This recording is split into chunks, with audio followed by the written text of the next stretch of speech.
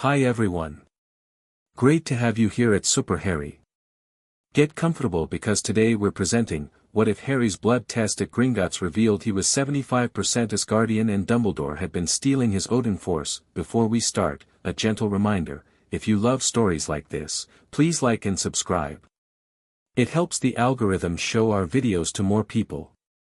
And now, the moment you've been waiting for. Chapter 1. Blood and Birthright. The summer heat pressed down on Privet Drive like a smothering blanket. Harry Potter sat on the edge of his bed, fingers tracing the edge of the letter that had arrived by owl 3 days ago. The parchment was thick, expensive, with the ornate Gringotts seal pressed into golden wax. He'd read it so many times he'd memorized every word. Mr. Potter, your presence is required at Gringotts Bank on the 31st of July regarding matters of inheritance that have come to our attention. This is a matter of utmost importance and confidentiality. A representative will await you at precisely 10 o'clock. Ragnarok, Director of Inheritance Affairs, Gringotts Wizarding Bank, his 16th birthday. Tomorrow. Outside his window, storm clouds gathered on the horizon, unusual for the typically clear summer skies of Little Whinging. Harry rubbed absently at the lightning bolt scar on his forehead. It hadn't pained him since the battle at the Ministry, but lately it felt different. Not painful, just present, like a dormant thing slowly stirring. The memory of Sirius falling through the veil flashed in his mind, and Harry clenched his fists. 2 months hadn't dulled the pain, only transformed it into something harder, colder. He'd spent the summer alternating between crushing grief and simmering anger. The prophecy weighed on him like a physical burden. Neither can live while the other survives. More secrets, more things Dumbledore had kept from him until it was too late. A soft tapping at his window pulled him from dark thoughts. A tawny owl hovered outside, a small package clutched in its talons. Harry let it in, untied the parcel, and recognized Hermione's neat handwriting immediately. Harry, happy birthday, almost. I hope the Dursleys are treating you decently. This package contains a few things that might help. A book on advanced defensive magic, don't roll your eyes, it's actually interesting, some of Mum's homemade biscuits, and something special I found in a curious little shop in France. Ron says Dumbledore's arranged for you to come to the Burrow soon. I'll be there too. We're all worried about you, Harry. I know you're grieving, but please don't shut us out. See you soon, Hermione. Harry unwrapped the package to find the promised book, a tin of biscuits, and a small wooden box. Inside lay an unusual pendant, a silver hammer crossed with what looked like a bolt of lightning, hanging on a leather cord. A note tucked beside it read, the shopkeeper said it was for protection and clarity of purpose. I thought you could use both right now.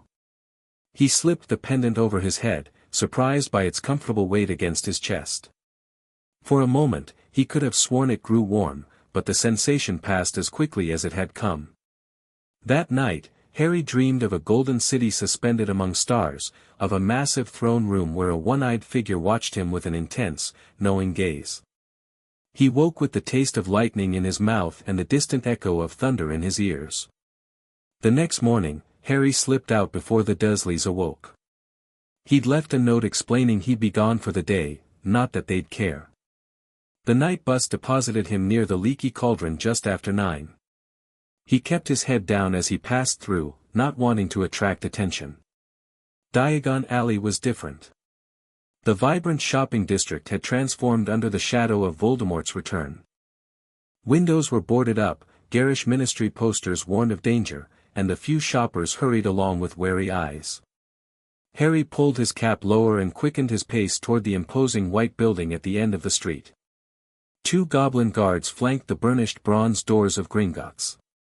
Their eyes tracked Harry as he approached, narrowing slightly when they recognized him. Inside, the vast marble hall was eerily quiet, with only a handful of witches and wizards conducting business at the long counter. Harry approached a free teller, speaking quietly. I have an appointment with Ragnarok. About an inheritance matter. The goblin peered at him over half-moon spectacles.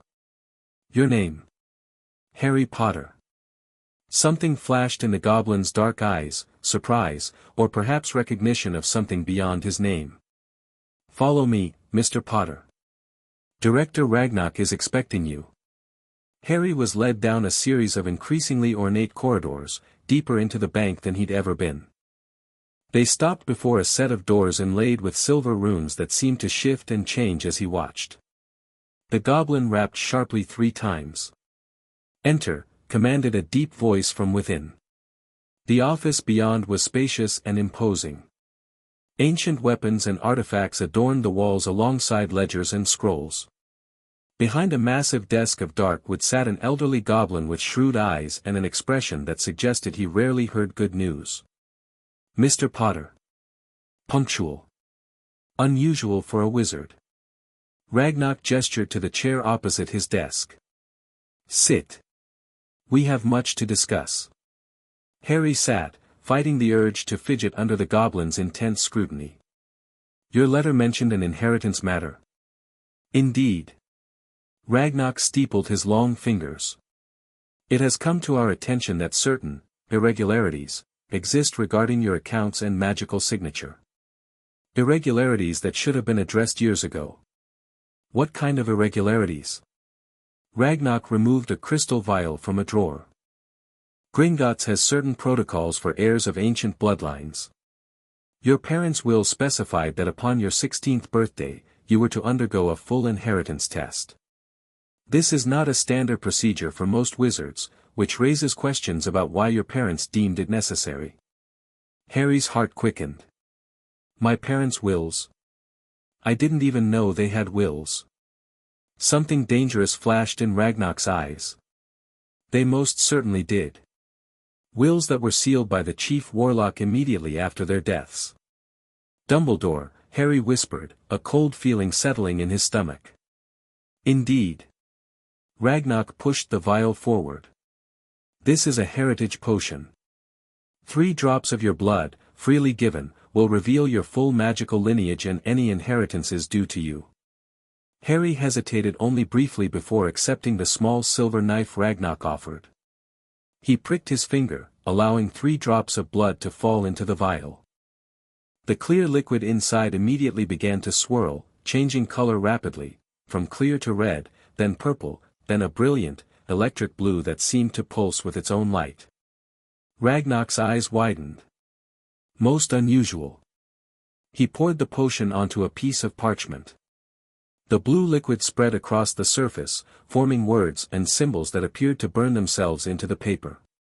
Harry watched, transfixed, as an elaborate family tree took shape, along with columns of text in a language he didn't recognize. The goblin's expression shifted from surprise to something approaching reverence. When he looked up at Harry, there was a new respect in his gaze. "Mr. Potter, or perhaps I should say, Prince Haraldur." "What?" Harry leaned forward, scanning the parchment. "What does it say?" "According to this blood test, you are not merely wizard-born as we all believed." Ragnarok ran a finger along the parchment. "Your mother, Lily Evans, was not a Muggle-born witch but rather a half-blood Asgardian who had been placed on Midgard, Earth, as an infant." "Asgardian?" Harry repeated, the word feeling strange on his tongue. "Like Thor and Odin. Those are just myths." Ragnarok's laugh was short and harsh. "To goblins, Mr. Potter, very little is just myth. The 9 realms are quite real, though contact between them and wizarding kind has been limited for centuries." He tapped the parchment. "Your father's line does indeed trace back to the Peverils as rumored, but with a surprise, a quarter Asgardian blood from 10 generations back." Harry struggled to process this information. "So You are 75% Asgardian by blood, 50% from your mother and 25% from your father's distant ancestry. Only a quarter wizard, technically speaking." Ragnarok's finger moved to another section of the parchment. "But more concerning is this." Harry followed the goblin's gesture to what appeared to be a diagram of a human figure surrounded by swirling blue lines. Several of the lines were diverted, siphoned away by a symbol he recognized with a jolt, the emblem of the Order of the Phoenix. What am I looking at? Your magical core, Mr. Potter. Or rather, what wizards would call your magical core. To the Asgardians, it would be known as your personal Odin force, a fraction of the cosmic energy that flows through all Asgardian blood. Ragnar's expression darkened. Someone has been systematically draining and suppressing this power since you were an infant. The signature is unmistakable. A crash of thunder sounded outside, so loud the windows rattled. Harry barely noticed, a terrible suspicion forming in his mind. Dumbledore, he said again, this time with certainty. Ragnar nodded grimly. Albus Dumbledore has been siphoning your power for nearly 15 years, binding it to himself and various artifacts under his control. Had this continued unchecked? The goblin shook his head. The consequences would have been severe. Your Asgardian heritage was attempting to manifest naturally as you matured. The conflict between your awakening powers and these bindings has been causing instability. Harry thought of the strange dreams, the odd sensations, the way glass sometimes shattered when he was angry, how storms seemed to gather when his emotions ran high. Can the bindings be removed? They can. That is why you are here. Ragnar stood. Follow me, Prince Haraldr. The ritual chamber awaits. The chamber deep beneath Gringotts was circular, its walls carved with ancient runes that glowed with soft blue light. In the center lay a raised stone dais inscribed with more symbols than Harry could count. 7 senior goblins already waited, dressed in ceremonial armor and holding curved silver daggers. Remove your outer clothing and lie upon the altar, Ragnar instructed. The ritual to break these bindings will be painful, but necessary. Harry hesitated only briefly before removing his shoes, jeans, and t-shirt. Clad only in his boxers, he climbed onto the cold stone and lay on his back. The pendant Hermione had given him rested against his chest, seeming to pulse with warmth. One of the goblins noticed it and hissed something to Ragnar, who approached to examine it. Mjolnir's kiss, he murmured. An ancient Asgardian protection amulet. It is no coincidence this found its way to you now. Before Harry could ask what that meant, the ritual began. The goblins positioned themselves in a circle around him and began a low, guttural chant. The runes on the walls brightened, and Harry felt pressure building in the air, like the moment before lightning strikes. Ragnar stood at Harry's head, a bowl of golden liquid in his hands. This will reveal and break the bindings. Prepare yourself.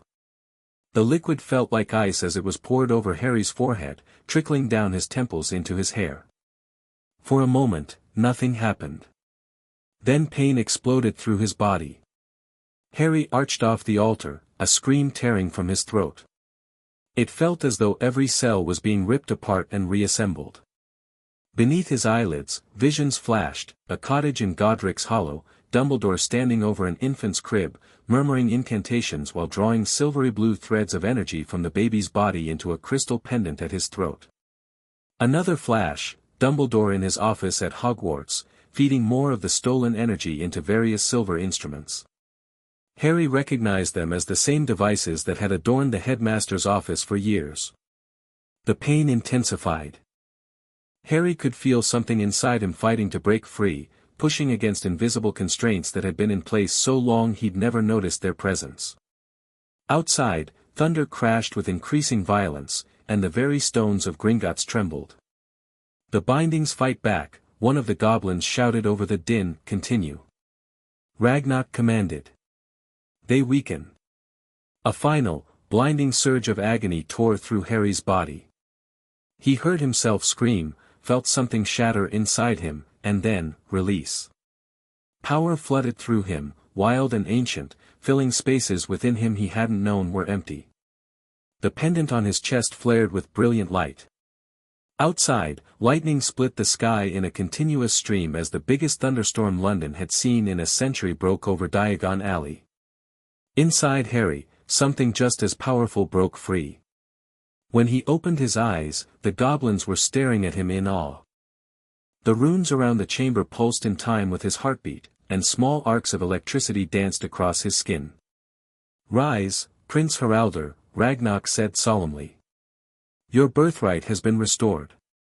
Harry sat up, marveling at how different his body felt, stronger, more substantial somehow.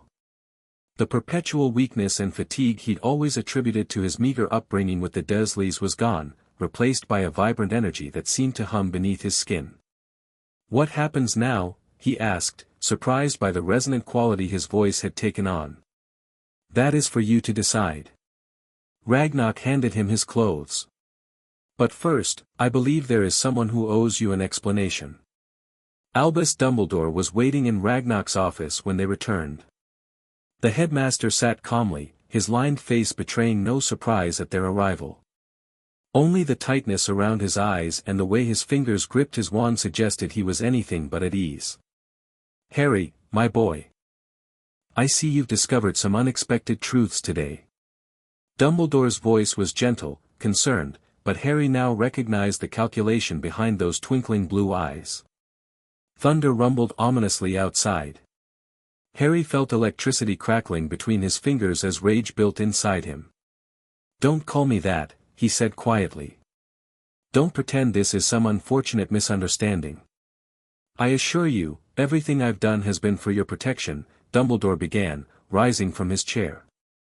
The power within you is dangerous, unstable, lies. Ragnar slammed his fist on the desk. The Asgardian power was only unstable because you were draining it, creating an imbalance that could have killed him. You've been stealing from me since I was a baby, Harry said, advancing on the man he'd once revered. The lights in the office flickered. You sealed my parents' wills, hid my heritage, and siphoned off power that was my birthright. For what? For the first time, Harry saw uncertainty in Dumbledore's expression. The prophecy speaks of a power the Dark Lord knows not, the old wizard said finally. I needed to understand it, to control it, to ensure it would be used properly when the time came. To control it? Harry laughed bitterly. Or to control me? You left me with people who hated magic, kept me ignorant of my heritage, parceled out information like treats to a dog performing tricks. Was any of it real?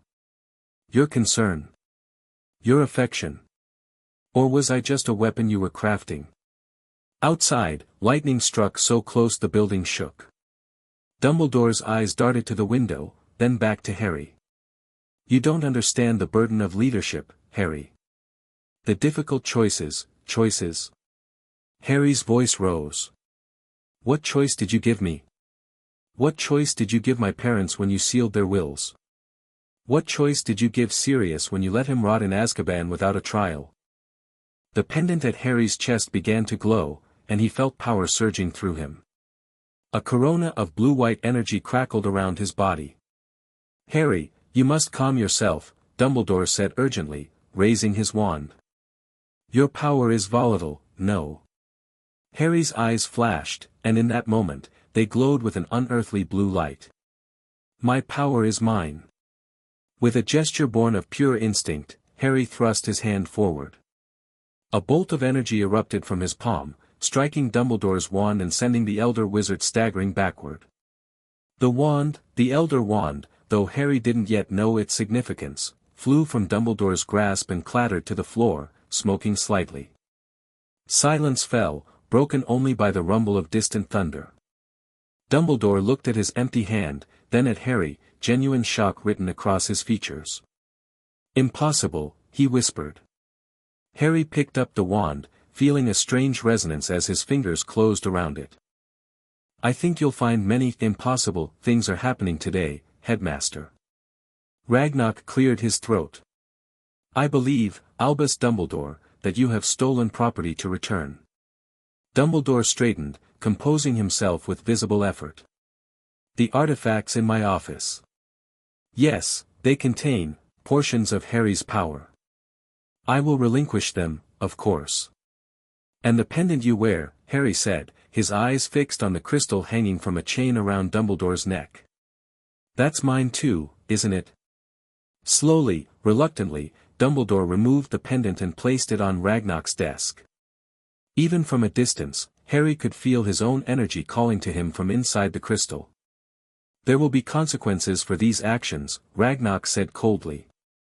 Gringotts takes a dim view of theft, particularly theft of such magnitude from one of Asgardian blood.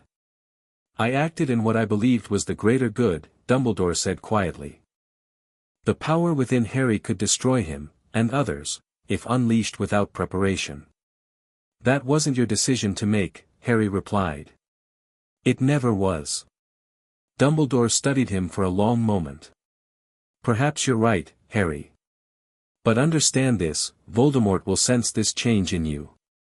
He will come for you with everything he has. Let him come. Harry's grip tightened on the Elder Wand. I'm not afraid anymore. The burrow was in chaos when Harry arrived later that day. Mrs. Weasley rushed to embrace him the moment he stepped through the door, her worried eyes scanning his face. Harry, dear. We've been so worried. Dumbledore told us you'd gone to Gringotts alone. With everything that's happening, it's just not safe to wander about by yourself. Harry accepted her hug, noticing how different it felt now. His senses seemed sharper, more attuned to everything around him. He could hear individual heartbeats in the crowded kitchen, smell the distinct sense of each person present. I'm fine, Mrs. Weasley, he assured her. Better than fine, actually. Ron and Hermione pushed their way forward, both talking at once. Mate, what happened?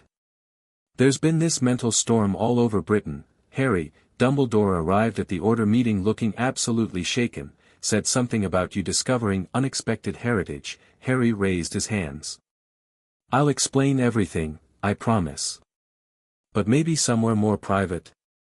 10 minutes later, Harry sat with Ron and Hermione in Ron's orange-plastered bedroom, silencing charms in place.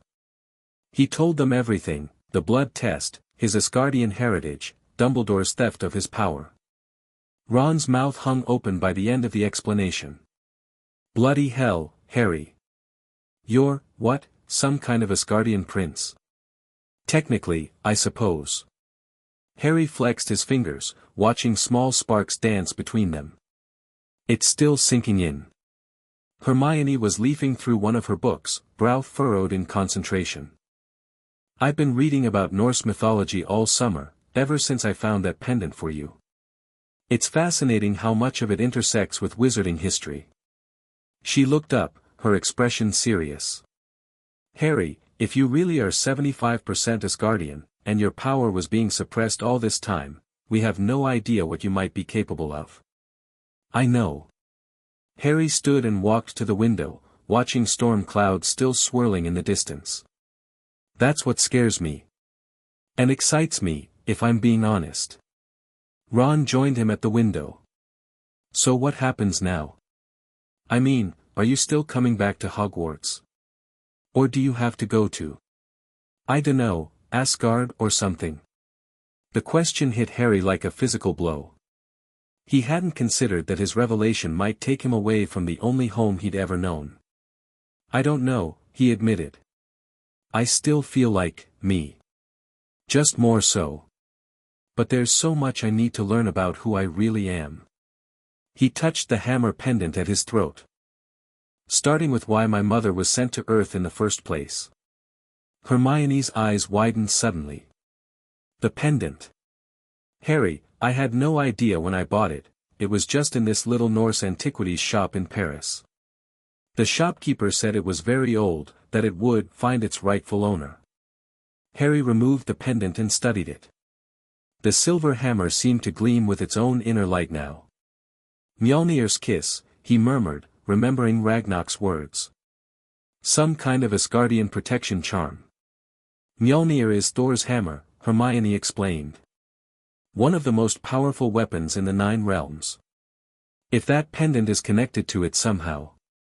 A distant crash of thunder punctuated her words. Harry felt a strange pull, as if something vast and ancient was calling to him across an immeasurable distance.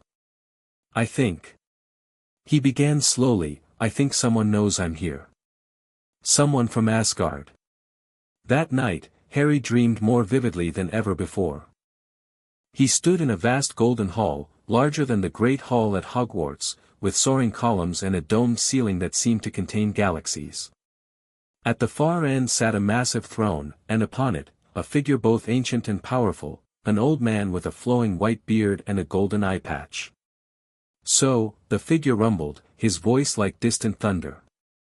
Freya's daughter bore a son. After all these years.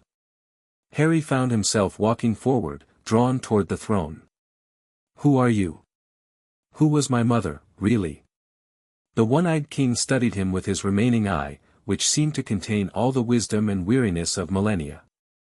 I am Odin Allfather, ruler of Asgard. And you, Haraldr, are the grandson of my beloved Freya, who disappeared from our realm centuries ago.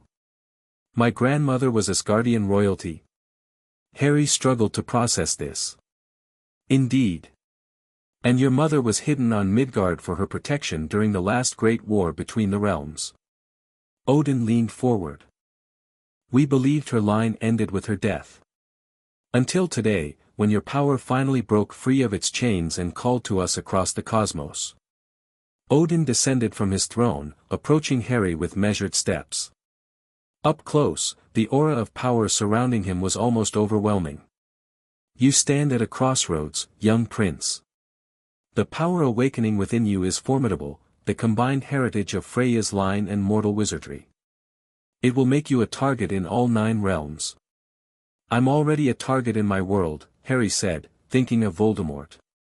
There's a prophecy, yes, the mortal dark wizard who marked you. Odin gestured, and an image appeared in the air between them, Voldemort, his snake-like features twisted in rage. A powerful enemy, by Midgardian standards. But now you face greater dangers.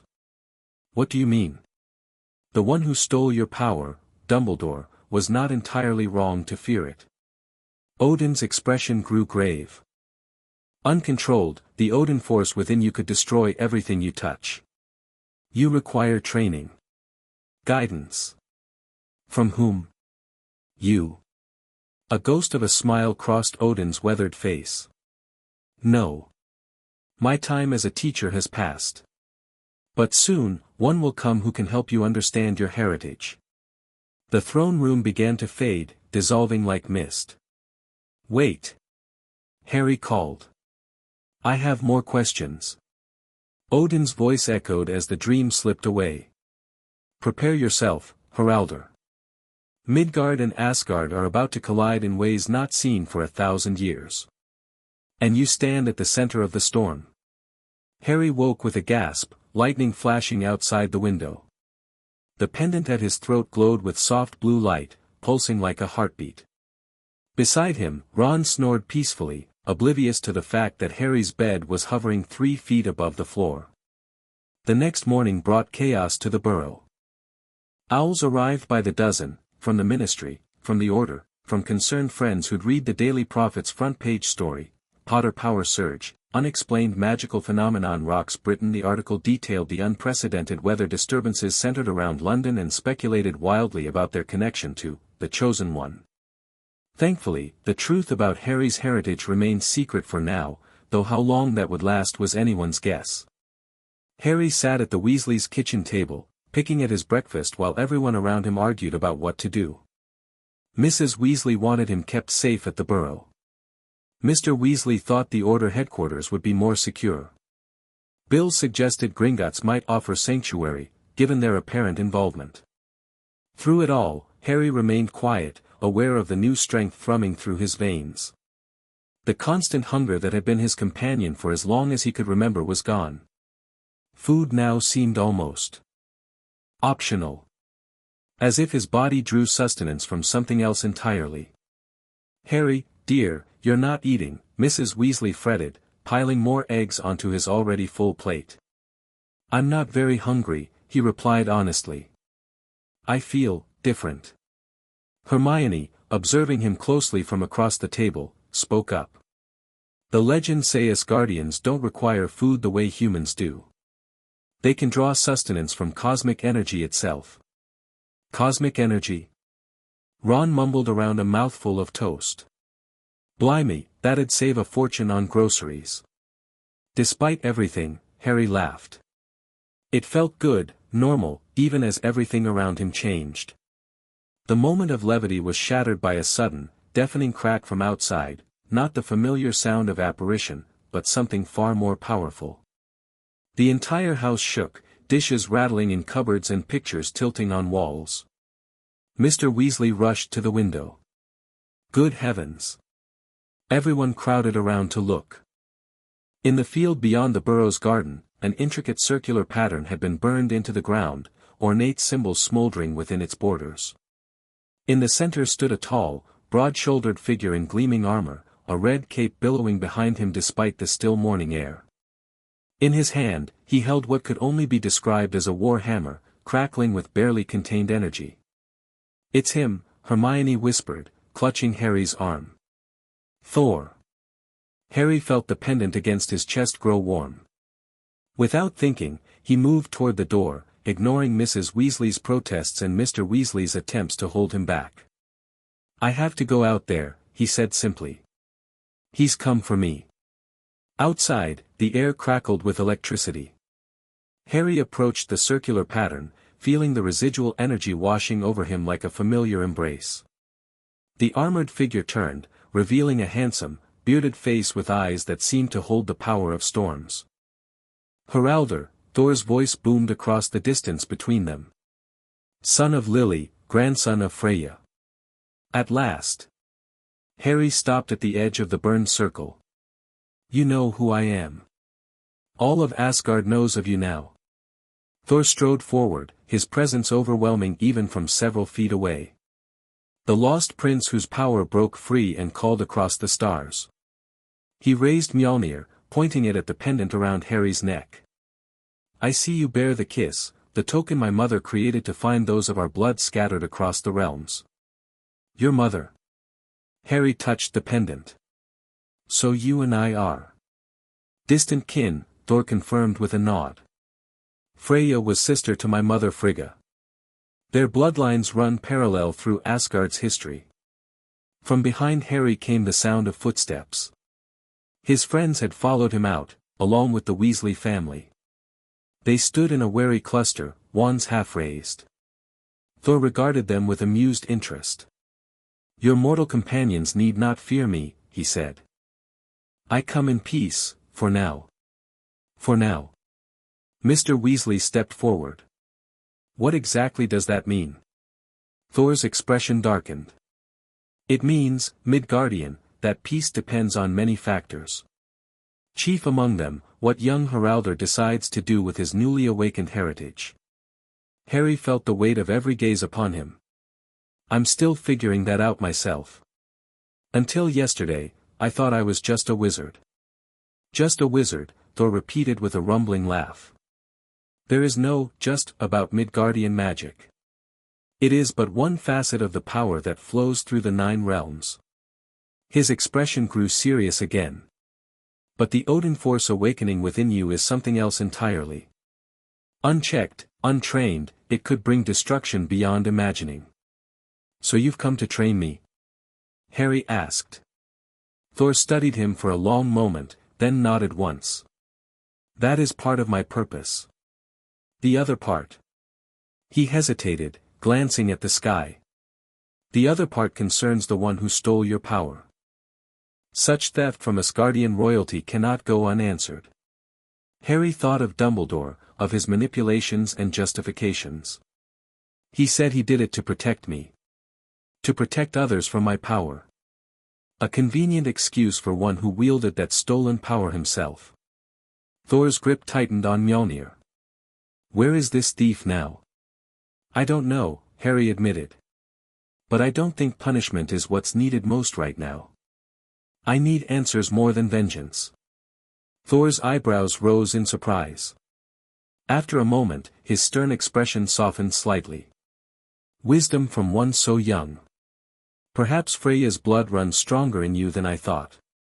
He extended his hand. "Come, Heraldor.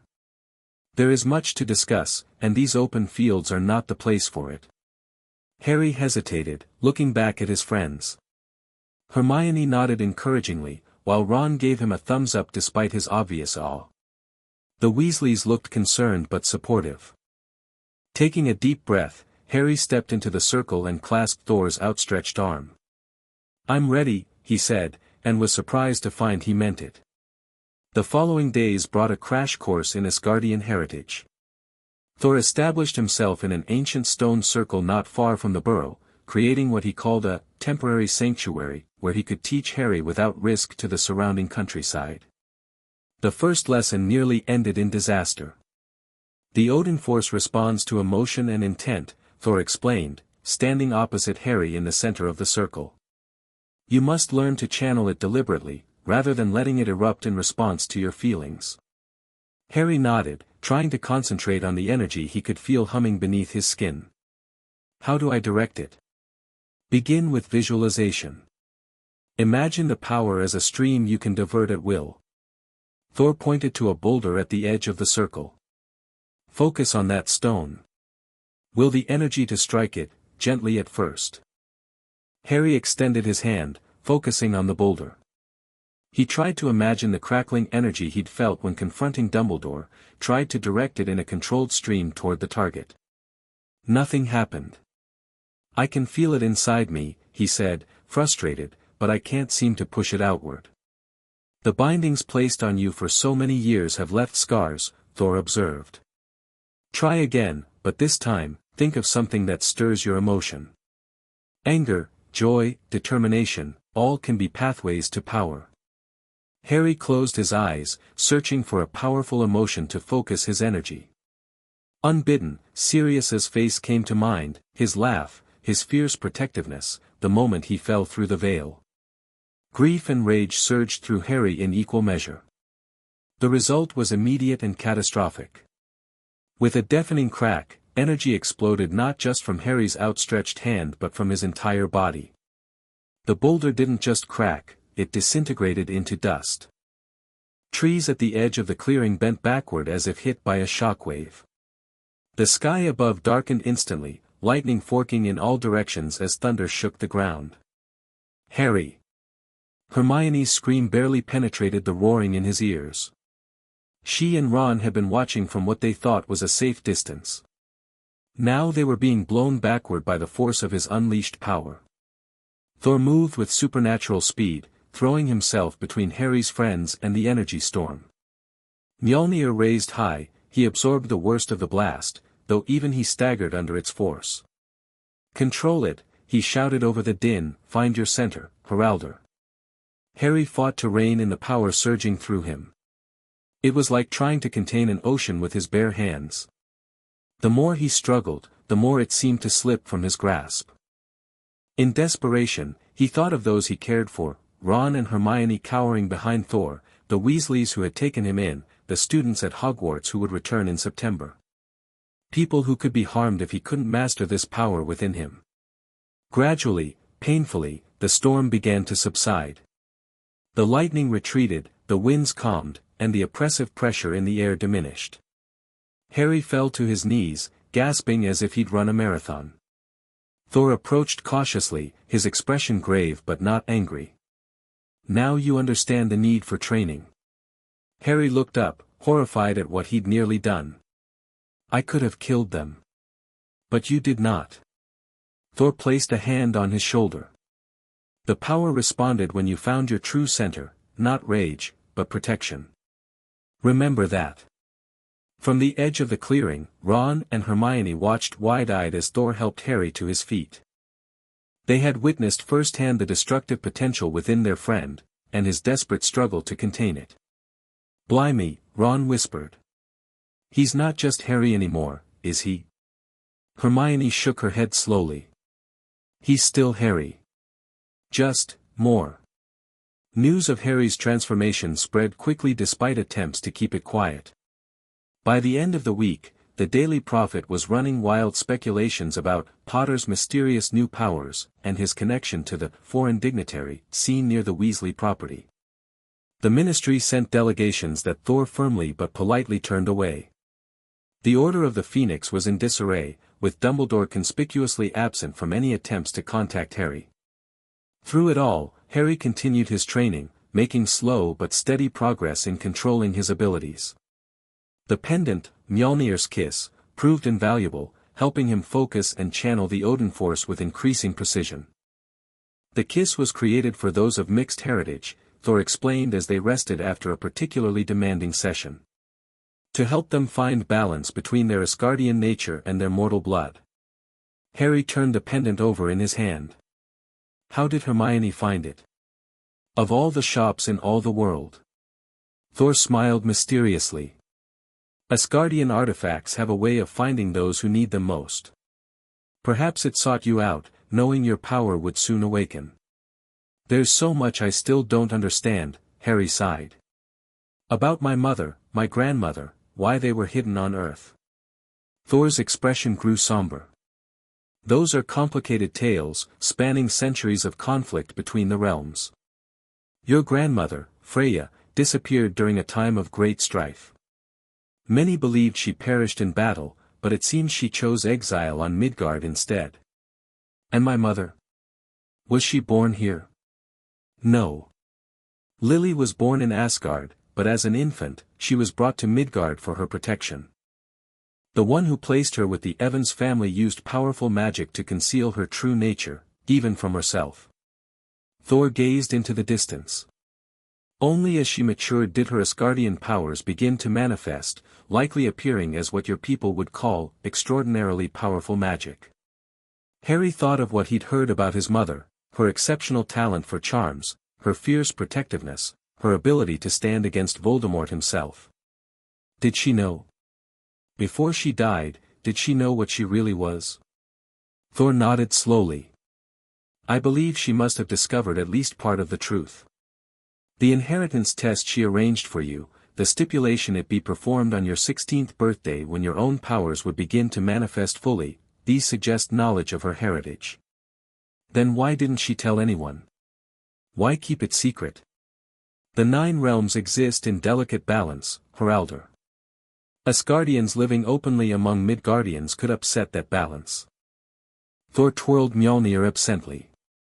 And there are those who would seek to exploit or destroy one of royal Asgardian blood hiding on Earth. Harry absorbed this information in silence. Finally, he asked the question that had been weighing on him since Thor's arrival. Do I belong in Asgard now? Is that where I'm supposed to go? Thor studied him thoughtfully. You stand between worlds, young prince. Part of you belongs to Asgard, yes, but part belongs here, to the people and causes you have fought for. He gestured toward the burrow, visible in the distance. The choice of where to make your home must be yours alone. But Hogwarts. Harry hesitated. Can I even go back? With these powers, I could be dangerous to the other students. With proper training, you can learn control, Thor assured him.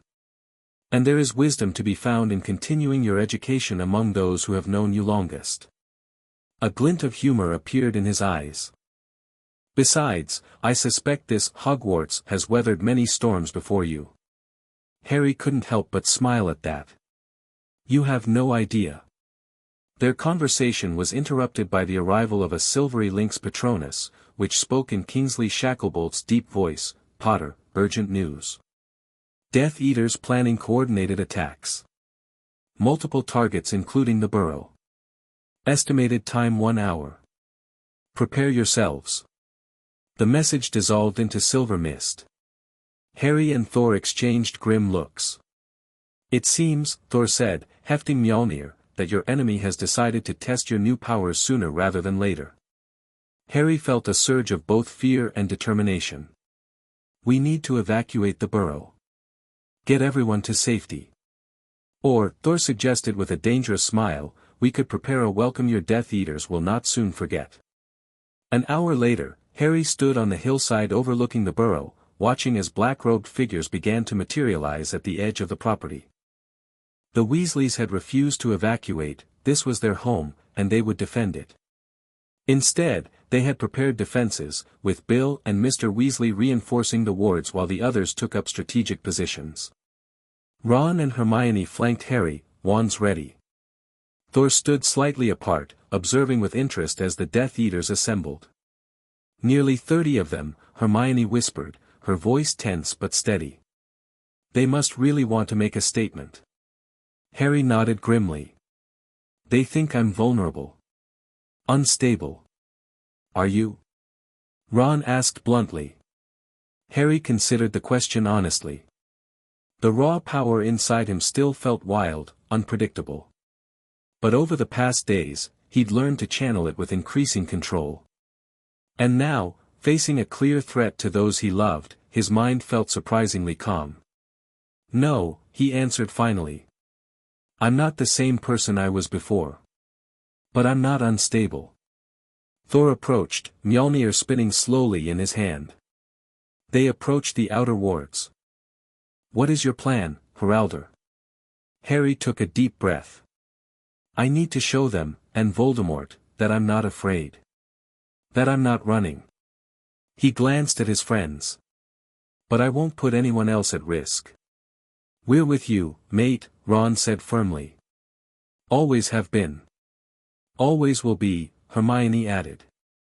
Harry felt a rush of gratitude so intense it made his pendant glow. Then let's meet them halfway.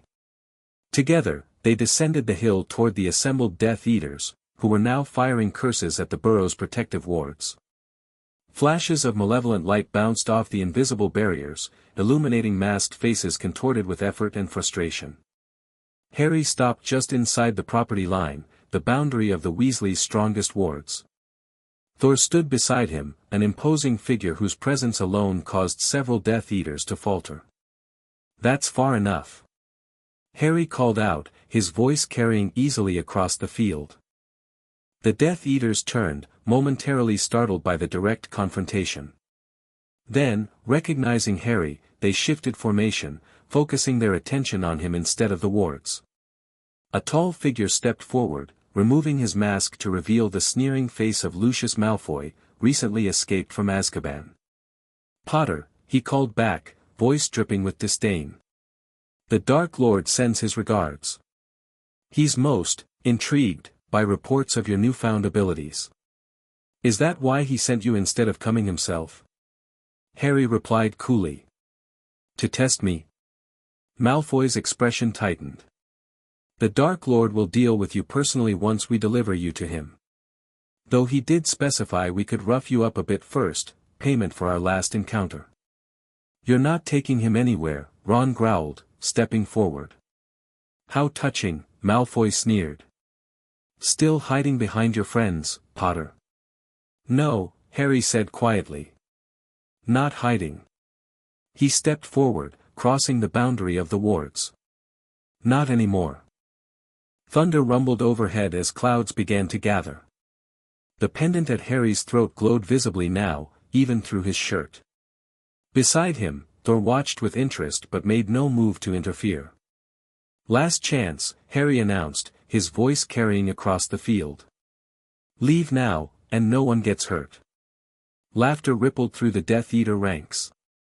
Malfoy raised his wand. I think not, Potter. Crucio. The unforgivable curse streaked toward Harry, only to dissipate harmlessly a foot from his body. The pendant flashed brightly, absorbing the malevolent energy. Malfoy's confident expression faltered. What, my turn, Harry said. Drawing on his training with Thor, Harry reached for the Odin force within him. This time, rather than explosive release, he channeled it with purpose. Raising his hand, he summoned a controlled surge of power that manifested as a blinding arc of blue-white energy. It struck the ground directly in front of the Death Eaters, carving a smoking line across the earth. That was a warning, Harry called out. The next one won't be. For a moment, uncertainty rippled through the Death Eater ranks. Several took involuntary steps backward. But Malfoy, his face contorted with rage and fear, raised his wand again. Kill them all, he shrieked. Curses flew from all directions. Ron and Hermione raised shield charms, protecting themselves as they returned fire. Thor finally moved, Mjolnir swinging in a devastating arc that sent 3 Death Eaters flying backward without even touching them. Harry felt the Odin force respond to the threat, surging through him like a living thing eager for release. This time, he didn't fight it, he directed it, shaped it, using the techniques Thor had taught him to transform raw power into focused intent. Lightning answered his call, striking from the gathering storm clouds with unnatural precision. Where it hit, Death Eaters were not killed but immobilized, their bodies seized by energy that disrupted their magic and paralyzed their limbs. Impossible, one Death Eater gasped, staring at Harry with naked terror as blue energy crackled around his body. Harry advanced steadily, deflecting curses with gestures that seemed instinctive rather than learned. The pendant around his neck pulsed in time with his heartbeat, amplifying his control. Malfoy, seeing his force quickly being overwhelmed, backed away. "This isn't over, Potter," he snarled before disapparating with a crack. Others followed suit, those still capable of movement grabbing their immobilized comrades before vanishing. Within minutes, only Harry, Thor, Ron, and Hermione remained on the field. "Bloody brilliant," Ron breathed, staring at Harry with a mixture of awe and wariness. Hermione was already examining one of the scorch marks where lightning had struck. "That wasn't normal lightning," she observed. "It was selective somehow. The Odin force can be directed with great precision when properly controlled," Thor explained, coming to stand beside Harry. "Your friend is learning quickly." Harry felt strangely calm in the aftermath, the power inside him settling into a steady hum rather than the wild surge it had been before. "I didn't want to kill them," he said quietly. "A wise choice," Thor nodded approvingly. "Death should never be dealt lightly, even to enemies." From the direction of the burrow came shouts and running footsteps as the Weasley family approached, having witnessed the entire confrontation from their defensive positions. "Harry, that was incredible!" Fred exclaimed. "Terrifying, but incredible," George added. Mrs. Weasley pushed past her sons to embrace Harry tightly. "Oh, my dear boy. Are you all right?" Harry returned her hug, careful not to use too much of his newfound strength. "I'm fine, Mrs. Weasley. Better than fine. Mr. Weasley was studying the scorch marks with a professional eye. "The Ministry will have questions about this. Many questions." "Let them ask," Thor said dismissively. Heraldor defended himself and his kin against those who meant harm. By the laws of any realm, his actions were just. Harry knew it wouldn't be that simple. The display of power he'd just demonstrated would send ripples through the wizarding world, and beyond. Voldemort would regroup, rethink his strategy. The Ministry would panic. And Dumbledore. As if summoned by his thoughts, a familiar crack of apparition sounded nearby. Albus Dumbledore stood at the edge of the field, his lined face grave as he surveyed the aftermath of the battle. Thor tensed, his grip tightening on Mjolnir. "The thief returns." "Wait," Harry said quietly, placing a hand on Thor's arm. "I want to hear what he has to say." Dumbledore approached slowly, his hands empty of his wand in a deliberate show of peaceful intent. His eyes moved from the scorch marks to Harry, taking in the pendant now glowing visibly at his throat and the subtle aura of power that seemed to surround him. "I felt the disturbance," the old wizard said simply. "I see you have found not only your heritage but a teacher as well." He inclined his head slightly toward Thor, who did not return the gesture. "Why are you here?" Harry asked directly. "To witness," Dumbledore replied. "To understand what you have become." His gaze lingered on the evidence of Harry's power. "And perhaps, to offer what help I still can." "Help?" Thor growled. "You who stole his birthright? You who bound his power and left him vulnerable?" "Yes," Dumbledore acknowledged, his voice heavy with what seemed like genuine regret. "I have much to answer for. But my concern for Harry, for the wizarding world, remains sincere." Harry studied the man who had been his mentor, his protector, and, as he now knew, his jailer in some ways. The anger was still there, but tempered now by a strange sense of clarity. "You were afraid," Harry said, not a question but a realization. "Not just of what I might become, but of what it meant for your plans. Your prophecy. Your war." Dumbledore didn't deny it. The power you now command was never part of my calculations. When I discovered it in you as a baby, I made decisions I believed necessary. Those decisions nearly killed him, Thor interjected harshly. Perhaps, Dumbledore conceded. I am not infallible, despite what some believe. Harry could feel everyone watching this exchange, waiting for his reaction. The old fury still simmered beneath the surface, but something else had taken precedence, a growing sense of his own path forward. I'm going back to Hogwarts, he announced, surprising everyone. In September. As planned. Harry, Hermione began, concerned. I need to finish my education, Harry continued firmly. Not just in magic, but in understanding both parts of who I am. He looked at Thor. I have Asgardian heritage to explore, yes. But I'm also James and Lily Potter's son. A wizard. And Hogwarts is still my home. Thor considered this, then nodded slowly. A wise decision, perhaps. Though your training must continue. It will, Harry assured him.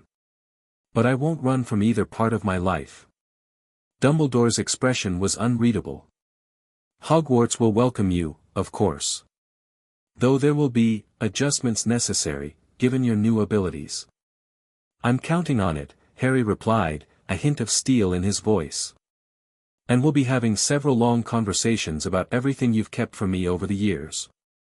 For perhaps the first time in their acquaintance, it was Dumbledore who looked away first. There is one more thing you should know, the headmaster said quietly. About Voldemort. About why he has always been so fixated on you specifically. Harry tensed. The prophecy goes deeper than you know. Dumbledore's blue eyes were troubled. Tom Riddle's mother was descended from Slytherin, yes. But there were other bloodlines in his ancestry as well.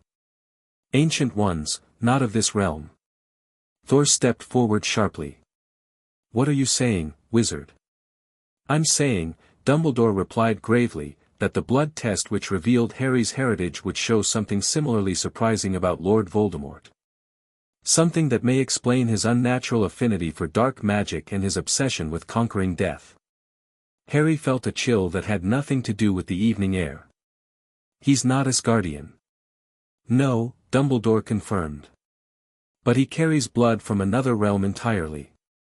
One traditionally at odds with Asgard. Thor's expression darkened ominously. Jotunheim, he growled. Frost giant blood. Hermione gasped, her encyclopedic knowledge making connections instantly. The eternal enemies of Asgard in Norse mythology. That would explain why he marked me as an equal, Harry finished, his hand rising unconsciously to his scar. It wasn't just the prophecy. It was in our blood all along. The implication settled over the group like a heavy cloak. The conflict between Harry and Voldemort was more than a wizarding war, more than a prophecy. It was the continuation of an ancient conflict between realms, playing out on Earth through their mixed-blood descendants. So what happens now? Ron asked, breaking the tense silence. Harry looked around at the faces of those who had stood with him, his friends, his adoptive family, his newfound mentor, and his once trusted headmaster. The weight of his heritage felt substantial but no longer crushing. Now, he said with quiet determination, we prepare. For Hogwarts. For Voldemort. For whatever comes next. He touched the pendant at his throat, feeling its reassuring warmth. And I learned to be both Harry Potter and Heralder of Asgard. Thunder rumbled distantly, as if in approval. Above them, the clouds began to part, revealing stars that suddenly seemed both closer and more numerous than Harry had ever noticed before. Somewhere among them lay Asgard, part of his heritage, part of his future. But here on Earth lay his present. His purpose. His fight. And for the first time since discovering his true nature, Harry felt ready to face it all. Chapter 2, Storm and Thunder. The journey to Platform 9 3/4 felt different this year. Harry walked between Ron and Hermione through King's Cross Station, acutely aware of how everything had changed. His senses registered details he'd never noticed before: conversations 30 feet away, the distinct scent of each person they passed, the electromagnetic hum of the lights overhead. "You're doing it again," Hermione murmured. Harry blinked. "Doing what?" "That thing where you sort of drift away and look like you're listening to something no one else can hear." She squeezed his arm. "It's a bit unnerving." "Sorry." Harry adjusted the pendant beneath his shirt, using it to dial back the sensory overload as Thor had taught him. Still getting used to everything being so loud. Behind them walked Thor himself, though not in his usual Asgardian splendor. At Hermione's insistence, he'd adopted a more Midgardian appearance: jeans, a flannel shirt, and his hair tied back. Mjolnir had been transfigured to resemble an umbrella, though it fooled no one who looked closely. The disguise did little to diminish his commanding presence, and Muggles instinctively moved out of his path without even realizing why.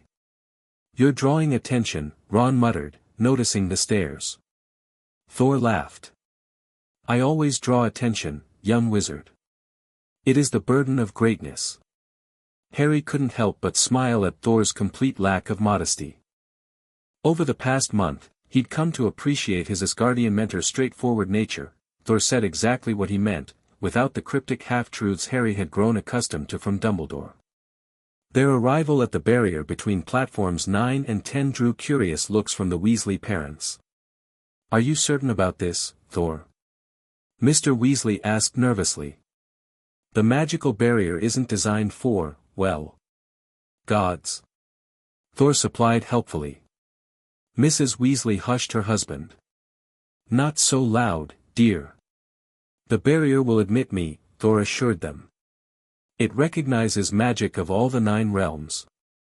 And I must see young Haraldr safely onto his transport." Harry exchanged looks with Ron and Hermione. Thor's insistence on accompanying him all the way to Hogwarts had been a point of contention. Dumbledore had eventually relented, perhaps realizing he wasn't in a position to refuse the Asgardian prince anything. "Right then," Harry said, gripping his trolley. "Let's go." One by one, they passed through the barrier. Harry went last with Thor, bracing for some kind of magical resistance, but they slipped through as easily as passing through mist. The platform beyond was its usual chaotic scene of students, parents, trunks, and animals. The moment Harry emerged, however, a strange hush fell over the nearest groups. Whispers spread like ripples in a pond. "It's Potter. Did you see that man with him? Heard he can summon lightning now. Not even human anymore, my father says." Harry kept his gaze forward, grateful for Hermione and Ron flanking him protectively. Thor strode behind them, seemingly oblivious to the stares and whispers, or perhaps simply accustomed to them. Near the train, they encountered the first direct confrontation. Draco Malfoy stood with a group of Slytherins, his pale face tight with anger. The humiliation of his father's retreat from the burrow clearly still rankled. "Well, if it isn't Potter and his new bodyguard," Draco sneered, though Harry noticed he maintained a safe distance. "Couldn't find any humans willing to befriend you anymore." Thor stepped forward, towering over the Slytherin boy. "You would be Lucius's son," he observed, studying Draco like an interesting but potentially venomous insect. "You have his weak chin." Crabbe and Goyle bristled, but seemed unsure whether to defend their friend against someone so obviously beyond their weight class. Draco's face flushed with anger and embarrassment. "My father says you're a fraud," he spat at Harry. "Some half-breed playing at being special. He says the Dark Lord isn't impressed." Harry felt a surge of that now familiar energy within him, the Odin force responding to his emotions. The pendant at his throat grew warm, helping him channel and control it. Around them, the air pressure subtly changed. Those nearby fell silent, sensing the shift. "Your father ran away," Harry replied quietly. "Remember that when you report back to him." Draco opened his mouth for another retort, but Thor casually shifted his umbrella to his other hand, and the Slytherin thought better of it. With a final glare, Malfoy and his friends retreated toward the train. "You showed restraint," Thor noted with approval. Though perhaps a small demonstration would have been educational. Not here, Hermione interjected firmly. There are children everywhere. Thor conceded with a nod. The wise woman speaks truth. There will be time enough for demonstrations later. As they loaded their trunks onto the train, Harry noticed a tall, dark-skinned witch in aura robes watching them intently. She wasn't alone, several official-looking wizards were stationed around the platform, all keeping a careful eye on Harry and Thor. Ministry's keeping tabs on you, Ron murmured, following his gaze. Let them watch, Thor said dismissively. They will learn nothing they can use. The warning whistle blew. Mrs. Weasley hurried over for final hugs and admonitions to stay safe, though her worried glance at Harry suggested she knew how unlikely that was this year. As Ron and Hermione headed toward the prefect's carriage for their meeting, Thor pulled Harry aside for a final word. Remember your training, he said, clasping Harry's shoulder with a grip that would have crushed an ordinary human. 3 times daily, the meditation exercises.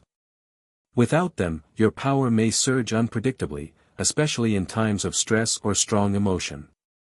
I will, Harry promised.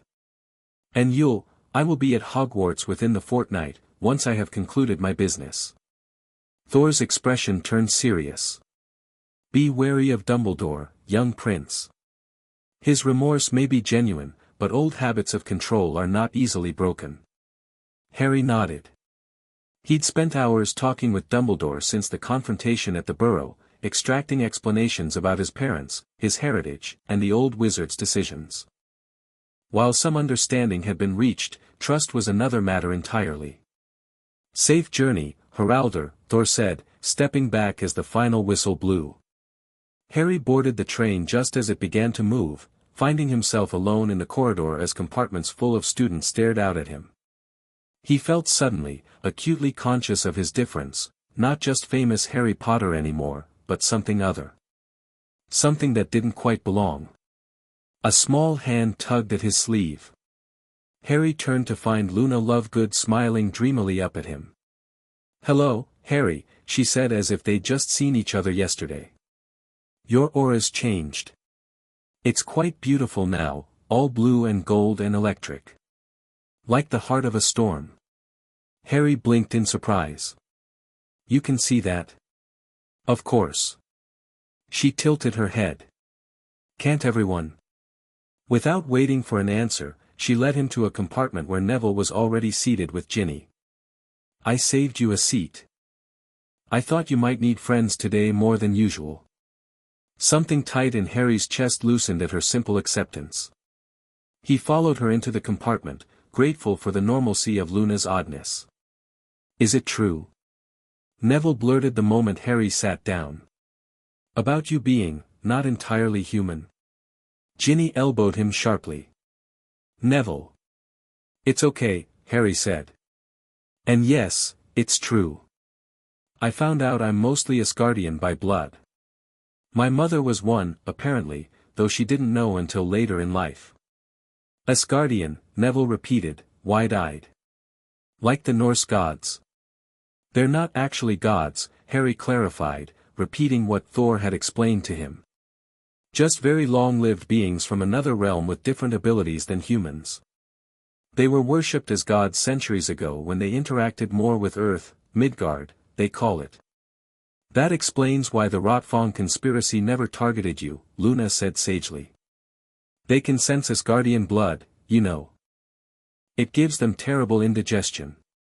Harry found himself laughing, the tension breaking. For a moment, with his friends, he could almost forget the weight of his heritage, the target on his back, and the challenges that awaited him at Hogwarts. Almost. The welcome feast was a study in contrasts.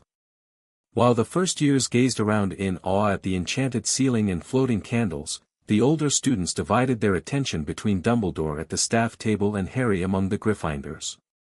Conversations hushed as he passed. Some students shrank away, while others leaned forward eagerly, hoping to witness some display of his rumored powers. The Daily Prophet had been publishing increasingly wild accounts of the Asgardian anomaly, their new favorite term for Harry, including claims he could fly without a broom and level mountains with a thought. Just ignore them, Hermione advised as they took their seats at the Gryffindor table. They'll get used to it eventually. Like they got used to me being the heir of Slytherin. Or a delusional attention seeker. Harry replied dryly. Ron snorted. Fair point, mate. The sorting ceremony proceeded normally, though Harry noticed the sorting hat spent longer than usual on each student, as if distracted. When Dumbledore rose for his welcome speech, the Great Hall fell completely silent. Welcome to another year at Hogwarts, the headmaster began, his eyes twinkling as always, though they seemed more calculated when they passed over Harry. Before we delve into important announcements, let us acknowledge that this year begins in unprecedented times. Dumbledore paused, his gaze sweeping the hall. Lord Voldemort has returned, as the Ministry has finally acknowledged. But beyond that threat, we find ourselves at a unique moment in magical history, a convergence of worlds long separated. Whispers broke out across the hall. Harry felt countless eyes turn toward him. Some of you may have heard rumors about certain students discovering unusual heritage, Dumbledore continued. I will confirm that Mr. Potter has indeed discovered his Asgardian ancestry this summer. While this may seem shocking to many of you, I remind everyone that Hogwarts has always welcomed students of mixed heritage, whether that be half-giant, part Veela, or yes, even part Asgardian. The whispers grew louder. Harry kept his expression neutral, though internally he noted Dumbledore's careful framing, presenting him as just another mixed heritage student rather than acknowledging the full truth, that Harry was predominantly Asgardian, with abilities far beyond typical magical heritage. In light of these developments, I am pleased to announce a new elective course this year, Interdimensional Magical Studies, which will explore the connections between our world and the other 8 realms. This course will be taught by a visiting scholar who will arrive in the coming weeks. Harry recognized this as the compromise reached during tense negotiations between Dumbledore and Thor. The visiting scholar would be Thor himself, who had insisted on remaining close to continue Harry's training. Additionally, Dumbledore said, his tone growing more serious, I must announce certain safety protocols that will be implemented this year. Due to the unique magical energies now present within our walls, designated areas of the grounds have been prepared for controlled magical release. Any student feeling a surge of unstable magic is directed to these areas immediately. Harry knew these designated areas had been created specifically for him, heavily warded spaces where he could safely channel the Odin force without risk to others. Another compromise, another reminder of his difference. As Dumbledore finished with the usual warnings about the Forbidden Forest and banned items, Harry noticed Professor Snape watching him with an unreadable expression. Their eyes met briefly before Snape looked away, his face even more closed off than usual. Later, as they made their way toward Gryffindor Tower, Harry found himself separated from Ron and Hermione by the crowd. A hand touched his arm, and he turned to find Professor McGonagall beside him. Mr. Potter, the headmaster would like a word before you retire, she said, her voice carefully neutral. And I would as well, if you have a moment. Harry nodded, following her away from the flow of students. When they reached a quiet alcove, McGonagall turned to face him fully. Harry, she said, dropping the formality, I want you to know that regardless of your heritage, you are still a Gryffindor and my student. Whatever assistance you need in adjusting to these changes, my door is always open. Unexpectedly moved, Harry nodded. Thank you, Professor. McGonagall hesitated, then added more softly, your mother was an extraordinary witch. Learning about her true origins doesn't change that fact, it only helps explain why she was so remarkable. She straightened. Now, the headmaster awaits in his office. The password is lightning strike, his idea of humor, I suppose. Harry made his way to the familiar gargoyle, which leapt aside at the password. As he rode the spiral staircase upward, he prepared himself mentally for another complicated conversation with Dumbledore. The past month had seen dozens of these revelations, explanations, apologies that never quite satisfied. Enter Dumbledore called before Harry could knock. The headmaster's office looked different.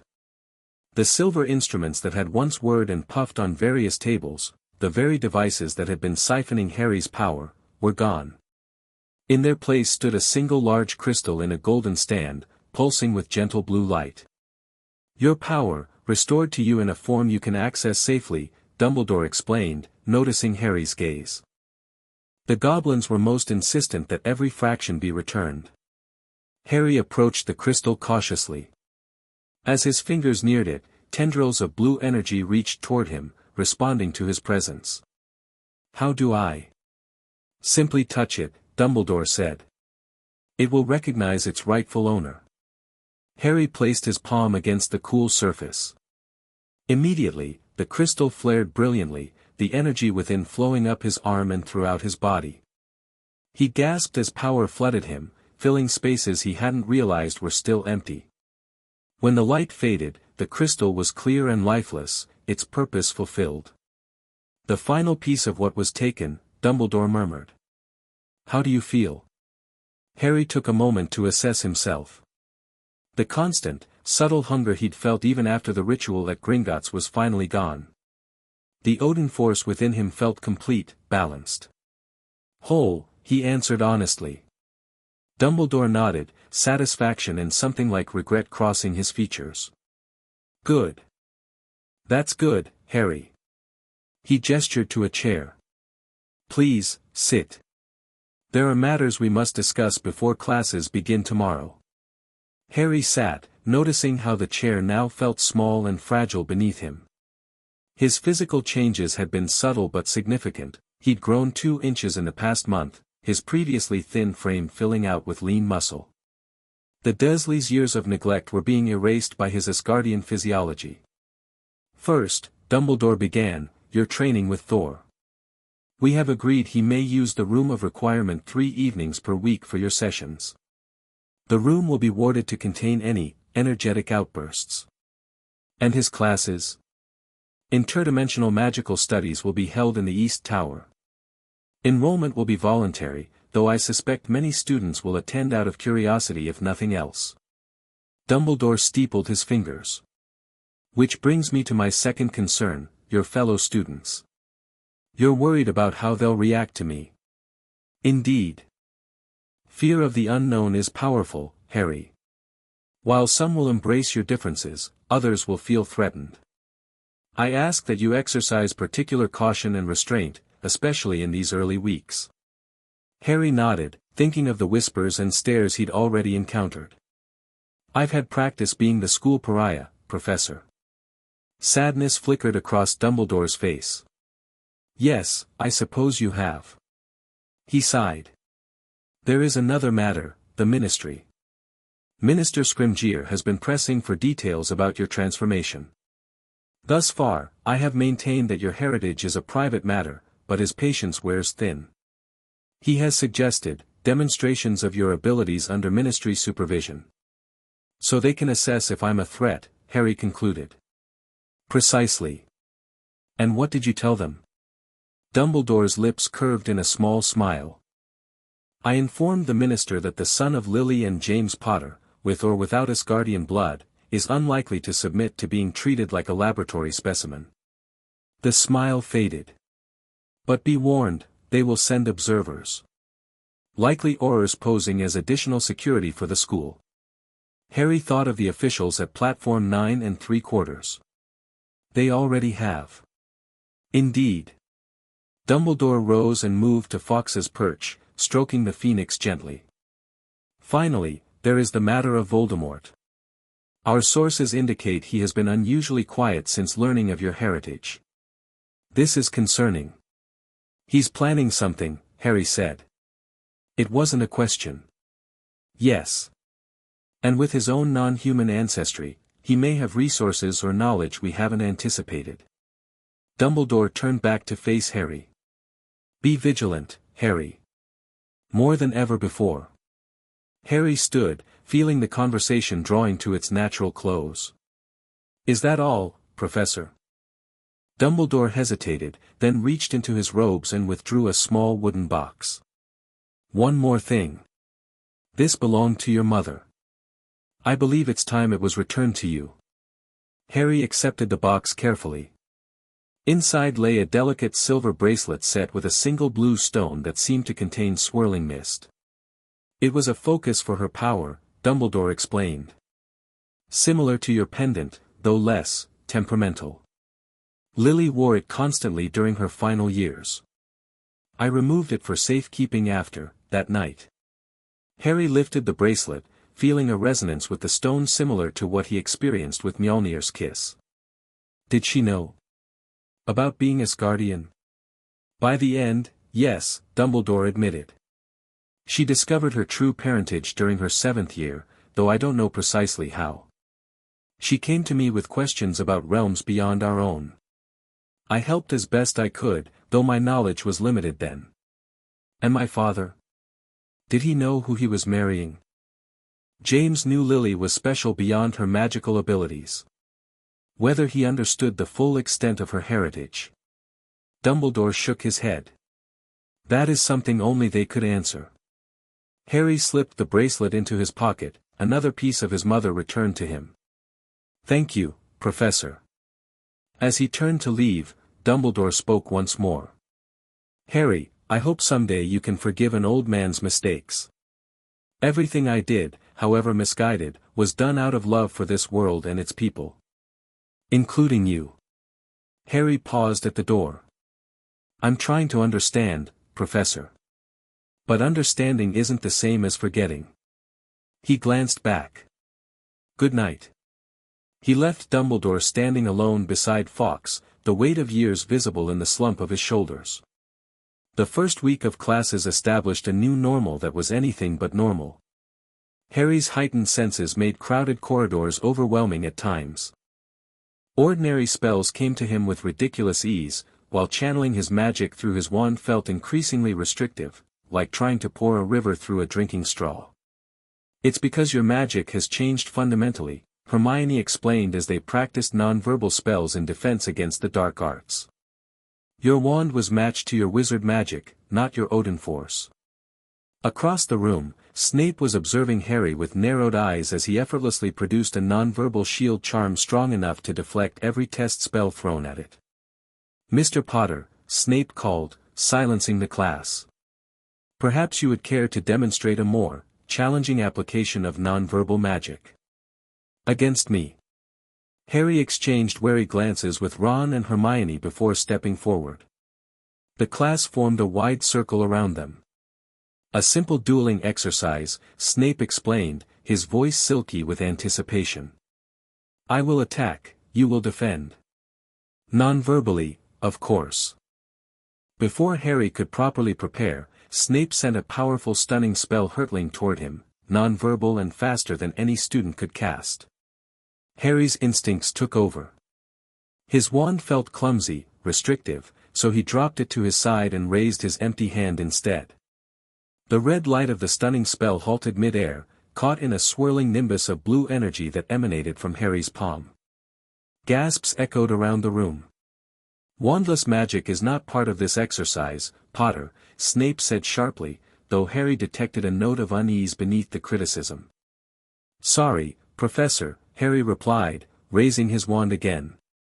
Force of habit. Snape's eyes narrowed.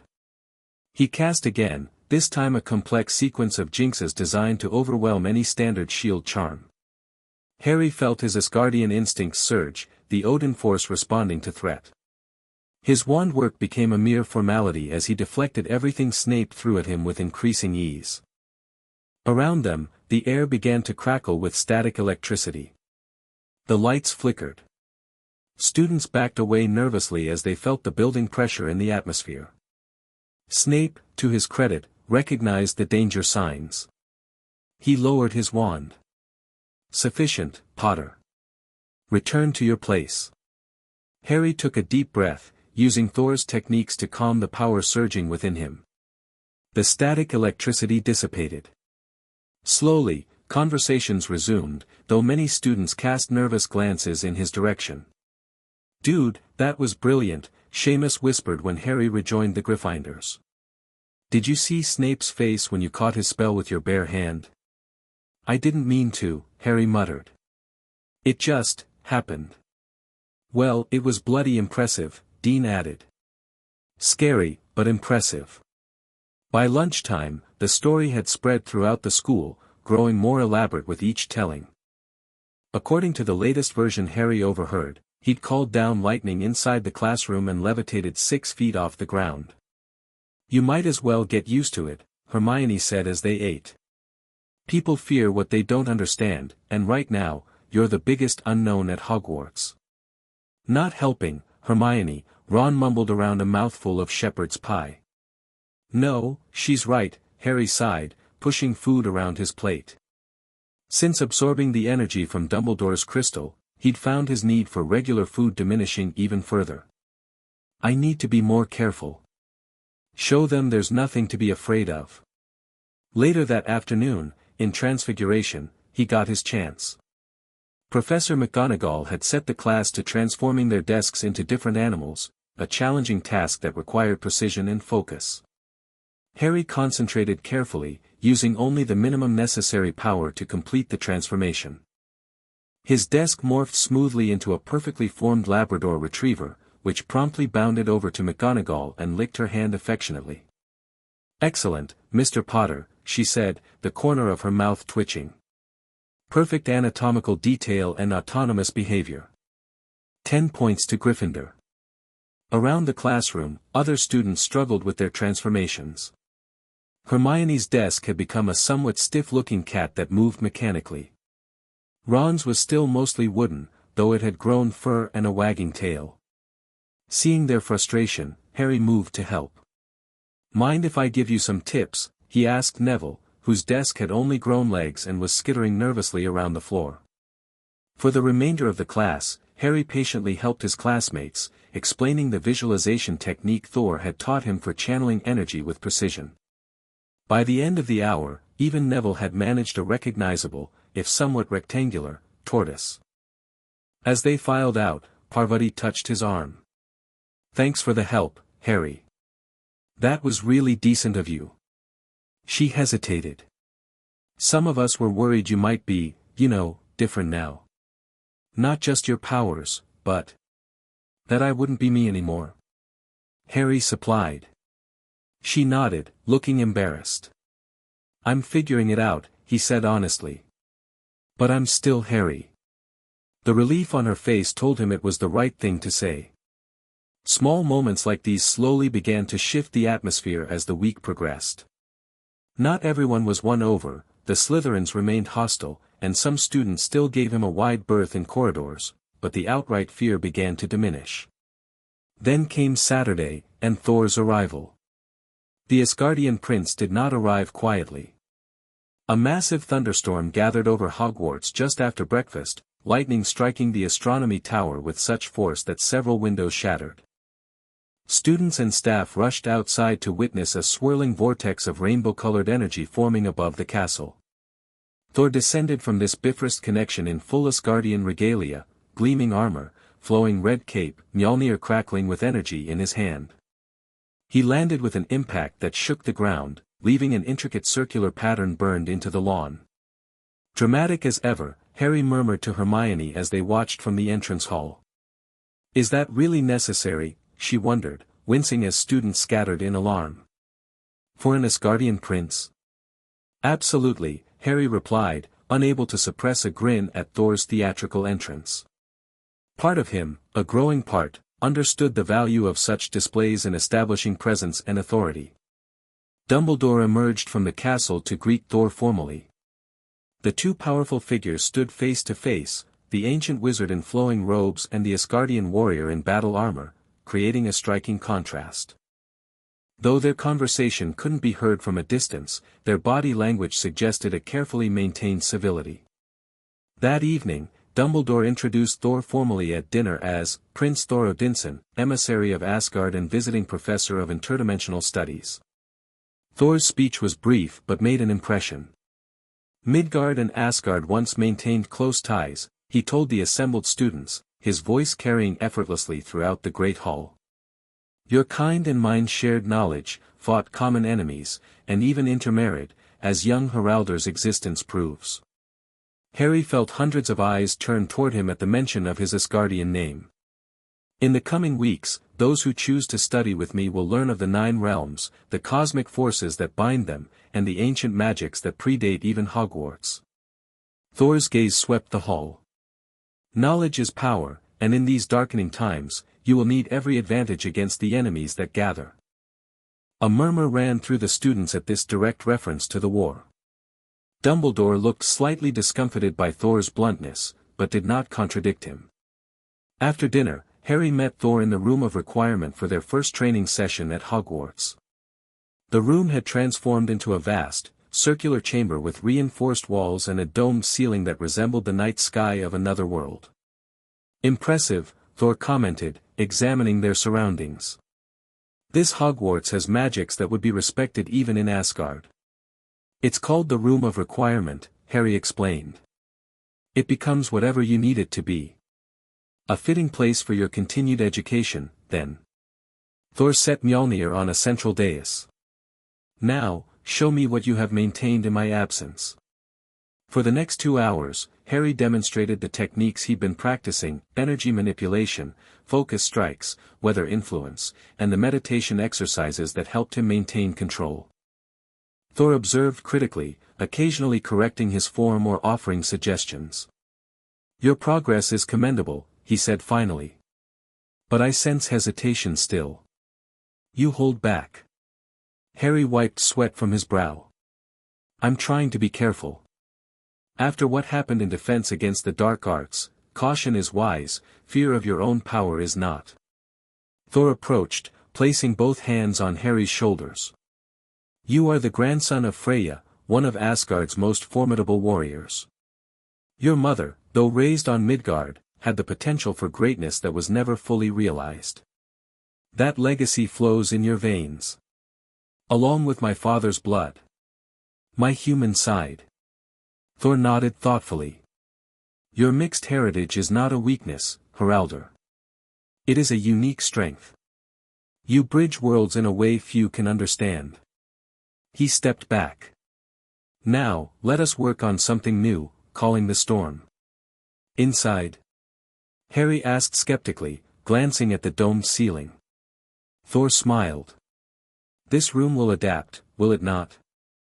As if in response, the dome above them shimmered and transformed, opening to reveal the actual night sky above Hogwarts, though Harry suspected some form of magical barrier remained to protect the castle. The storm is your birthright, Thor explained, raising Mjolnir. Not merely lightning, but all aspects of the tempest: wind, rain, thunder, electricity. They are extensions of the Odin force within you. He demonstrated, summoning a localized thundercloud directly above them. Rain began to fall, but only within a 10-foot circle. Lightning danced between Thor's fingers as he manipulated the elements with casual mastery. Your turn, he said, dismissing the miniature storm with a wave. Start small, feel the moisture in the air, the potential energy in the atmosphere. Draw it to you, shape it with your will. Harry closed his eyes, reaching out with his senses as Thor had taught him. He could feel it, the water molecules suspended in the air, the electric potential waiting to be tapped. Drawing on the Odin force, he pulled these elements together above him. The air temperature dropped. Moisture condensed, forming a small cloud that grew darker as it densified. Harry felt the building charge, like a battery slowly filling with power. Good, Thor encouraged. Now, give it purpose. Intent. Harry focused on the cloud, willing it to release its moisture in a controlled rainfall. For a moment, it worked. Gentle rain began to fall in a perfect circle around him. Then, as his concentration wavered, the cloud darkened suddenly. Thunder boomed, making him jump, and a bolt of lightning struck the floor barely a foot from where he stood. Control. Thor barked. Channel through your center. Flustered, Harry tried to dissolve the now wildly fluctuating storm cloud. Instead, it grew larger, feeding off his agitation. Wind began to whip around the room, and multiple lightning strikes hit dangerously close. Thor stepped in, raising Mjolnir. The hammer absorbed the electrical energy, and with a sweeping gesture, Thor dispersed the miniature tempest. "An admirable first attempt," he said, lowering Mjolnir. "Though perhaps we should focus on smaller manifestations until you've mastered finer control." Harry nodded, frustrated but determined. "Let me try again."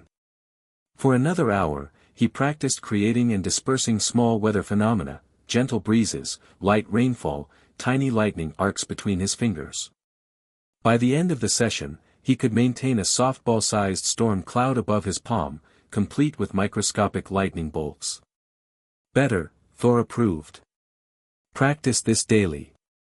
Weather working requires finesse and restraint, qualities a warrior must cultivate alongside strength." As they prepared to leave, Harry broached the subject that had been on his mind all day. "Have you heard anything from Asgard? About me?" Thor's expression grew serious. "Indeed. Your emergence has caused much discussion in the halls of my father. Some celebrate the return of Freya's bloodline. Others question what it means for the balance between realms. And Odin? What does he think?" "My father's thoughts are rarely simple, Heraldor. He observes for now, waiting to see what path you choose." Thor studied him intently. "There will come a time when you must visit Asgard, to be recognized formally as kin. But that day is not yet upon us." Harry absorbed this information, both relieved and disappointed. Part of him longed to see the Golden Realm from his dreams, to walk the halls of his ancestors. Another part feared what such a journey might mean, for his life on Earth, for his identity as Harry Potter. "One day at a time," he murmured, echoing Hermione's frequent advice. Thor clasped his shoulder. "Wise words. For tonight, rest. Your body strengthens, but even Asgardian blood requires recovery after channeling such energies." They parted at the 7th floor, Thor heading to his assigned quarters while Harry made his way to Gryffindor Tower. As he walked the quiet corridors, he sensed a presence following him, subtle, but detectable to his enhanced senses. Without turning, he called out, "I know you're there, Professor Snape." A moment of silence, then Snape emerged from the shadows of an alcove, his expression sour. "Your awareness has improved, Potter. Was there something you wanted, sir?" Snape regarded him coldly. "The headmaster has tasked me with monitoring your progress. These late-night training sessions with your Asgardian mentor concern him." "Concerned I might become too powerful?" Harry asked bluntly. "Concerned you might become dangerous," Snape corrected.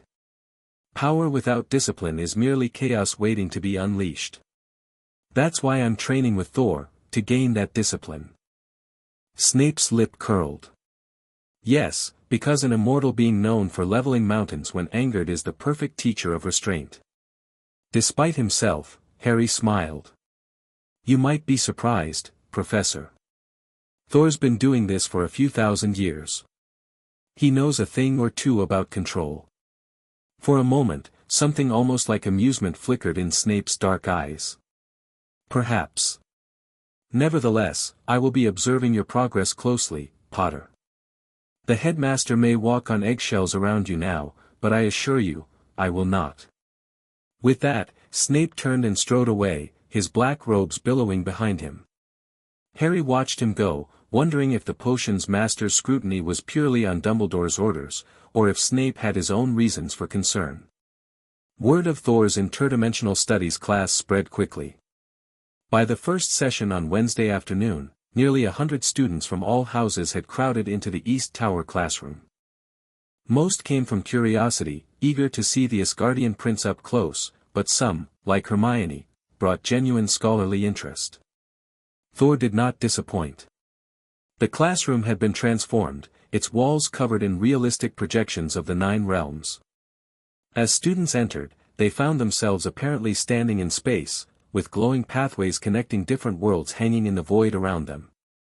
"Welcome to your first glimpse beyond Midgard," Thor's voice boomed as he strode into the room, today dressed in more subdued Asgardian attire, leather and metal without the full battle armor. "What you see around you are the 9 realms, connected by Yggdrasil, the World Tree." For the next hour, Thor guided them through a high-level overview of cosmic geography: Asgard, the Golden Realm, Jotunheim, land of frost giants, fiery Muspelheim, dark Svartalfheim, and others. He explained how these realms intersected, how travel between them was possible through certain pathways, and how magic flowed differently in each. The wizards of Midgard, he explained, draw power primarily from your own realm. But there was a time when your ancestors knew how to tap energies from beyond, enhancing their natural abilities. Hermione's hand shot up. Is that why some magical families are more powerful than others? Because they once had contact with other realms?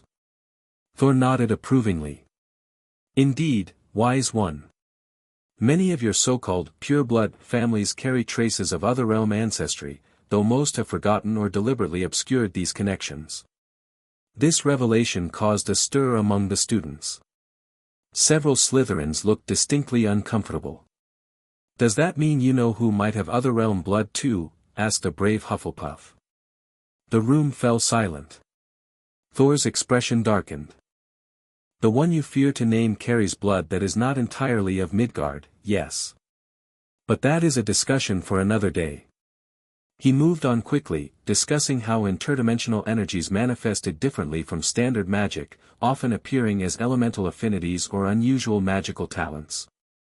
Those with Asgardian blood, he continued, glancing at Harry, often show strong connections to weather phenomena and impressive physical resilience. Those with Alfheim ancestry tend toward nature magics and healing. Jotunheim descendants may demonstrate unusual affinity for ice or cold-based spells. As the class progressed, Harry noticed something interesting. The students who had been most wary of him were now watching Thor with fascination, occasionally glancing between him and Harry as if making connections. By framing Harry's difference as part of a larger cosmic tapestry, one that might include traces in many magical bloodlines, Thor was normalizing what had seemed alien and frightening. For your first assignment, Thor concluded, you will research your own family lineages for signs of other realm influences. Look for unusual magical affinities, unexplained physical traits, or family legends involving strange visitors or distant lands. As students filed out, buzzing with excitement about the possibility of exotic ancestry in their own bloodlines, Harry lingered behind. That was clever, he told Thor once they were alone. Making them think about their own potential connections to other realms. Thor smiled. Sometimes the best way to ease fear of difference is to suggest everyone might be a little different themselves. His expression grew serious. But this was not merely a political strategy, Heraldor. Many wizard families do carry traces of blood from beyond Midgard, though few remember it now. Including Voldemort's? Harry asked, remembering the Hufflepuff's question. Thor's jaw tightened. Yes. Dumbledore spoke truth about that, at least. The one who marked you carries Jotun blood, diluted through generations, but present nonetheless. Is that why he's so powerful? It contributes to his affinity for certain magics, yes. But power comes in many forms, from many sources. Thor placed a hand on Harry's shoulder. Remember that as you continue to discover your own. By October, a new routine had established itself. 3 nights a week, Harry trained with Thor, making steady progress in controlling his Asgardian abilities. During regular classes, he worked diligently to modulate his power, using his wand as a focusing tool rather than a necessary channel. His teachers had adapted, providing him with modified exercises that challenged his control rather than raw magical output. The student body's attitude had evolved as well. Thor's popular classes had created a framework for understanding Harry's differences, contextualizing them within a broader magical cosmology. The initial fear had largely given way to curiosity, though Harry occasionally still caught younger students watching him with wide eyes, hoping to witness some display of Asgardian power. You're becoming a bit of a celebrity again, Ron observed one evening in the common room. But for completely different reasons this time. Just what I always wanted, Harry replied dryly, though without the bitterness such comments would have once provoked. His Asgardian heritage had given him a strange new perspective on his fame. It seemed less important, less defining, now that he understood more about who he truly was. Hermione looked up from the ancient tome she'd been studying. "I've been researching Freya, your grandmother. She was fascinating, Harry. Goddess of war but also love, fertility, and magic. According to Norse mythology, she taught Odin himself many of his magical skills. Thor says the myths got a lot wrong," Harry reminded her. "But yes, apparently she was quite powerful. I wish I knew more about her, why she left Asgard, how my mother ended up on Earth." "Perhaps you should ask Dumbledore again," Hermione suggested. "He must know more than he's told you." Harry shook his head. "I've tried. He claims his knowledge is limited, that my mother never revealed the full story to him." Their conversation was interrupted by Colin Creevey hurrying over with an envelope. "Message for you, Harry. From the headmaster's office." Harry opened it to find a short note in Dumbledore's flowing script. "Harry, please come to my office immediately. We have received concerning intelligence that requires your attention." Trouble?" Ron asked, noticing Harry's frown. "Not sure." Harry stood, tucking the note away. "I'd better go find out." The corridors were quiet as he made his way to Dumbledore's office, most students already in their common rooms for the evening. The gargoyle leapt aside at his approach. Apparently, he was expected. Inside, he found not just Dumbledore but also Thor, McGonagall, Snape, and to his surprise, Remus Lupin. "Remus!" Harry exclaimed, momentarily distracted from the tension in the room. "What are you doing here?" Lupin looked tired but managed a warm smile. "Harry. You've changed." His nostrils flared slightly. "You even smell different now." Werewolf senses, Harry realized aloud. "Can you tell what I am?" "Something ancient," Lupin replied simply. "Something powerful." Dumbledore cleared his throat gently. "I'm afraid we have more pressing matters to discuss than Harry's transformation, fascinating though it is." All eyes turned to the headmaster, who looked graver than Harry had seen him in some time. "We have received intelligence from multiple sources that Lord Voldemort has moved beyond research into action regarding Harry's heritage. Specifically, he appears to be attempting to enhance his own non-human bloodline to counter what he perceives as Harry's advantage." "Enhance how?" McGonagall asked sharply. It was Snape who answered, his voice flat. "The Dark Lord has obtained certain artifacts from what he claims are Jotunheim sources. He has been experimenting with rituals to amplify the Jotun aspects of his mixed heritage." Thor stepped forward, his expression thunderous. "This is most concerning. Jotun magic is primal, destructive. Combined with his wizard abilities and innate darkness. Has he succeeded?" Harry asked quietly. Silence fell over the room. "We believe so," Dumbledore finally responded. "Remus brings eyewitness accounts from the werewolf communities. Voldemort appeared before them 3 nights ago to recruit followers. According to these accounts, he demonstrated abilities beyond normal magic, including manipulating ice and cold in ways no known spell could achieve. He froze 3 werewolves solid when they refused him," Lupin added grimly. "Shattered them with a touch." Harry felt a chill that had nothing to do with the temperature in the office. "So now we're both part human wizards with enhanced abilities from opposing realms." "A simplification, but essentially correct," Dumbledore sighed. "The ancient enmity between Asgard and Jotunheim now plays out through you and Tom." Thor's face was grim. "This changes our approach to your training, Heraldor. We must accelerate certain aspects, particularly those that might counter Jotun abilities." "Fire against ice?" Harry guessed. "Among other things," Thor nodded. "The Odin Force has many aspects that specifically oppose Jotun magic. Your grandmother helped develop such techniques during the last Great War." Snape spoke up, his dark eyes fixed on Harry. "There is another concern. The Dark Lord has expressed particular interest in Potter's pendant, Mjolnir's kiss. He believes it to be a key component of Potter's power." Harry's hand rose instinctively to the pendant beneath his shirt. Is that true? The pendant helps you focus your natural abilities, Thor explained. It does not create them. However, he exchanged glances with Dumbledore. It is an ancient Asgardian artifact of significant power. In the wrong hands, it could be problematic. Which is why we must discuss security, McGonagall interjected firmly. Mr. Potter cannot be expected to defend himself constantly against an empowered you-know-who. I've been training for exactly that, Harry pointed out. You've made impressive progress, Thor acknowledged, but you are still developing your abilities.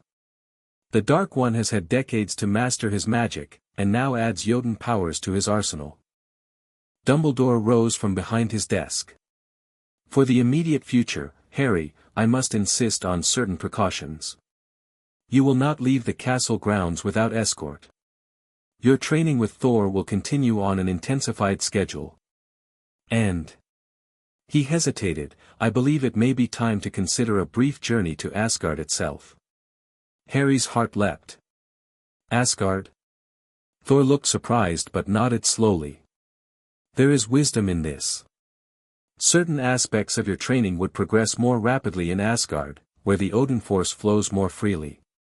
And my father's libraries contain knowledge about combating Jotun magic that exists nowhere on Midgard. How soon? Harry asked, excitement building despite the serious circumstances. The winter solstice, Dumbledore replied.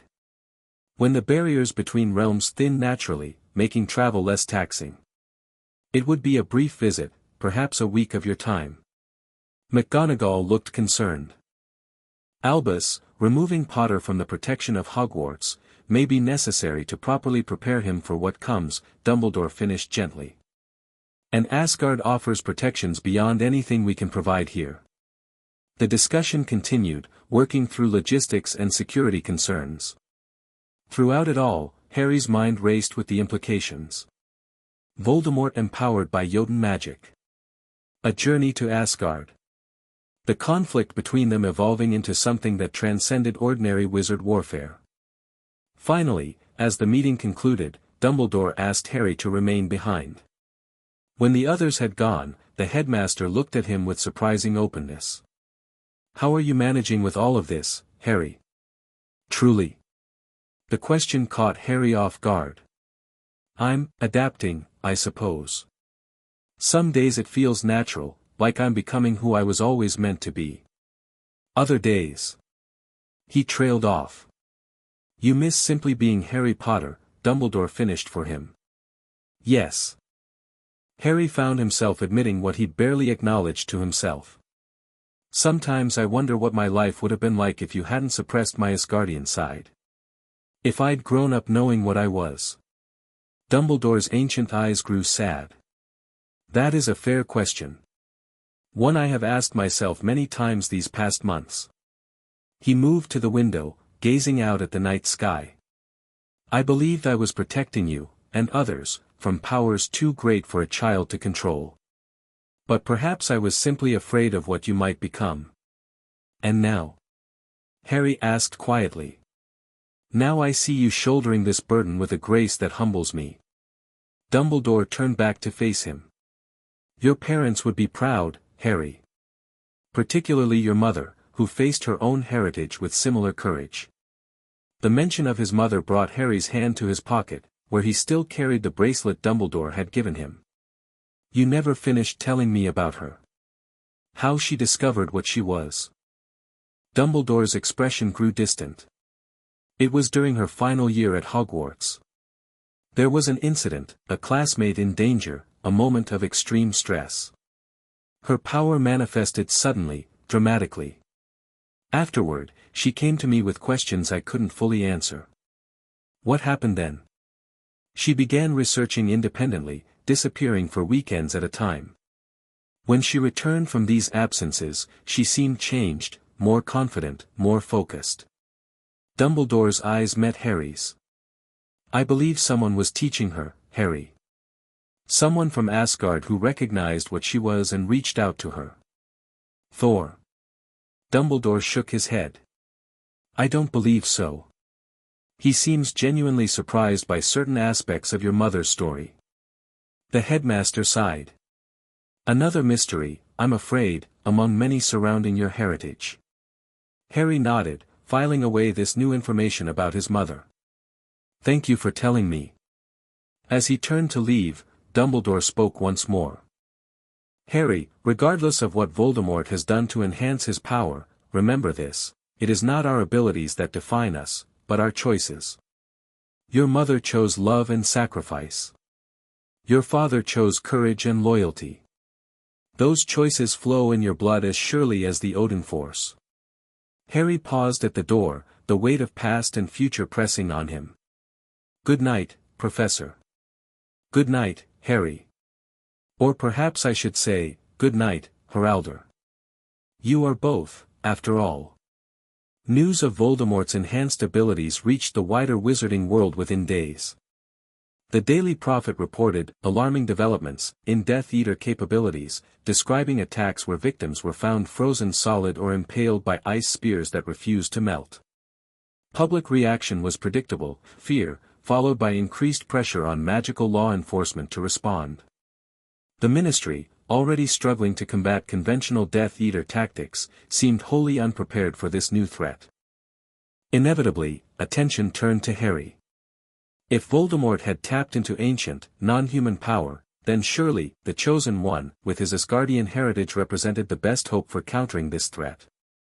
They're going to start demanding demonstrations next, Hermione predicted darkly, reading yet another editorial calling for Harry to step forward and use his extraordinary abilities in defense of wizardkind.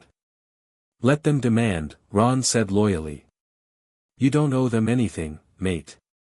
Harry appreciated his friend's support, but the constant attention was wearing.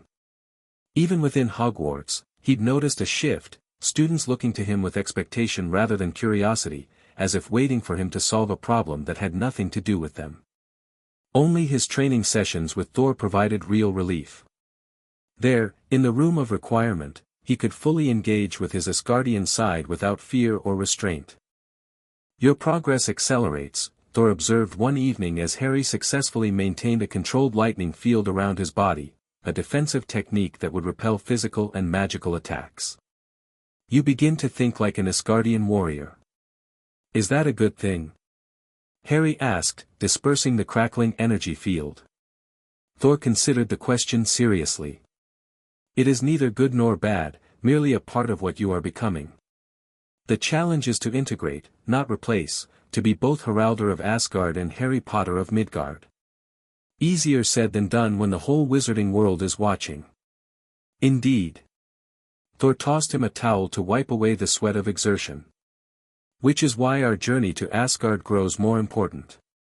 There, you will be among those who understand your heritage. And you will have access to knowledge vital to countering the Jotun-enhanced abilities your enemy has claimed.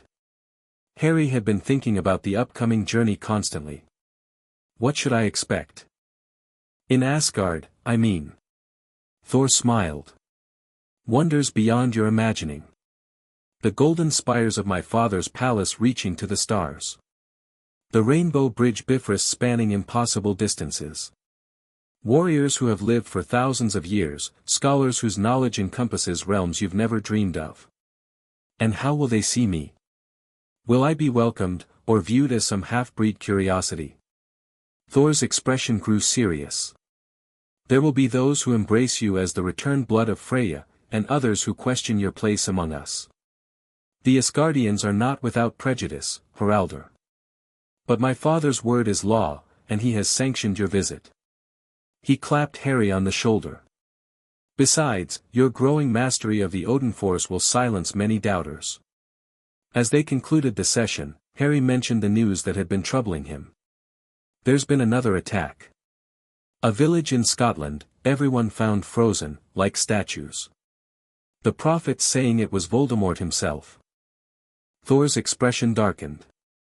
His Jotun powers grow. We must accelerate your training in thermal manipulation. Thermal manipulation. The ability to control heat and cold, a natural counter to Jotun ice magic. Thor studied him thoughtfully. We will begin tomorrow. For now, rest. Your journey to Asgard approaches, and you will need your strength. Halloween at Hogwarts was traditionally a time of feasting and celebration, but this year, the atmosphere was subdued. News of Voldemort's enhanced attacks had cast a pall over the wizarding world.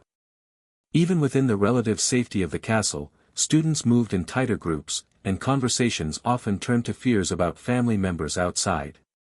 Harry sat at the Gryffindor table, picking at his food without much enthusiasm.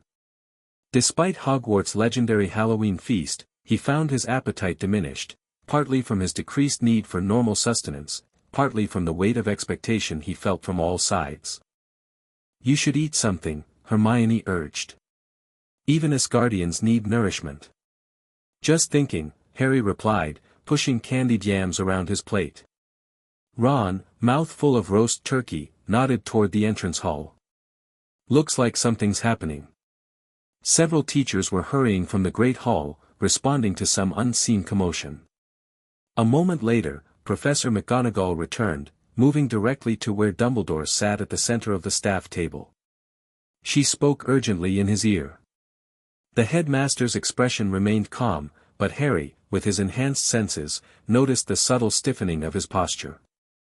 Dumbledore rose, gesturing for the students to remain seated as conversations faltered around the hall. Please continue with your excellent meal, he announced smoothly. There appears to be a minor disturbance at the gates that requires my attention. Professor McGonagall will oversee the remainder of the feast. As Dumbledore strode from the hall, Harry caught Thor's eye from the staff table. The Asgardian gave him a nearly imperceptible nod before following the headmaster out. That's not good, Hermione whispered. What do you think is happening? Harry was already rising from his seat. I don't know, but I'm going to find out. Harry, wait. Hermione hissed, but he was already moving, slipping out of the great hall as conversations resumed around them.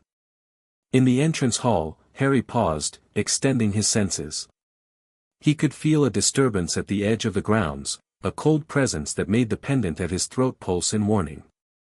Without conscious decision, he found himself running toward the main doors and out into the night.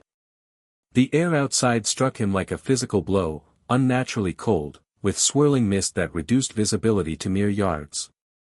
In the distance, toward the main gates, he could make out flashes of light, spells being cast, reflected eerily in the dense fog. Harry sprinted down the path, his Asgardian physiology allowing him to move with inhuman speed.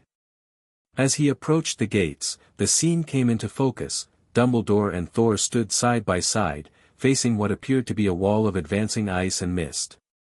Behind them, several teachers maintained protective spells around the perimeter. Potter. Snape's voice cut through the chaos. Get back to the castle immediately. But Harry's attention was fixed on the mist beyond the gates. Within it, a tall, thin figure moved, familiar yet fundamentally changed. Red eyes glowed from a pale face, but now they were rimmed with an unnatural blue light. In one white hand, Lord Voldemort held not a wand but what appeared to be a shard of ancient ice that pulsed with malevolent energy. Harry Potter, Voldemort's voice carried easily through the mist, colder than Harry remembered, resonating with new power. Or should I say, Heraldor? I thought it time we met again, now that we both understand what we truly are. Thor stepped forward, Mjolnir raised. You trespass, Jotun blood. These grounds are protected. Voldemort's lipless mouth curved in a smile. Ah, the Asgardian prince himself. How honored I am. His red eyes fixed on Harry. Has he told you the truth, boy? About what happens to half-breeds in the realm eternal? About how they treat those of mixed blood? Don't listen to him, Harry, Dumbledore said calmly. Tom seeks to divide us, as always. Tom. Voldemort laughed, a sound like ice cracking. Tom Riddle died when I embraced my true heritage. Just as Harry Potter must die for Heraldor to emerge. He raised the ice shard. I bring a message, child of Asgard. A declaration of war, not just against the wizards who rejected me, but against the realm that rejected my ancestors. The air temperature plummeted. Frost formed on the gates, spreading rapidly toward where Harry stood. Thor countered with a sweep of Mjolnir, sending a wave of heat that temporarily halted the advancing ice. "You cannot match me, Odinson," Voldemort called. "Not while the casket fragment feeds my power." He gestured with the ice shard, and the mist congealed into spectral warriors, frost giants rendered in miniature, their forms semi-transparent but clearly dangerous. These ice constructs hurled themselves at the Hogwarts gates, which groaned under the assault despite their powerful enchantments. Dumbledore and the teachers responded with fire spells, melting the attackers only to see them reform from the mist. Harry felt the Odin force surging within him, responding to the threat. Before he could think better of it, he stepped forward, beside Dumbledore and Thor. "Harry, no," Dumbledore began. But Harry was already reaching deep inside himself, to the techniques Thor had been teaching him about thermal manipulation. The pendant at his throat flared with blue-white light as he extended both hands toward the gates.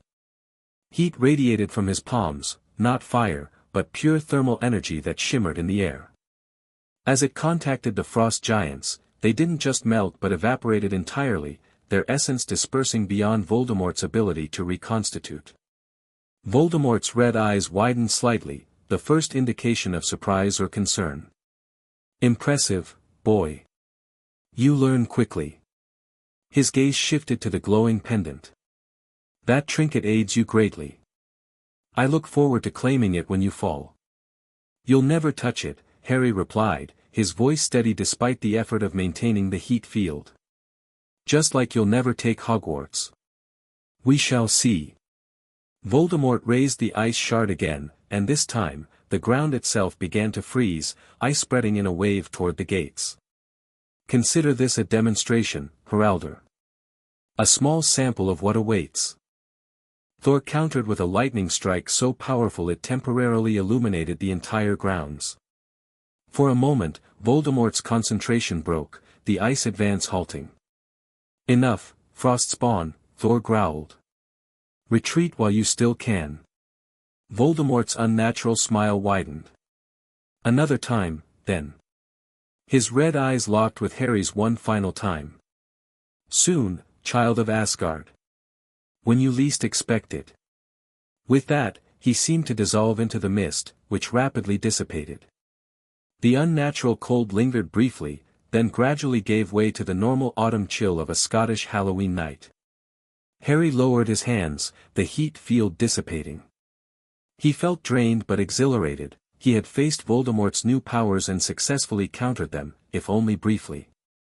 "That was reckless," Snape snapped, approaching with fury in his dark eyes. "He could have killed you where you stood." "But he didn't," Harry replied simply.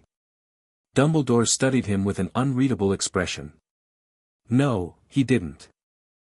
I suspect he wanted to test your abilities more than eliminate you tonight." The old wizard turned to Thor. "He mentioned a casket fragment. Is that significant?" Thor's expression was grim. "The casket of ancient winters is one of Jotunheim's most powerful artifacts. If he possesses even a fragment." He shook his head. "This is grave news indeed. The council must be informed." "What council?" Harry asked. "The Council of Realms," Thor explained. "They must know that Jotun magic has found its way to Midgard in such a form." He gripped Mjolnir tightly. "Our journey to Asgard becomes more urgent with each passing day." As they walked back toward the castle, Harry felt a strange mix of emotions. Fear, certainly, Voldemort's new powers were terrifying.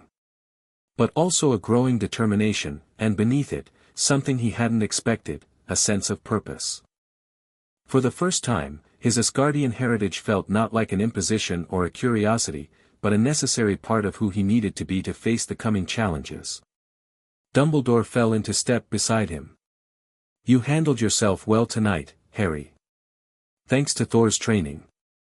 "Yes, but the ability was within you all along." Dumbledore glanced at him sidelong. "I was wrong to suppress it, however well-intentioned my reasons." Before Harry could respond to this unexpected admission, they reached the castle. Students crowded the entrance hall, rumors of the confrontation having spread rapidly. Among them, Harry spotted Ron and Hermione pushing their way forward, worry etched on their faces. "Harry!" Hermione cried when she saw him. "What happened?"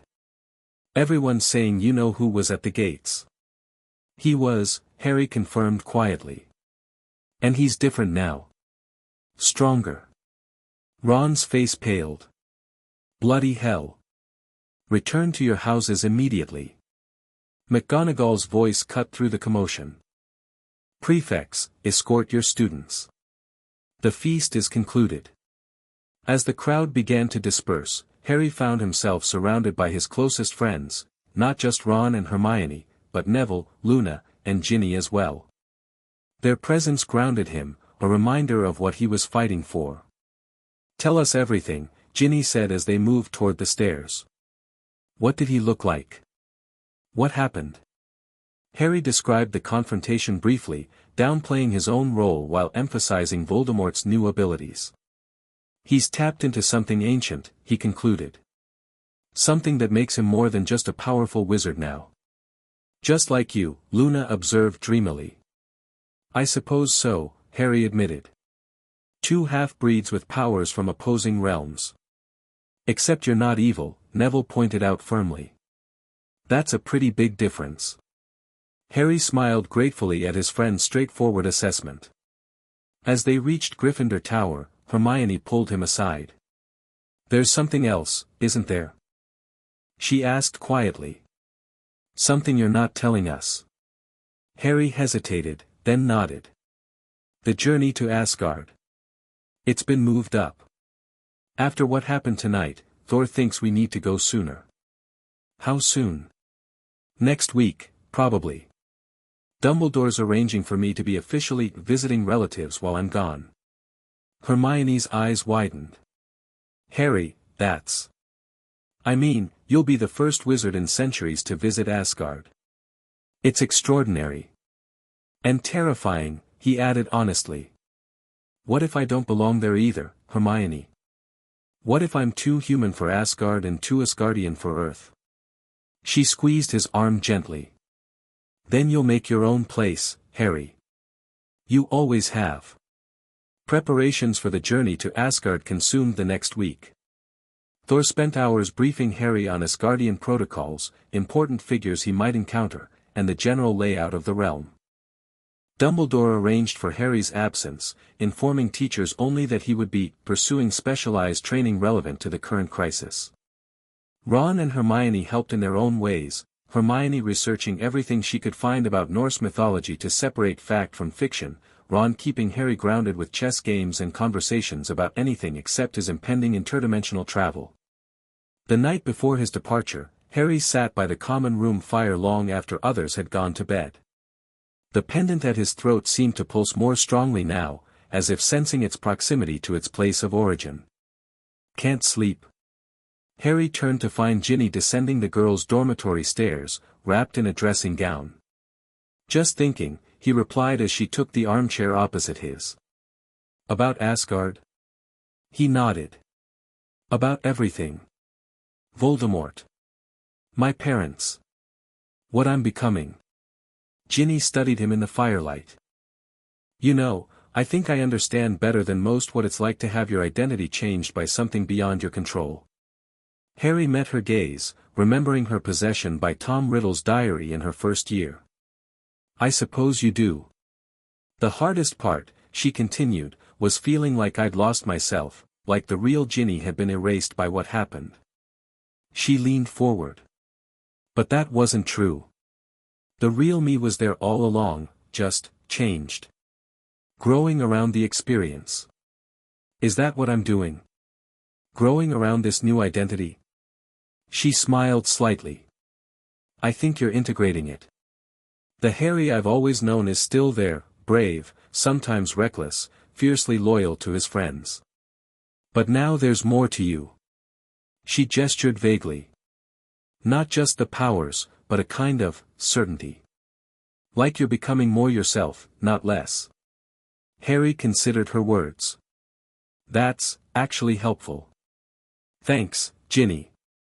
She rose, squeezing his shoulder as she passed. Get some sleep, Harry. Or Heralder. Whichever you prefer tonight. After she'd gone, Harry remained by the fire, turning her insight over in his mind. Perhaps his Asgardian heritage wasn't erasing who he had been, but revealing who he could become, a more complete version of himself. With that thought offering some comfort, he finally went up to bed. Tomorrow, he would see Asgard. Dawn found Harry, Thor, and Dumbledore standing in a remote corner of the Hogwarts grounds. Thor had chosen this location carefully, far from the castle but still within the protective boundaries, with open space for the Bifrost to connect safely. Harry wore simple clothes beneath a cloak Thor had provided, Asgardian in design but understated, appropriate for a first visit rather than a formal occasion. The pendant hung visibly outside his shirt now, its blue stone catching the early morning light. The journey itself is momentary, Thor explained, but disorienting for first-time travelers. Keep your mind focused on me, and your body will follow. Dumbledore extended his hand to Harry. Safe travels, Harry. I look forward to hearing of your experiences upon your return.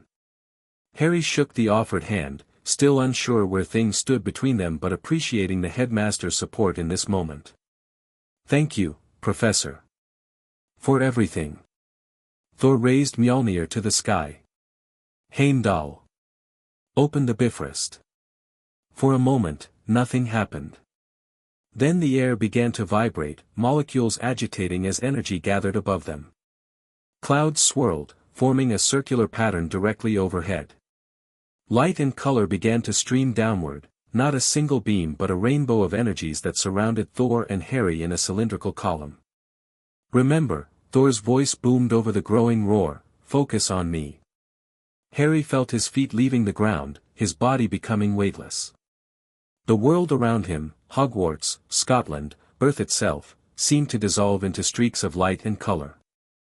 Through it all, he kept his eyes fixed on Thor, who appeared completely at ease in this impossible space between worlds.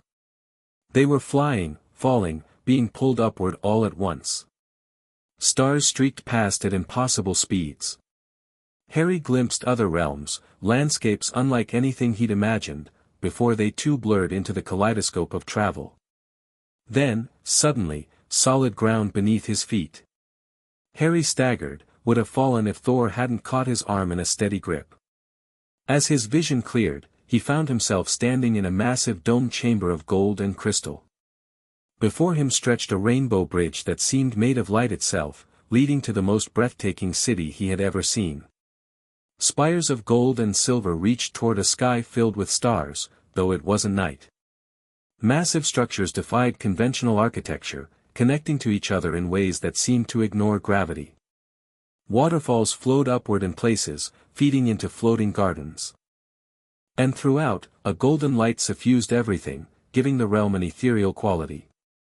Asgard, Thor said simply, watching Harry's awestruck expression with satisfaction. It's...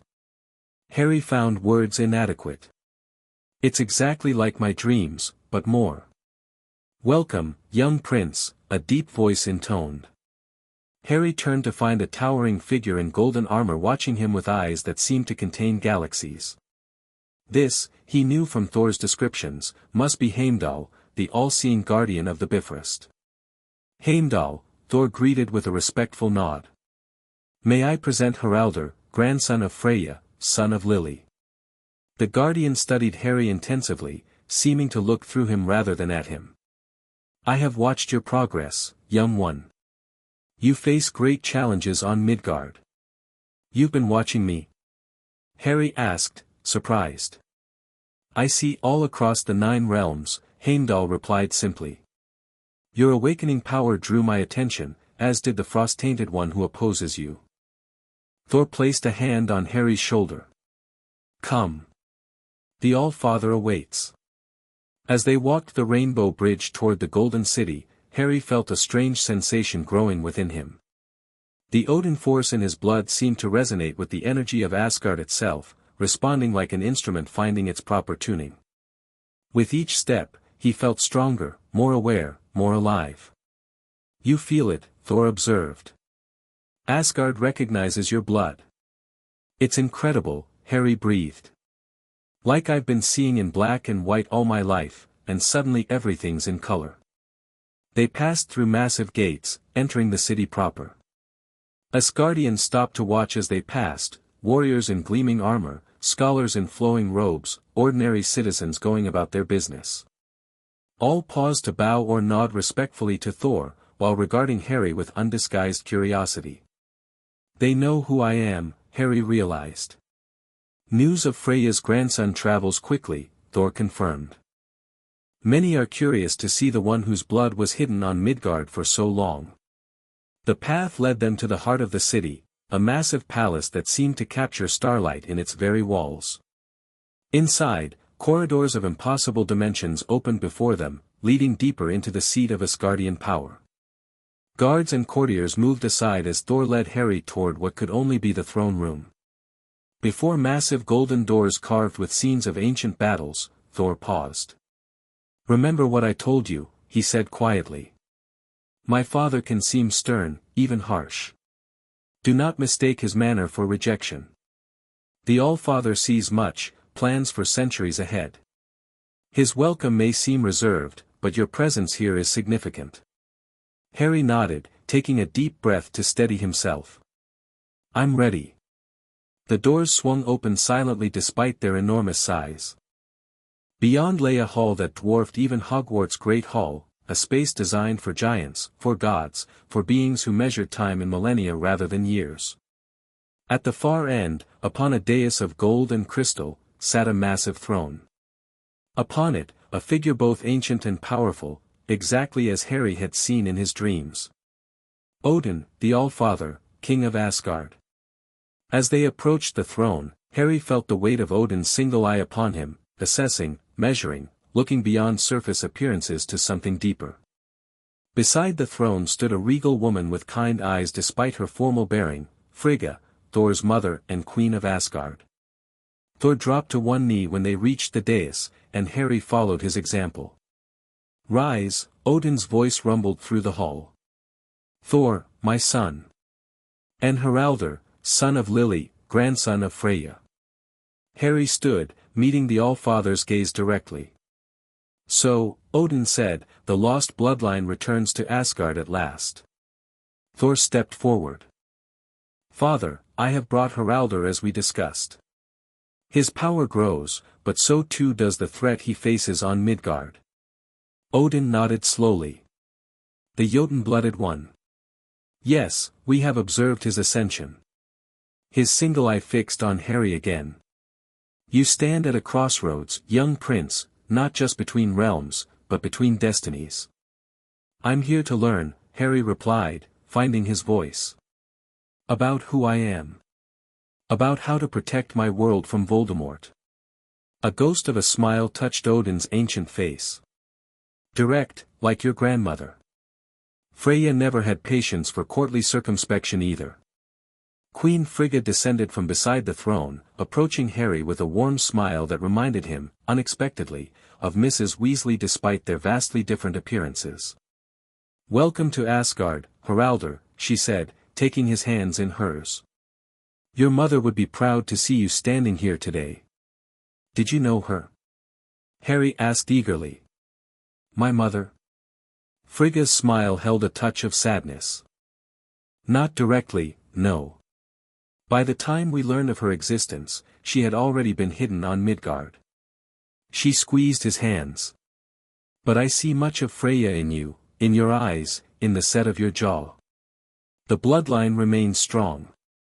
Odin rose from his throne, suddenly seeming less remote, more present. "You have come at a critical time, Haraldr. The 9 realms sense the stirring of ancient powers long dormant. Your confrontation with the Jotun blood on Midgard is but one manifestation of a greater cosmic alignment." Harry glanced at Thor, who looked equally surprised by this pronouncement. "What do you mean, father?" Thor asked. "What alignment?" "All will be explained in due course." Odin descended the steps, approaching Harry. Up close, his presence was overwhelming, the accumulated wisdom and power of thousands of years focused in one being. For now, know this, young one, your coming to Asgard was foretold long ago, in prophecies older than Midgard's recorded history. Another prophecy, Harry said with a hint of resignation. I seem to collect them. To his surprise, Odin laughed, a warm, genuine sound that transformed his stern countenance. Indeed you do, Haraldr. Indeed you do. He placed a heavy hand on Harry's shoulder. Rest now. Tomorrow, your true education begins. As Thor led him from the throne room, Harry felt a strange mixture of awe, anticipation, and unease. He had come seeking knowledge and training, but Odin's words suggested something more significant was unfolding, something that had been set in motion long before his birth. Outside, as they crossed a courtyard beneath Asgard's starlit sky, Thor voiced what Harry was thinking. My father rarely speaks of prophecies, he said thoughtfully. For him to mention one regarding you means I've jumped from one destiny to another, Harry finished. From wizarding prophecy to Asgardian prophecy. Thor clapped him on the shoulder. Take heart, young prince. At least in Asgard, you will face your destiny with the full knowledge of your heritage and abilities. He grinned suddenly. And with the finest warrior in the 9 realms as your teacher. Despite the weight of Odin's words, Harry found himself smiling. Whatever destiny awaited him, at least here in Asgard, he could embrace the fullness of who he was becoming. For now, that would have to be enough. As night fell fully on the Golden Realm, Harry stood on the balcony of his assigned chambers, looking out at the impossible beauty of Asgard. Somewhere far below, on Earth, his friends continued their normal lives. Voldemort plotted his next move. The wizarding world waited for their chosen one to save them. But here, in this moment, Harry allowed himself to simply be Haraldr, to feel the Asgardian blood flowing through his veins, to sense the cosmic energy that was his birthright, to wonder about the grandmother and mother who had passed this legacy to him. For the first time since discovering his heritage, he felt not divided, but whole. Not less, but more. Whatever came next, he would face it as both Harry Potter and Haraldr of Asgard. Not 2 separate identities, but one person embracing the fullness of who he was meant to be. With that thought bringing unexpected peace, he turned from the balcony and prepared for his first night in the realm of his ancestors. The storm was coming. But for now, at least, he stood in its eye, gathering strength for the battles ahead. Chapter 3, Hammer and Crown. Asgard's library dwarfed anything Harry had ever seen. Vaulted ceilings soared hundreds of feet overhead, with shelves that seemed to extend infinitely in all directions. Books, scrolls, and crystalline memory orbs contained knowledge accumulated over millennia, from all corners of the 9 realms. Harry stood amid this treasure trove of wisdom, watching as an ancient librarian named Kvasir retrieved yet another tome for his growing collection. 3 days into his Asgardian visit, and Harry had barely slept, too consumed with absorbing everything he could about his heritage, the Odin force, and most urgently, how to counter Jotun magic. The personal journals of Freya during the Third Jotun War, Kvasir announced, placing a leather-bound volume atop the stack on the table. Your grandmother was most thorough in documenting her strategies against frost magic. Thank you, Harry said, carefully opening the journal to find flowing script in a language he shouldn't understand but somehow did, another gift of his awakened Asgardian blood. Freya's words leapt from the page, her voice emerging in his mind with startling clarity. The fundamental weakness of Jotun icecraft lies in its crystalline structure. Ice shaped by their magic retains memory of its original form. Disrupt this memory with focused heat, not wild fire, but precise thermal manipulation, and their constructs collapse from within. She sounds like a magical theorist, Harry murmured, tracing his grandmother's elegant handwriting. Freya was a warrior scholar, Kvasir replied with reverence. She understood that to truly defeat an enemy, one must comprehend the foundations of their power. The ancient librarian's eyes twinkled. Much like another young scholar I once knew, your mother. Harry's head snapped up. You knew my mother? Kvasir smiled, adjusting spectacles that seemed unnecessarily ornate. Lily Evans came to this very library, many years ago. So hungry for knowledge, so determined to understand her heritage. She was here. In Asgard? Harry's heart raced at this new information. How? When? During what Midgardians would call 1977, I believe. She was brought here secretly, after her powers began manifesting unpredictably. Kvasir pulled up a chair, settling in for what was clearly a favorite story. She arrived much as you did, confused but determined. Though her blood was diluted compared to yours, her spirit was purely Freya's lineage, fierce, bright, unstoppable. Harry tried to imagine his mother here, walking these same halls, touching these same books. Who brought her? Thor said he didn't know her. Not Thor, no. It was, sharing ancient history, Kvasir, a smooth voice interrupted. Harry turned to find a tall, slender man with raven-black hair and sharp features standing in the doorway. Though he'd never met him, Harry recognized Loki instantly from Thor's descriptions. Young Haraldr was inquiring about his mother's visit, Kvasir explained, suddenly appearing uncomfortable. A fascinating topic, to be sure, Loki agreed, his piercing green eyes fixed on Harry. Though perhaps one better discussed with family, wouldn't you agree? Kvasir bowed slightly. Of course, Your Highness. He patted Harry's shoulder. We shall continue our research later, young prince. As the librarian shuffled away, Harry found himself alone with Loki, Thor's adopted brother and Odin's second son. The god of mischief studied him with undisguised curiosity. So, Loki said, approaching with casual grace, the grandson of Freya, returned at last to Asgard. You've caused quite the stir in the royal court. That wasn't my intention, Harry replied cautiously. Loki laughed, a sound both melodious and slightly dangerous. Intentions matter little in the game of realms, young Haraldr. It is outcomes that shape destiny. He gestured to the book spread across the table. I see you're researching Jotun weaknesses. Planning your strategy against the frost-tainted wizard. Trying to, Harry admitted. Voldemort's new powers are formidable. Indeed. Loki picked up one of the tomes, flipping through it with familiar ease. Though these academic approaches will only take you so far. Jotun magic is primal, instinctive. To truly counter it requires similar intuition. Do you have experience with it? Something flashed in Loki's eyes, a complex emotion Harry couldn't quite identify. More than most Asgardians would admit to. The frost giants are not merely monsters from children's tales, despite what Thor might have told you. Harry remembered Thor's dismissive descriptions of Jotunheim's inhabitants. You see them differently. I see many things differently, Loki replied with a cryptic smile. It is both my gift and my curse. He closed the book with a snap. But we were speaking of your mother, were we not? You knew her? Harry asked eagerly. Loki's expression grew thoughtful. Knew her? No, not personally.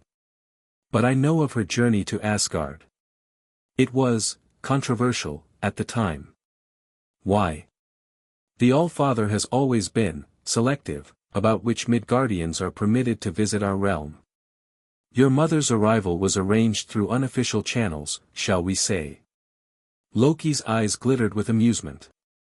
Someone recognized her bloodline and facilitated her journey here against Odin's explicit policies. Who would dare go against Odin's will? Loki's smile widened. Who indeed? A mystery for another time, perhaps. He gestured toward the door. Come. You've been buried in dusty tomes for days. There is more to Asgard than its library, and your training requires practical application, not just theory. Despite his wariness, Harry found himself intrigued. Thor had warned him about Loki's manipulative nature, but also acknowledged his brother's unparalleled magical knowledge. If anyone could offer insights into countering Voldemort's frost magic. Where are we going? Harry asked, following Loki from the library. To a place where theory becomes practice, Loki replied enigmatically. Bring that journal of Freya's. You may find it illuminating in context. The training arena Loki led him to was unlike the grand public combat rings where Thor had been drilling Harry in conventional Asgardian battle techniques. This space was smaller, enclosed, its walls inscribed with runes that pulsed with subtle energy. A sorcerer's practice ground, Loki explained, activating the runes with a casual gesture. Where those with gifts beyond mere brute strength can refine their abilities. The room responded to his touch, the central area shimmering as illusions took shape, first a barren landscape of ice and snow, then progressively more complex scenarios featuring frost giants wielding elemental magic. Impressive, Harry said, watching the illusions move with lifelike realism. A pale imitation of true combat, Loki dismissed, but useful for developing specific techniques. He turned to Harry, suddenly serious. What has my brother taught you of thermal manipulation? The basics, how to generate heat from the Odin force, how to focus it directionally. Harry demonstrated, creating a sphere of concentrated thermal energy between his palms. Loki observed with a critical eye. Crude, but functional. However, against a Jotun-empowered opponent, such broad application will prove ineffective. With a flick of his wrist, he conjured a complex ice formation. Try melting this. Harry directed his thermal energy at the ice construct. It began to melt, but slowly, the structure maintaining its integrity despite the heat. You see? Loki said. Jotun ice doesn't respond like ordinary frozen water. It resists direct thermal assault. He pointed to Freya's journal. Your grandmother understood this. What did she write? Harry recalled the passage he'd just read. She mentioned disrupting the crystalline memory structure from within, using precise rather than overwhelming heat. Exactly. Loki stepped closer. May I? At Harry's nod, Loki placed his hands on either side of Harry's, not quite touching. The Odin force flows through you like a river, powerful but undirected. To counter Jotun magic, you must learn to channel it like a surgeon's scalpel, precise, focused, intentional. Under Loki's guidance, Harry felt his energy changing, becoming more concentrated, more refined. When he directed it at the ice construct again, the result was dramatically different. Instead of gradually melting from the outside, the ice destabilized from within, collapsing into harmless water almost instantly. I did it! Harry exclaimed. You've begun, Loki corrected, though with a hint of approval.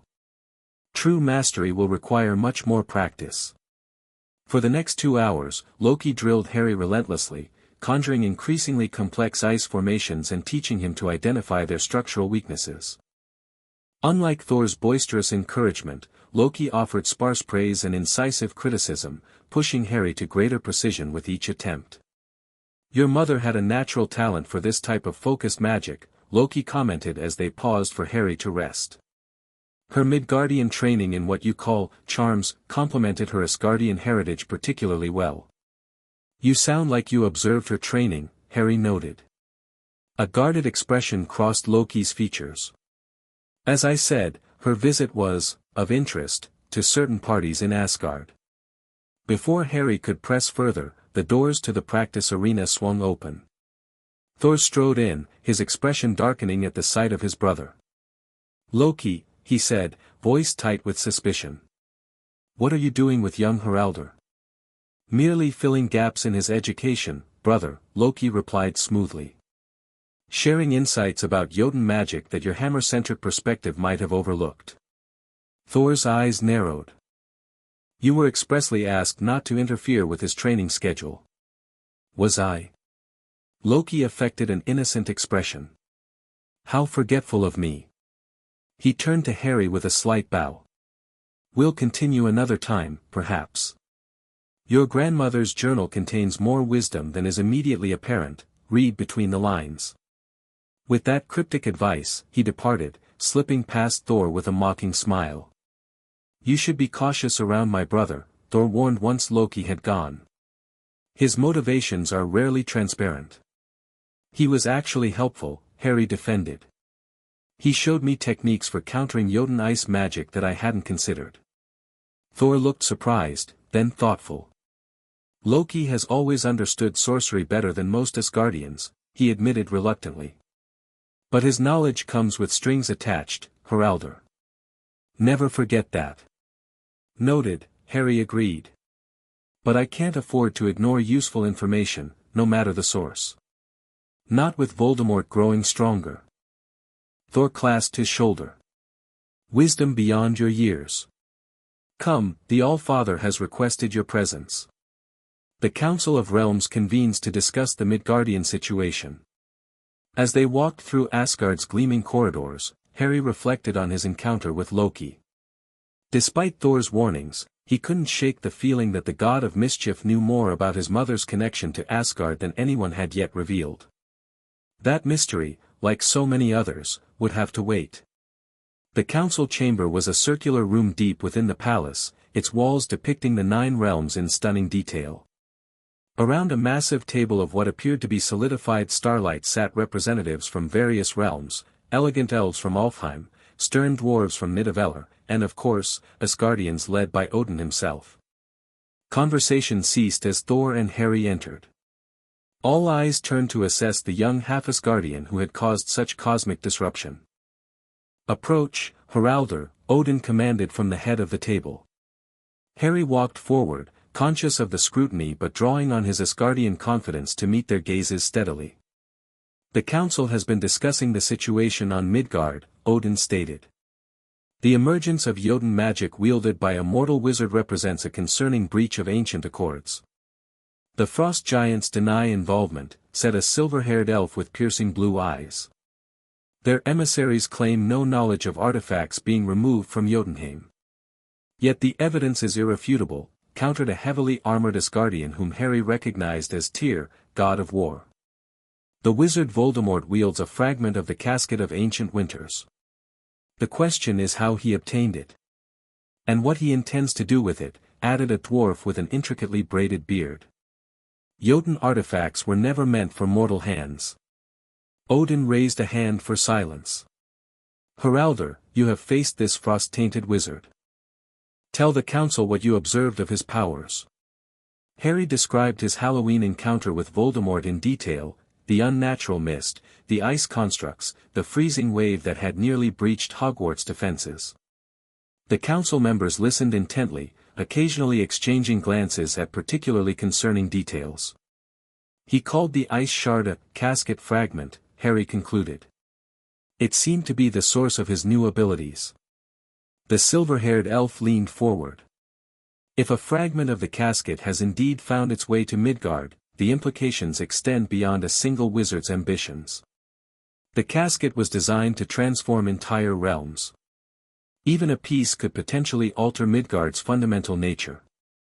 Freeze your world, he means, the dwarf clarified bluntly. Turn your green planet to ice, given enough time and power. Harry felt a chill that had nothing to do with the temperature. Could Voldemort actually do that? Not immediately, Thor answered. But if allowed to master the fragment's power fully? Eventually, yes. Which is why we must act decisively, Tyr declared, pounding the table. Send a contingent of Asgardian warriors to Midgard.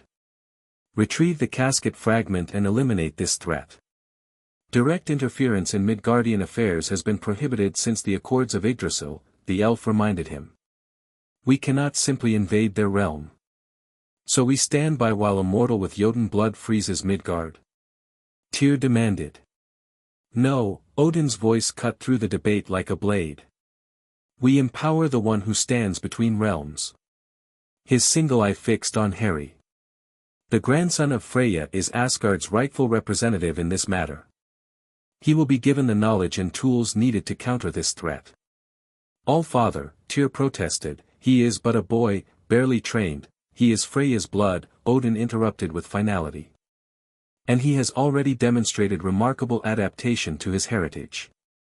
The king turned to Harry. You came seeking knowledge to defeat your enemy. You shall have it. But understand this, the Council can offer guidance and resources, but ultimately, this battle is yours to fight. Harry nodded, accepting the weight of responsibility. I understand. Good. Odin rose, signaling the end of the discussion. Thor will continue your combat training. For knowledge of Jotun weaknesses. He paused, looking displeased before continuing. Loki's expertise in this area is uniquely valuable. He will instruct you in specific counter techniques. Thor looked as though he might object but held his tongue. The rest of the council dispersed, many casting final assessing looks at Harry as they departed. The All-Father has given you a great responsibility, Thor said as they left the chamber. And a great honor, acknowledging you as Asgard's representative. It doesn't feel like much has changed, Harry admitted. I was already fighting Voldemort before I knew any of this. But now you fight with the knowledge and power of your heritage, Thor replied. And with Asgard's formal recognition. As they walked, Harry's thoughts returned to the mystery of his mother's visit to Asgard. Thor, Kvasir mentioned that my mother came here years ago. Did you know about that? Thor looked genuinely surprised. No, this is the first I've heard of it. When was this supposed to have happened? Around 1977, apparently. Loki seemed to know something about it, but wouldn't explain directly. Thor's expression darkened. If Loki is involved in the tale, there is likely mischief at its heart. Be wary of his version of events, Haraldr. But why would my mother's visit be kept secret? And who brought her here against Odin's policies? These are questions worth pursuing, Thor agreed. But perhaps after we've addressed the more immediate threat to your world. Harry reluctantly conceded the point. The mystery of his mother would have to wait. For now, his focus needed to remain on preparing to face Voldemort's enhanced powers, and on mastering his own. The remaining days on Asgard passed in a blur of intensive training. Mornings with Thor, focusing on combat applications of the Odin Force. Afternoons studying ancient texts about Jotun weaknesses and the casket of ancient winters. And, despite Thor's obvious discomfort, evenings working with Loki on precise magical techniques specifically designed to counter frost magic. Through it all, Harry absorbed more than just knowledge and skills. He began to feel genuinely connected to Asgard, recognizing aspects of himself and its people, its values, its approach to power and responsibility. The pendant at his throat, Mjolnir's kiss, seemed to glow more brightly here, resonating with the realm's energy. On his final night, Harry stood on the balcony of his chambers, gazing out at Asgard's impossible beauty. The stars above seemed close enough to touch, while the golden city below pulsed with ancient power. He had never felt so connected to his heritage, yet thoughts of Earth, of Hogwarts, his friends, the life he'd built there, pulled at him equally. A soft knock at his door interrupted his contemplation. To his surprise, it was Queen Frigga who entered, carrying a small wooden box. "Your Majesty," Harry said, bowing respectfully. "None of that now," she chided gently. "We are kin, after all." Frigga joined him on the balcony, her ageless beauty illuminated by starlight. "Your time with us draws to a close, but I sense your journey of discovery has only begun." "There's so much I still don't understand," Harry admitted. "About my grandmother, my mother, about my place between worlds." Frigga smiled knowingly. "The question of belonging is one many face, though few across multiple realms." She offered him the wooden box. "I thought you might appreciate this, a small token to carry with you." Harry opened it to find a delicate silver chain supporting a crystal pendant that resembled a miniature lightning bolt, not unlike his scar, but formed of what appeared to be captured energy rather than a wound. "It belonged to Freya," Frigga explained. "A focus for her weatherworking. She wore it in every battle against the frost giants." Harry lifted it carefully, feeling a resonance with the crystal similar to what he experienced with Mjolnir's kiss. "It's beautiful." "Thank you." "There is something else," Frigga said, her voice softening. "Something about your mother that you should know." She hesitated, seeming to choose her words carefully. Lily's visit to Asgard was indeed arranged contrary to Odin's policies at that time. But it was not done maliciously. Who brought her? I did. Harry stared in shock. You? Frigga nodded, a mixture of sadness and pride in her expression. When I learned that a descendant of Freya, my dearest friend, had manifested powers on Midgard, I could not leave her to struggle alone. Odin had decreed minimal interference with Midgard after certain, historical complications. But family transcends such policies. So you brought her here secretly? Taught her about her heritage? For a brief time, yes. She was remarkable, Harry, brilliant, determined, kind. So much like Freya in spirit, though her powers manifested differently through her mixed blood. Frigga's eyes grew distant with memory. She absorbed everything we could teach her about controlling her abilities, about her lineage, about the responsibilities that came with her blood. Did she meet others here? Did she know about the prophecies Odin mentioned? Frigga shook her head. Her visit was kept quiet. Few beyond myself, Kvasir, and, yes, Loki, knew of her presence. Loki? Harry couldn't hide his surprise. He helped. My younger son has always been fascinated by magical hybrids, beings who bridge realms or species. Your mother's unique magical signature intrigued him. Frigga's expression grew serious. He assisted with her magical training, actually. Loki may be many things, but his knowledge of cross-realm magical theory is unparalleled. Harry tried to reconcile this information with Thor's warnings about his brother. Did she trust him? Your mother was perceptive. She accepted Loki's knowledge while maintaining appropriate caution about his motivations. Frigga smiled slightly. She challenged him, actually, questioned his assumptions, pushed back against his more cynical perspectives. I believe he respected her for it. Why didn't she ever tell anyone? About being part Asgardian, about coming here? The burden of bridging worlds is heavy, Harry.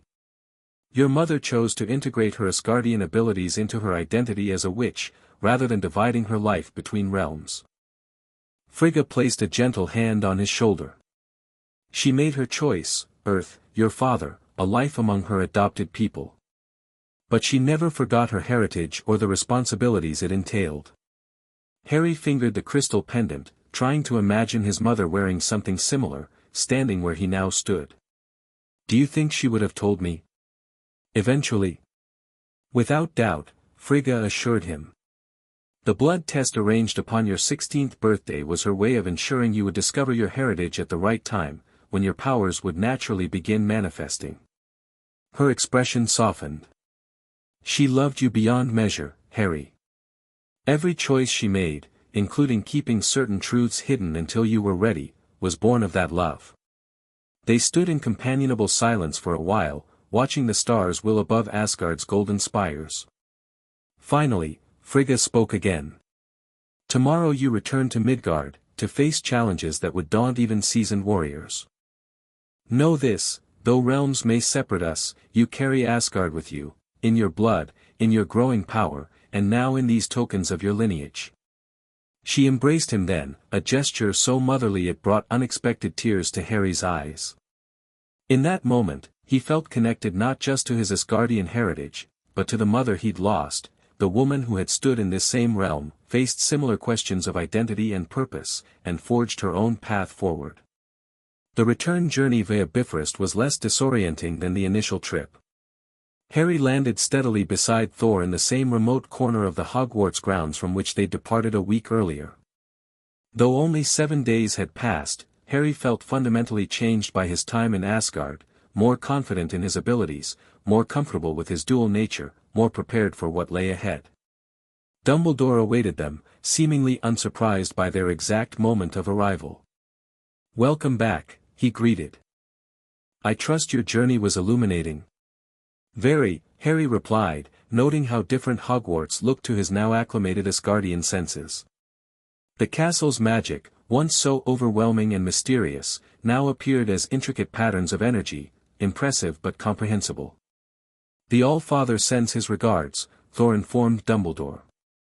And requests an audience at your convenience regarding recent developments. Something flickered in Dumbledore's eyes, surprise, perhaps, or concern. I would be honored, he replied carefully.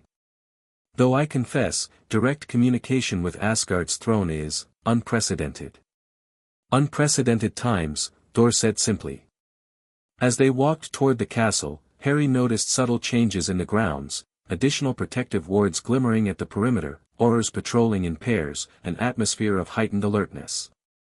Has something happened? He asked. Dumbledore's expression grew grave. Voldemort has been active during your absence. 3 more attacks, all employing his new frost abilities. An entire Muggle village in northern Scotland was found frozen solid. The Ministry is struggling to contain both the incident and the panic. The casket fragment's power grows, Thor observed grimly. He learns to channel it more effectively. Indeed. Which makes your return most timely. Dumbledore glanced at Harry. Your friends have been quite concerned. They await you in my office. Sure enough, Ron and Hermione practically tackled Harry the moment he entered Dumbledore's office. Behind them stood Remus Lupin, looking relieved but exhausted. Harry! Hermione exclaimed, hugging him fiercely before pulling back to examine him. You look different. Mate, you're glowing a bit, Ron added, squinting. Like, literally. Harry laughed, realizing his Odin force was probably still running high from Asgard's influence. He took a moment to center himself, using the techniques Loki had taught him to modulate his energy signature. The subtle luminescence faded. Sorry about that, he said. Still adjusting to the transition between realms. Did you really go to Asgard? Ron asked, eyes wide. What was it like? Golden, Harry replied with a smile. Beautiful. Ancient. Like nothing I could properly describe. Did you learn about countering the frost giant magic? Lupin asked, ever practical. That and more, Thor answered. Heraldor has received intensive training specifically tailored to combat Jotun abilities. The Council of Realms has also formally recognized him as Asgard's representative in this matter. Dumbledore's eyebrows rose slightly. That is significant indeed. The Council rarely acknowledges individual Midgardians. While the adults discussed implications, Hermione pulled Harry aside. Are you really okay? You seem. I don't know, more settled somehow. Harry considered her observation. I think I am. Asgard helped me understand parts of myself I've been struggling to integrate. It's like, finding a missing piece you didn't know was missing. But you're still you, right? Ron asked, a hint of worry in his voice. More me than before, Harry assured him. Just, with better context. Their conversation was interrupted by Professor McGonagall bursting into the office, her typically composed demeanor shaken. Albus, there's been another attack. Hogsmeade this time. Her eyes widened at the sight of Harry. Oh, thank goodness you've returned, Potter. Hogsmeade? Dumbledore was already moving toward the door. When? Just now. The 3 broomsticks and surrounding buildings are encased in ice. People are trapped inside. McGonagall's voice trembled slightly. Witnesses say he who must not be named himself led the attack. Thor gripped Mjolnir. He grows bold, striking so close to Hogwarts. Or desperate, Harry suggested. He might have sensed my return. This could be an attempt to draw me out. If so, it's working, Ron muttered. Dumbledore turned to Harry, his expression grave. I cannot ask you to confront him directly, Harry. You are still a student under my protection, regardless of your heritage or training. Harry met the headmaster's gaze steadily. With respect, Professor, we're beyond that now. The Council of Realms has acknowledged me as Asgard's representative in this matter. Voldemort has Jotun artifacts and power. This isn't just a wizarding conflict anymore. A heavy silence fell. Then, surprisingly, it was Lupin who spoke. James and Lily didn't raise their son to hide while others are in danger, he said quietly. And neither Dumbledore nor I have the right to hold him back if he chooses to step forward. Thor placed a hand on Harry's shoulder. I will stand with him, the son of Odin and the grandson of Freya, against this frost-tainted threat. Dumbledore studied Harry for a long moment, something like pride mingling with resignation in his aged features. Very well. But not alone, and not without a plan. Hogsmeade had transformed into a winter nightmare. Buildings stood encased in sheets of unnatural ice that glowed with an eerie blue light. Where the three broomsticks had once welcomed visitors, a twisted ice fortress now rose, its jagged spires reaching toward the sky. The air temperature had plummeted so severely that breath crystallized instantly, falling as tiny ice crystals. Harry stood at the village outskirts with Thor, Dumbledore, and a contingent of Order members who had answered the emergency call. From their vantage point, they could see Death Eaters patrolling the frozen streets, their black robes now trimmed with frost patterns that matched their master's new aesthetic. He's still here, Harry said, sensing the cold, alien energy at the heart of the ice fortress. Waiting. A trap, obviously, Moody growled, his magical eye swiveling wildly. He's got hostages in there, I can see at least 30 people frozen in stasis. Rosmerta, villagers, students who were visiting for the weekend. Can they survive in that state? Kingsley Shacklebolt asked. For a time, Thor replied grimly. Jotun stasis ice preserves life but cannot maintain it indefinitely. Hours, perhaps a day at most. Harry studied the fortress, recalling Freya's journals and Loki's teachings about Jotun construction. The ice has a central anchor point, a core that maintains the entire structure. If we can disrupt that, the fortress would collapse, Thor finished. But finding and reaching this anchor while fighting Death Eaters and their master will require distraction and precision, Harry concluded. He turned to Dumbledore. I need to get inside, to the center of that fortress. Can you and the Order create enough chaos to divide their attention? Dumbledore nodded, a spark of his old battle fire igniting. I believe we can manage that. I'll accompany you to the core, Thor declared. My experience with Jotun structures will prove valuable. Harry shook his head. No. I need you outside, Thor. If Voldemort realizes what I'm attempting, he'll bring down the fortress himself, with everyone inside it. I need someone with your power ready to counter that, to evacuate hostages if the structure destabilizes violently. Thor looked ready to argue but stopped, studying Harry with newfound respect. You think strategically, like your grandmother. He nodded reluctantly. Very well. But take this. He removed a small runestone from his armor, pressing it into Harry's palm. A beacon. Activate it when you reach the core, and I'll channel lightning directly to your position, additional power for whatever you attempt. What about us? Ron's voice came from behind them. He and Hermione stood there, having apparently followed despite explicit instructions to remain at the castle. Absolutely not, Lupin began, but Harry interrupted. Actually, I could use them. At the adults' shocked expressions, he explained, not in direct combat, but Hermione's precision with thermal charms could help free hostages, and Ron's strategic mind might spot patterns in the Death Eater patrols that we miss. Hermione stepped forward, her expression determined. We've been practicing the thermal spells you sent in your letters from Asgard. We can help, Harry. Dumbledore exchanged glances with Thor, who shrugged. Heraldor leads this engagement, by council recognition. The tactical decisions are his. Very well, Dumbledore conceded. But you two will remain with Order members at all times. Is that clear? As they finalized the plan, Harry took a moment to center himself, drawing on both his Hogwarts training and his Asgardian heritage.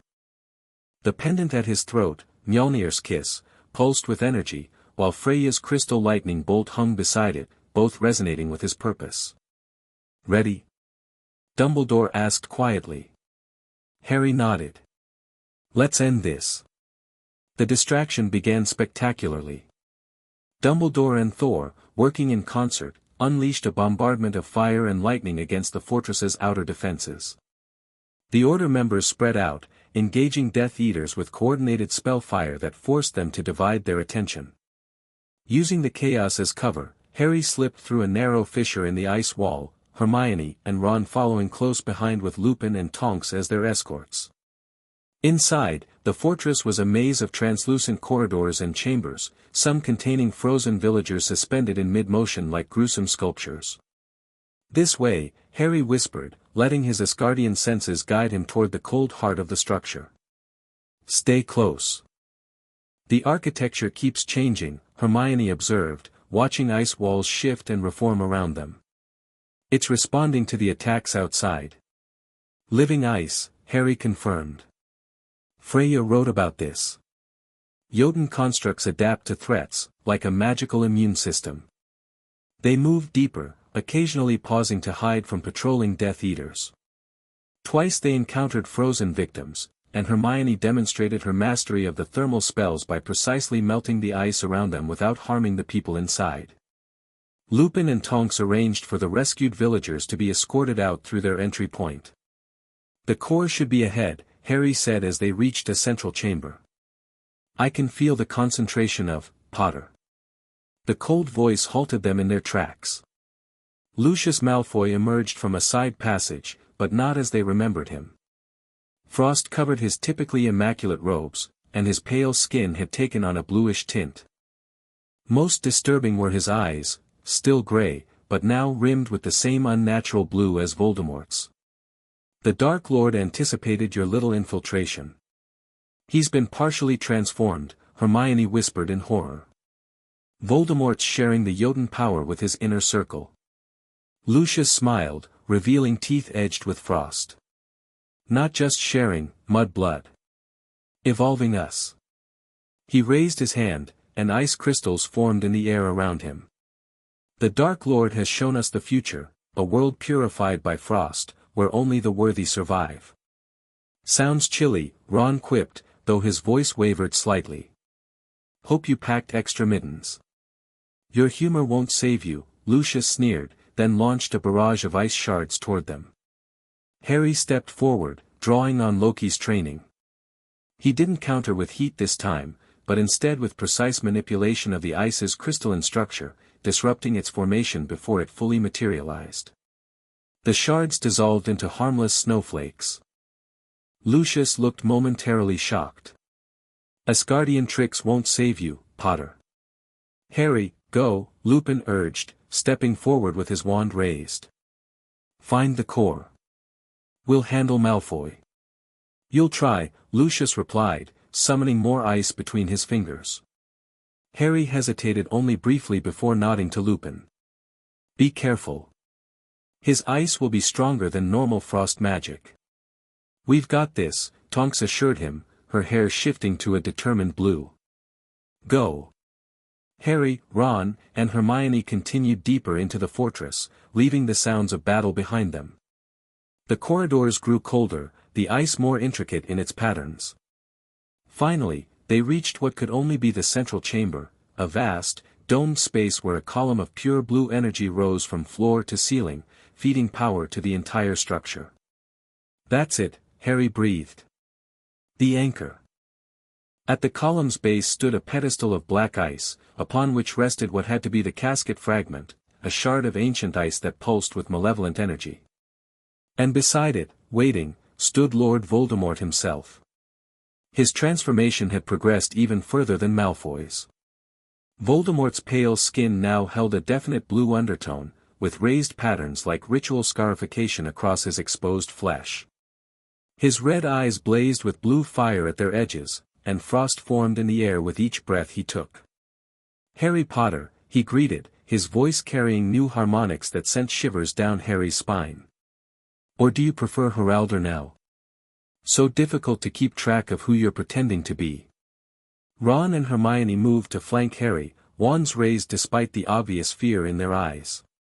Tom Riddle, Harry replied calmly. Or do you prefer frost-tainted wizard now? That's what they call you in Asgard. Anger flashed across Voldemort's transformed features. Asgard. Always looking down on the other realms, aren't they? Believing themselves superior, worthy of worship. He gestured to the casket fragment. But Jotunheim's power endures, despite Asgardian oppression. Just as my power will endure, despite your interference. This isn't about realm politics, Harry said, edging carefully into the chamber. You're threatening innocent people. Innocent? Voldemort laughed, a sound like breaking ice. There are no innocents in war, Potter. Only victors and vanquished. His gaze shifted to Ron and Hermione. You brought your pets. How touching. Better friends than servants, Ron retorted, though his voice shook slightly. Voldemort ignored him, focusing on Harry. I've learned much about you since our last meeting. About your bloodline, your training in Asgard, your growing powers. His lipless mouth curved in a smile. But I wonder, have they told you everything? About the prophecies that bind us? About why Dumbledore really suppressed your heritage? More manipulation, Harry said dismissively, though uncertainty flickered within him. You can't divide me from my allies that easily. Can't I? Voldemort moved with unexpected speed, circling the energy column. Did your golden friends in Asgard tell you why your grandmother really left? Why your mother was hidden on Earth? Why Odin himself ordered your Asgardian blood suppressed? Harry faltered slightly. You're lying. Am I? Voldemort's eyes gleamed. Ask Dumbledore about the Convergence prophecy sometime. Ask him what happens when Jotun and Asgardian blood meet in battle during the Great Alignment of Realms. He gestured to the casket fragment. Ask him why he really feared your power awakening now, of all times. Outside, lightning flashed as Thor continued his assault on the fortress. The entire structure trembled, ice creaking ominously. He's stalling, Hermione hissed. The longer we talk, the more power the fortress absorbs. She was right. Harry could sense the energy flow increasing, the ice thickening around them. Whatever Voldemort's grand plan, it required time they couldn't afford to give him. Enough talk, Harry declared, drawing on his Odin force. Blue-white energy crackled around his hands. Release the hostages and surrender the casket fragment. Voldemort's expression hardened. You dare command me? Me, who has mastered powers beyond your comprehension. He raised his hands, and the temperature plummeted further. Ice erupted from the floor in jagged spikes, forcing the three friends to separate. Now! Harry shouted. Ron and Hermione acted instantly, having rehearsed this moment during the planning stage. Ron cast a powerful shield charm to protect them from immediate counterattack, while Hermione executed a complex series of wand movements that created a thermal barrier around the casket fragment, temporarily isolating it from Voldemort's control. Voldemort snarled in rage, directing a blast of freezing energy at Hermione. Harry intercepted it, using the technique Loki had taught him to disrupt its crystalline structure from within. The attack dissolved harmlessly.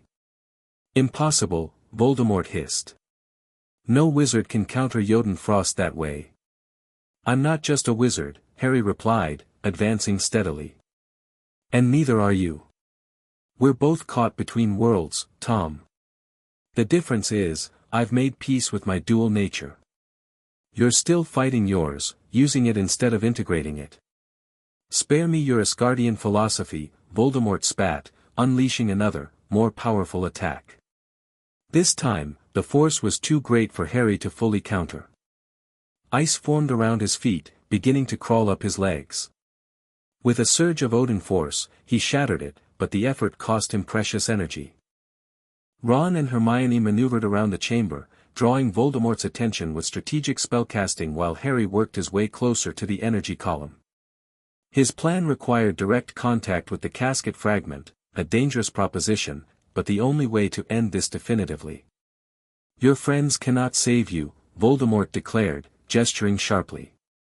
The ice floor beneath Ron suddenly became frictionless. He slipped, his shield charm faltering as he struggled to regain his footing. Hermione rushed to help him, leaving her momentarily exposed. Voldemort seized the opportunity, sending a lance of ice that caught her shoulder, partially freezing her left arm. Hermione! Ron cried out as she gasped in pain. Harry felt anger surge within him, the Odin force responding to his emotions. Lightning crackled between his fingers. It would be so easy to unleash it all, to reduce Voldemort to ash with the raw power flowing through him. But that wasn't the plan. That wasn't who he wanted to be. Instead, he activated Thor's runestone, sending a silent signal. Then, while Voldemort focused on his friends, Harry lunged forward, ducking beneath a barrage of ice shards to reach the pedestal. No! Voldemort roared, realizing his intention too late. Harry's hands closed around the casket fragment. Immediately, killing cold shot up his arms, trying to freeze him from within. But Harry was ready. Drawing on everything he'd learned in Asgard, he channeled the Odin force through both pendants, Mjolnir's kiss and Freya's crystal lightning bolt. The items glowed with increasing intensity, focusing his power into the precise pattern Loki had taught him. Outside, Thor received the signal. Lightning split the sky, directed not at the fortress's exterior but channeled through Mjolnir to Harry's exact position. The power surge hit him like a physical blow, flowing through his body and into the casket fragment. The shard of ancient ice began to change, its malevolent blue light wavering as Harry's energy disrupted its fundamental structure. This wasn't about melting or destroying, it was about transformation, about changing its very nature at the atomic level. "What are you doing?" Voldemort screamed, launching himself toward Harry. "Stop! You'll destroy everything." Ron, despite his precarious footing, managed to cast a trip jinx that caught Voldemort mid-lunge. The Dark Lord stumbled, buying Harry precious seconds. The casket fragment pulsed, fighting against the transformation. Harry felt his consciousness beginning to fade under the strain, the cold and the power both threatening to overwhelm him. In that moment of crisis, he felt something unexpected, another presence, supporting him, lending strength. "Focus, young one," a woman's voice whispered in his mind. "As I taught your mother. The ice remembers its original form. Remind it." Harry didn't question this mysterious assistance. Channeling Thor's lightning and his own Odin force through the twin pendants, he pushed deeper into the casket fragment's essence. There, at its core, he found what Freya's journals had described, the primordial memory of water, of harmony, of balance before corruption. With a final, desperate surge of energy, Harry reconnected the fragment to this original memory. The shard flared blindingly bright, then began to transform, the malevolent ice melting away to reveal a crystal of pure, radiant energy. The effect was immediate and dramatic. Throughout the fortress, the unnatural ice began to revert to its natural state.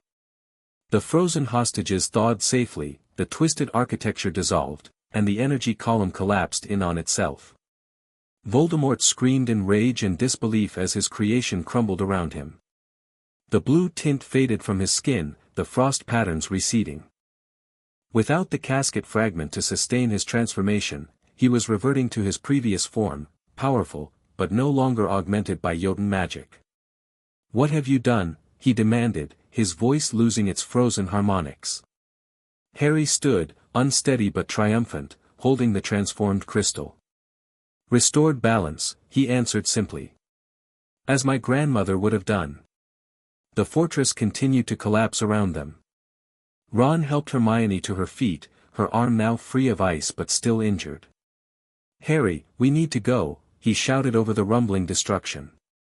Voldemort, seeing his plans literally melting away, fixed Harry with a gaze of pure hatred.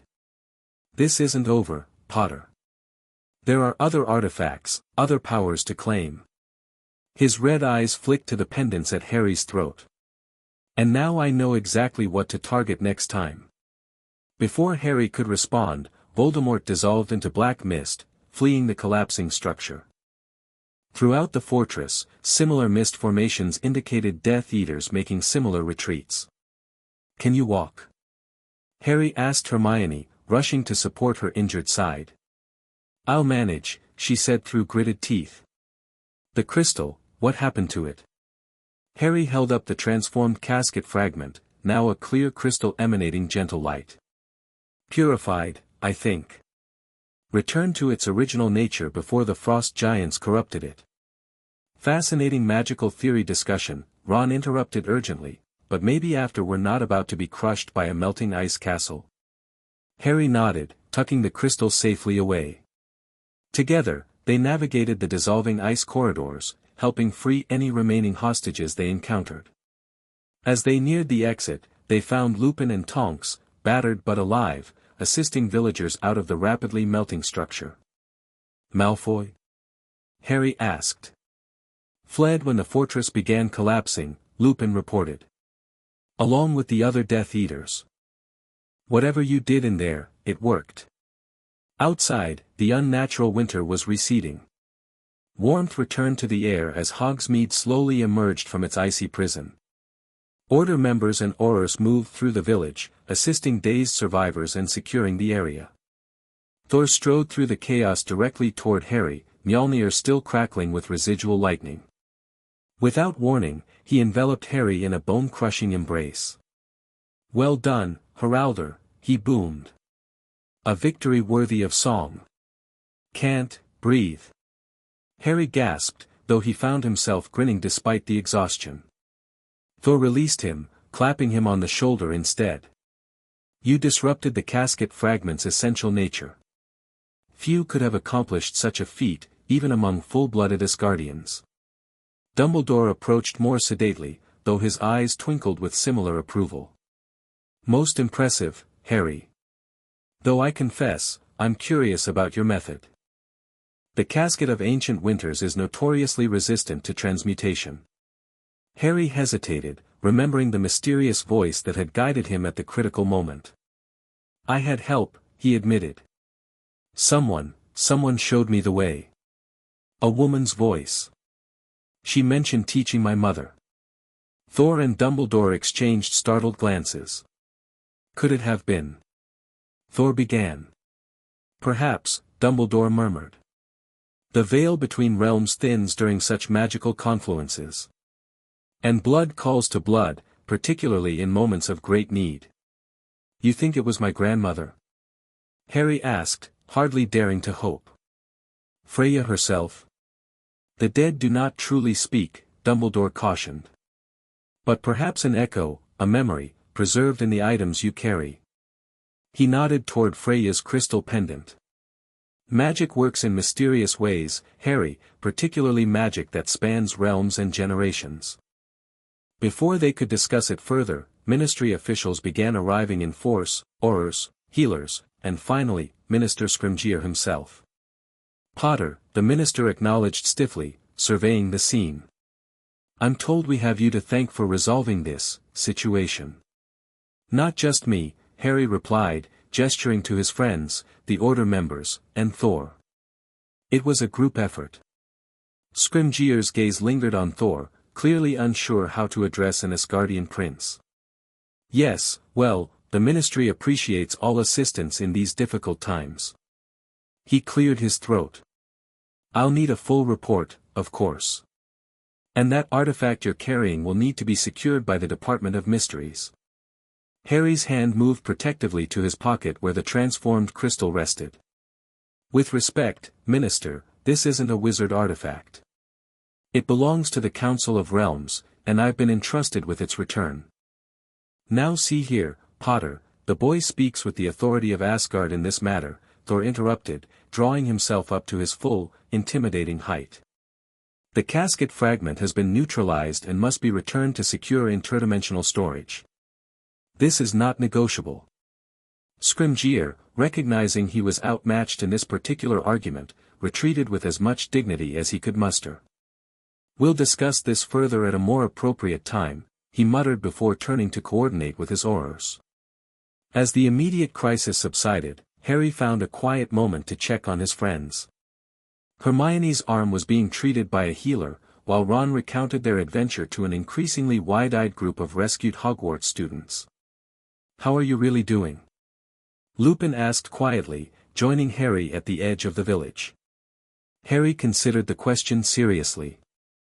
His body ached from channeling so much power, and fatigue pulled at his consciousness, but deeper than these physical sensations was a profound sense of rightness, of having successfully integrated both sides of his nature in service to a greater purpose.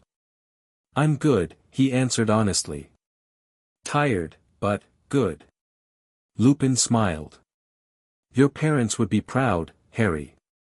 James would be bragging to anyone who'd listen about how his son faced down Voldemort and Lily." He paused, his expression softening.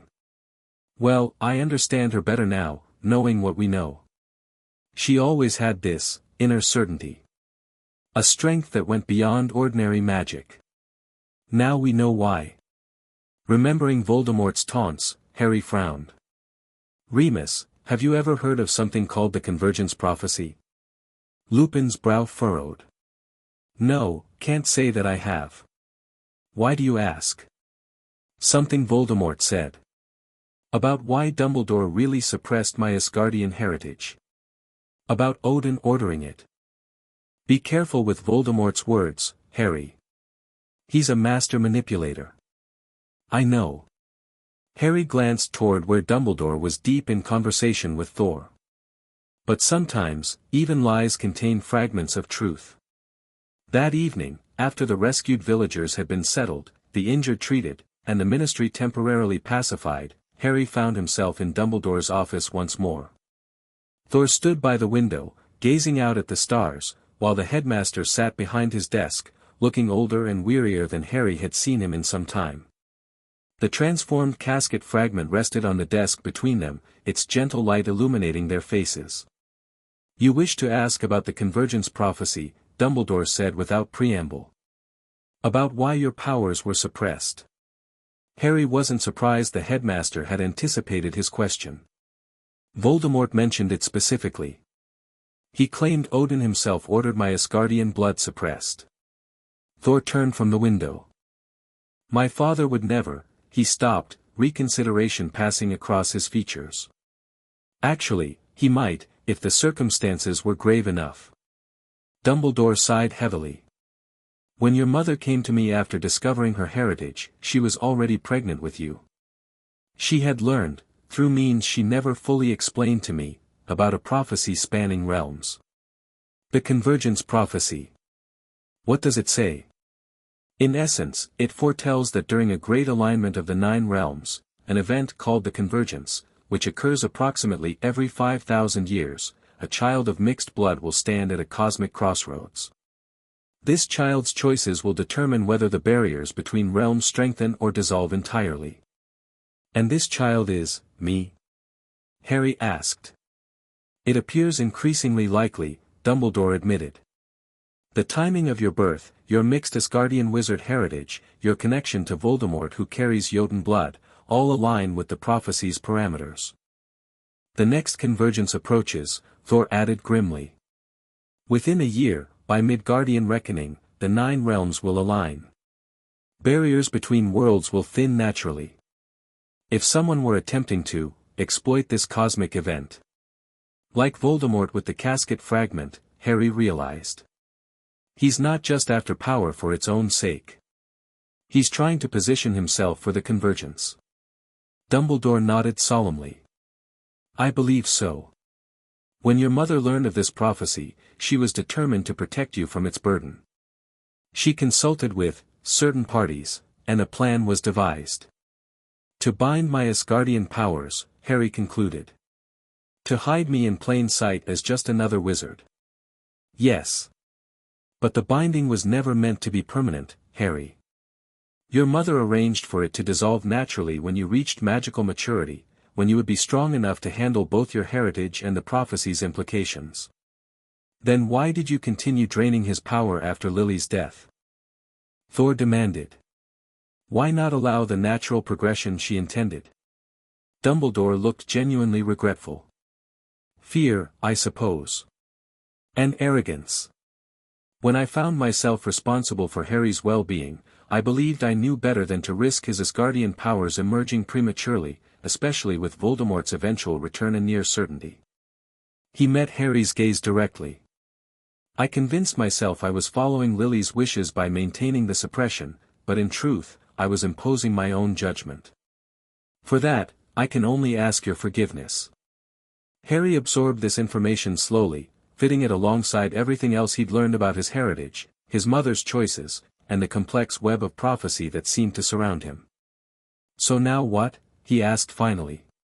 If this convergence is coming, and Voldemort is positioning himself to somehow use it, what does that mean for me? For all of us? It means, Thor said gravely, that your defeat of Voldemort becomes even more critical. If a being with corrupted Jotun powers were to access the power of the convergence, the consequences would extend beyond Earth, Dumbledore finished. Beyond even Asgard or Jotunheim. The entire cosmic order could be disrupted. Great, Harry said with a touch of his old sarcasm. No pressure then. Despite the gravity of the situation, both Thor and Dumbledore smiled. You have grown remarkably since discovering your heritage, Harry, Dumbledore observed. Not just in power, but in wisdom and perspective. Your handling of the Hogsmeade situation demonstrated a maturity beyond your years. Indeed, Thor agreed. The Council will be most impressed by your neutralization of the casket fragment. Few could have transformed such a corrupted artifact rather than simply destroying it. Harry thought about the mysterious voice that had guided him, whether memory, ghost, or something else entirely, and felt a renewed connection to his maternal lineage. I had good teachers, he said simply. Both here at Hogwarts and in Asgard. Dumbledore leaned forward. This leads us to an important decision, Harry. With the convergence approaching and Voldemort aware of its significance, your training must accelerate beyond what either Hogwarts or occasional visits to Asgard can provide. What are you suggesting? Harry asked, though he suspected he already knew. A formal arrangement, Thor explained. Dividing your time between realms. Continuing your wizard education here while regularly traveling to Asgard for intensive training in your Asgardian abilities. The first student in known history to attend 2 schools across realms, Dumbledore added with a hint of his old twinkle. It would require adjustments to your schedule, of course, and accommodation from your professors. And my friends? Harry asked, thinking of Ron and Hermione, of the DA members who had stood by him through everything. My responsibilities here would remain, Dumbledore assured him. This would be about integration, Harry, not separation. About becoming fully who you are meant to be, wizard and Asgardian both. Harry considered the proposition carefully. A year ago, even a month ago, the idea of splitting his life between Earth and Asgard would have seemed impossible, overwhelming. Now, having experienced both worlds, having begun to reconcile both aspects of his heritage, it felt right. I'll do it, he said finally. But I have conditions. Thor raised an eyebrow. Conditions? First, complete honesty from now on. No more hidden prophecies, no more protecting me from information I need. Harry fixed Dumbledore with a pointed look. I need to know everything relevant to the choices I'm making. Dumbledore inclined his head in acceptance. A fair demand. Second, Ron and Hermione get brought fully into the loop. They've earned that much and more. Of course, Thor agreed. Your shield companions have proven their worth many times over. And finally, Harry continued, I want to learn everything about my mother's time in Asgard. Who helped her, what she learned, why she made the choices she did. No more mysteries about my own family. Thor and Dumbledore exchanged glances. It was Thor who responded. That may involve complicated political matters within Asgard. But you have my word, we will pursue these answers together. Harry nodded, satisfied.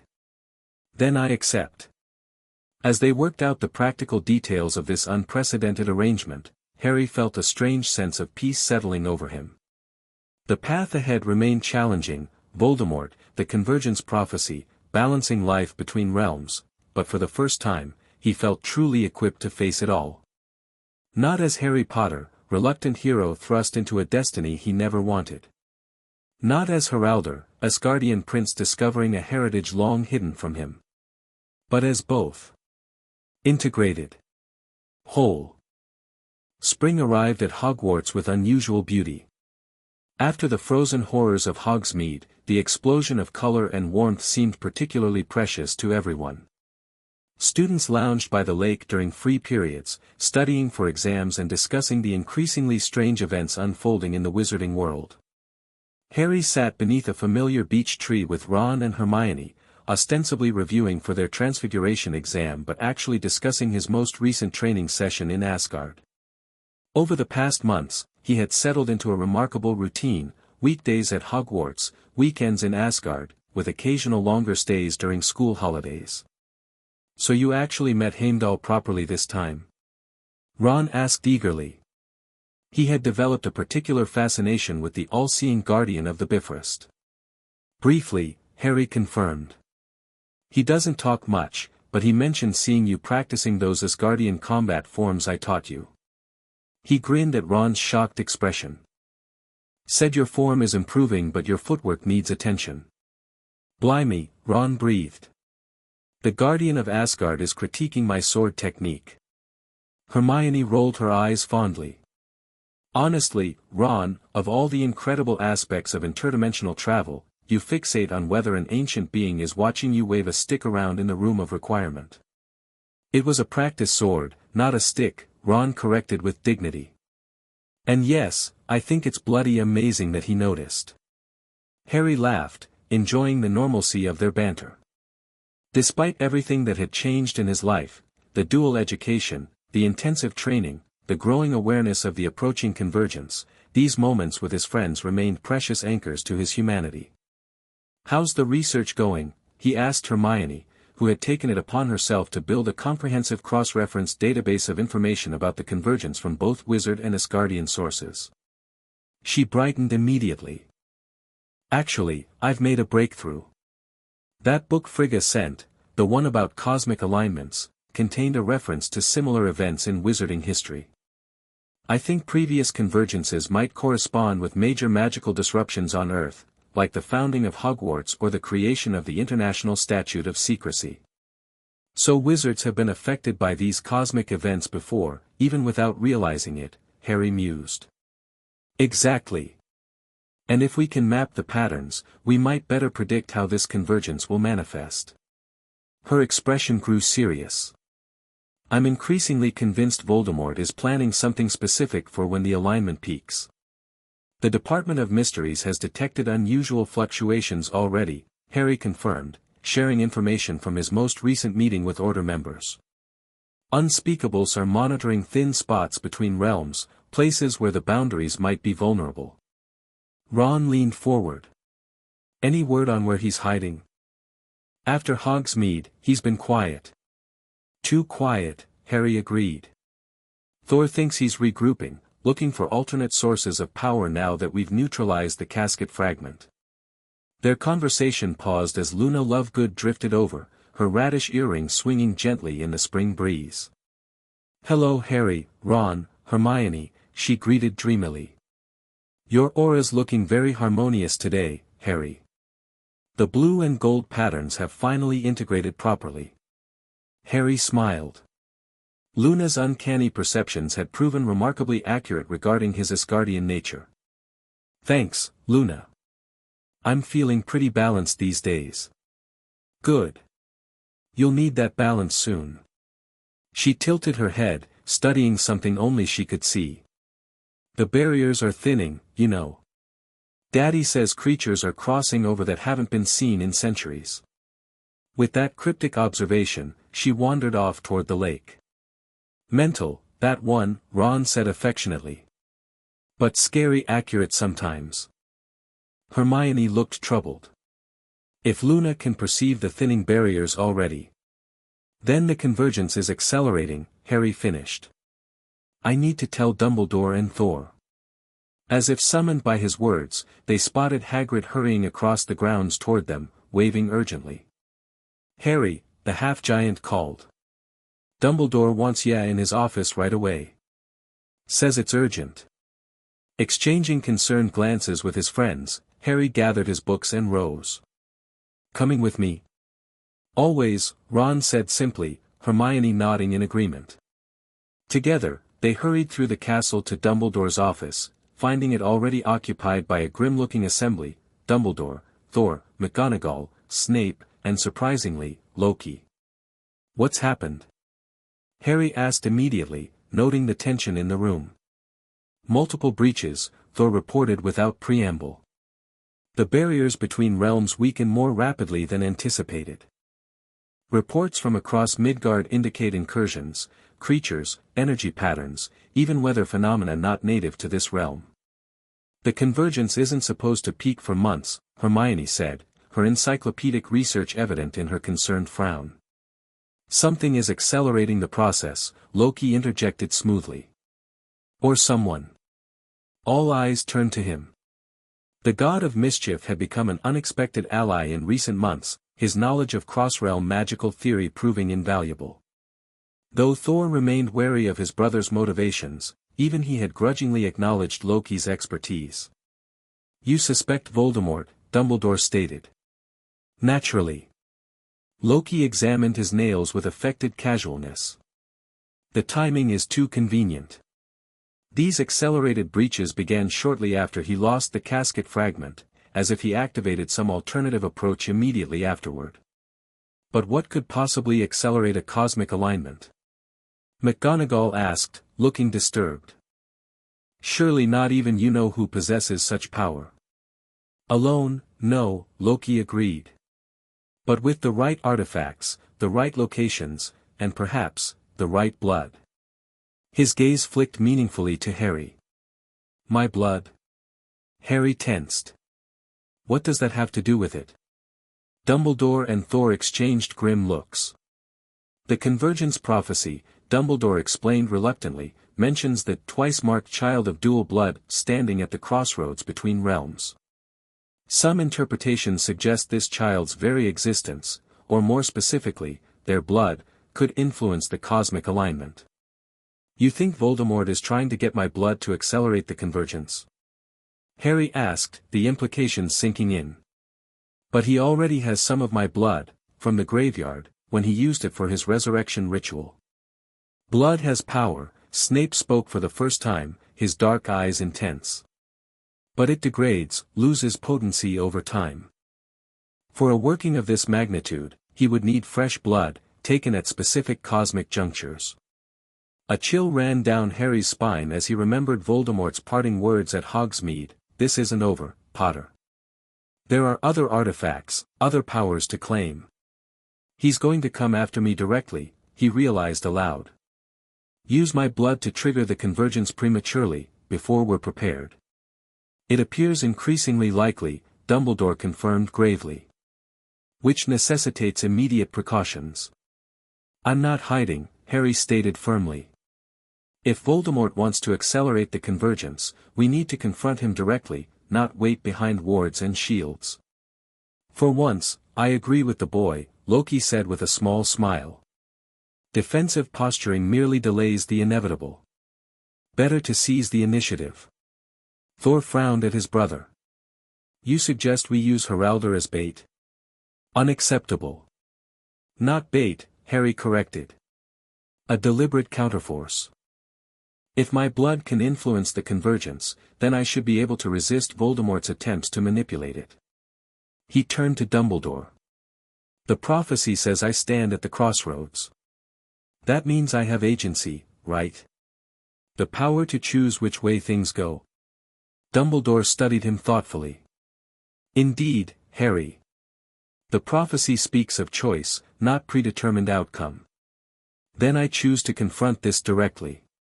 Harry's voice strengthened with conviction. "We track whatever ritual Voldemort is attempting, we interrupt it, and we end this before the convergence can be weaponized."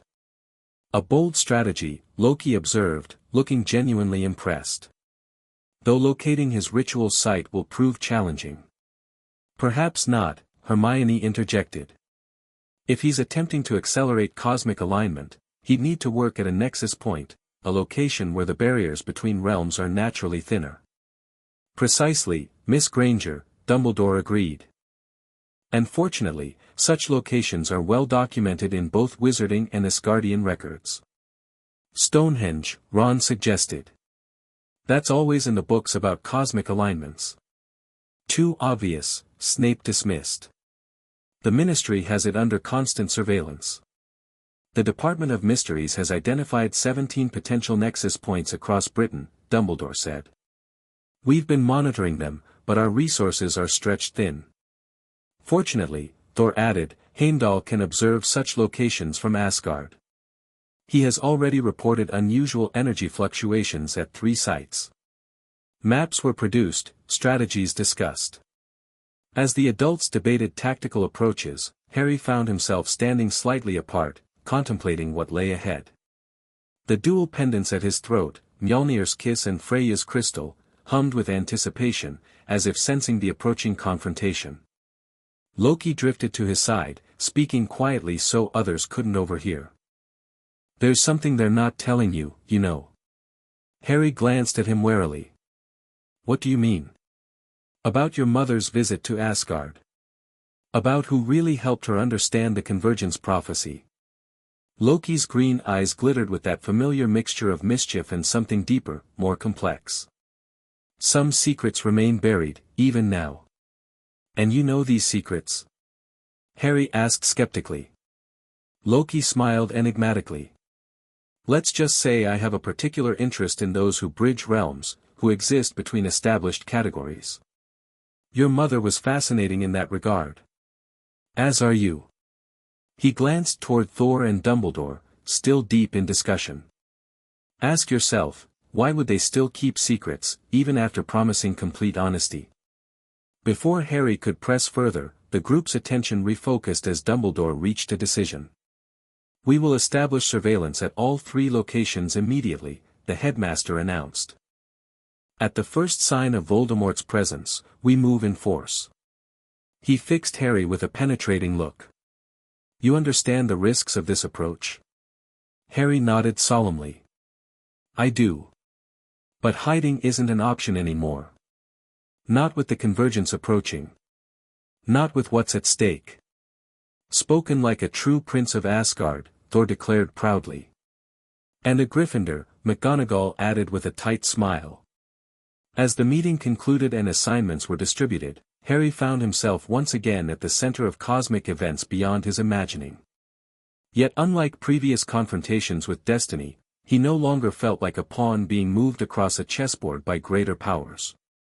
His dual heritage, once a source of confusion and conflict, had become his strength, allowing him to stand at the intersection of realms with knowledge, power, and most importantly, choice.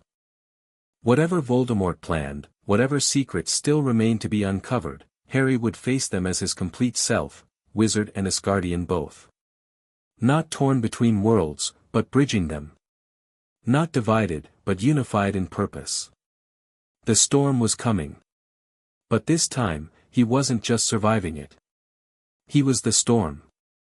The ancient stone circle stood on a remote Scottish hillside, unremarkable to casual observers but humming with power to those with eyes to see. Unlike its famous counterpart at Stonehenge, this Neolithic monument had faded from popular awareness, protected by both wizard and natural obscuring effects over centuries. Tonight, however, it pulsed with ominous energy. The spaces between the weathered stones shimmed with unnatural light, casting long shadows across the moonlit grass. Within the circle, dark-robed figures moved with purpose, arranging ritual components around a central altar of black stone. Lord Voldemort stood at the circle's heart, the remaining vestiges of his Jotun transformation still visible in the blue undertones of his pale skin and the frost that formed with each exhaled breath.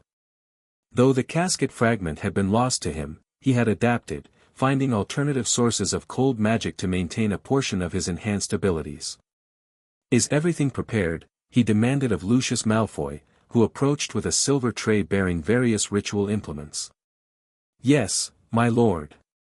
The astronomical alignment reaches its peak in 17 minutes. The sacrifices are ready, and the anchor stones have been placed at the cardinal points. Malfoy's voice remained steady despite the obvious strain of his partially transformed state. Like Voldemort, he had retained some Jotun characteristics even after the casket fragment's neutralization. And our guest of honor? Bellatrix reports they've taken the bait. Potter and his protectors are moving into position at the false site even now. Voldemort smiled coldly. Excellent. Their diversion of forces is most convenient. He moved to the altar, running one long-fingered hand over the ancient stone. For centuries, wizards have misunderstood the true purpose of these circles.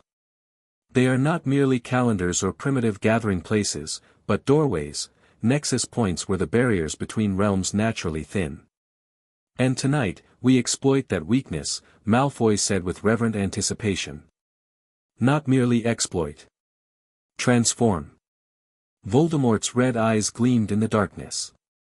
The convergence approaches naturally, but too slowly for our purposes. Tonight, we create our own cosmic alignment, a focused breach that will draw down power from the shifting realms. From the shadows emerged another figure, smaller, hunched, clutching an ornate box with trembling hands. Peter Pettigrew approached the altar nervously. "My lord," he stammered. "The artifact is already. Bring it here, Wormtail." Pettigrew placed the box on the altar and opened it with ceremonial care. Inside, nestled on black velvet, lay what appeared to be an ancient dagger. Its blade was not metal but crystallized darkness, seeming to absorb rather than reflect the torchlight around it. Runes of unknown origin crawled along its surface, shifting and changing as if alive. "The Knife of Night," Voldemort announced reverently. "Forged in Svartalfheim before the first convergence, designed to cut through the fabric between realms." He lifted it carefully, its blade drinking in the surrounding light. "With this, and the blood of our special guest when he arrives, we shall tear open the veil before its natural thinning." Malfoy looked uncertain. "My lord, the intelligence reports indicated Potter is heavily guarded. The Order, the Asgardian, the Ministry, they all protect him now. Which is why we do not seek Potter directly." Voldemort's lipless mouth curved in a cruel smile. "Rather, we compel him to come to us, through means he cannot ignore." As if on cue, Bellatrix Lestrange appeared at the circle's edge, dragging a struggling figure behind her. With a triumphant cackle, she threw her captive to the ground before Voldemort. Ginny Weasley glared up at the assembled Death Eaters, bloodied but defiant. "You won't get away with this," she spat. "They'll know it's a trap." "Of course they will, my dear," Voldemort agreed pleasantly. "That's precisely the point." He gestured to Bellatrix. "Prepare her for the preliminary ritual. Her blood will serve nicely to begin the process, and to ensure Potter arrives in a suitably emotional state." As Bellatrix roughly hauled Ginny toward the altar, Voldemort raised the dark dagger. Around the circle, the Death Eaters took positions, beginning a low, rhythmic chant that seemed to distort the very air. "Tonight," Voldemort declared, "we accelerate destiny." Miles away, in the Forbidden Forest's densest section, Harry stood with Thor, Dumbledore, and members of the Order of the Phoenix. They had been monitoring this location, another suspected nexus point, for hours, watching for signs of Voldemort's activity. "Nothing," Moody growled in frustration, his magical eye swiveling wildly. "Not a whisper of dark magic. Either our intelligence was wrong, or it's a deliberate misdirection," Kingsley Shacklebolt concluded grimly. Harry had been feeling increasingly uneasy for the past hour. The pendants at his throat remained quiet, but a different sense, something more instinctive, more primal, warned him they were in the wrong place. "Something's happening elsewhere," he said suddenly. "I can feel it." Thor studied him closely. "The blood calls to blood. If Voldemort has begun a ritual involving the convergence." A silver terrier Patronus bounded into their midst, speaking with Ron's panicked voice, "Harry. Hogwarts attacked, Ginny taken, Death Eaters said something about ancient stones and you'd know where." The Patronus dissolved, its urgent message delivered. Harry felt the blood drain from his face. He's taken Ginny as bait. But where? Tonks asked, already preparing to apparate. There are dozens of stone circles in Britain. Harry closed his eyes, concentrating on the growing sense of wrongness he'd been feeling. The pendants at his throat suddenly flared to life, as if responding to his focused intent. In his mind's eye, he saw a remote hillside, weathered stones arranged in a pattern that predated written history. He'd never seen this place before, yet somehow recognized it instantly. "I know where," he said, eyes snapping open. "Callanish. The Western Isles." Dumbledore looked startled. "How could you possibly?" "No time," Thor interrupted.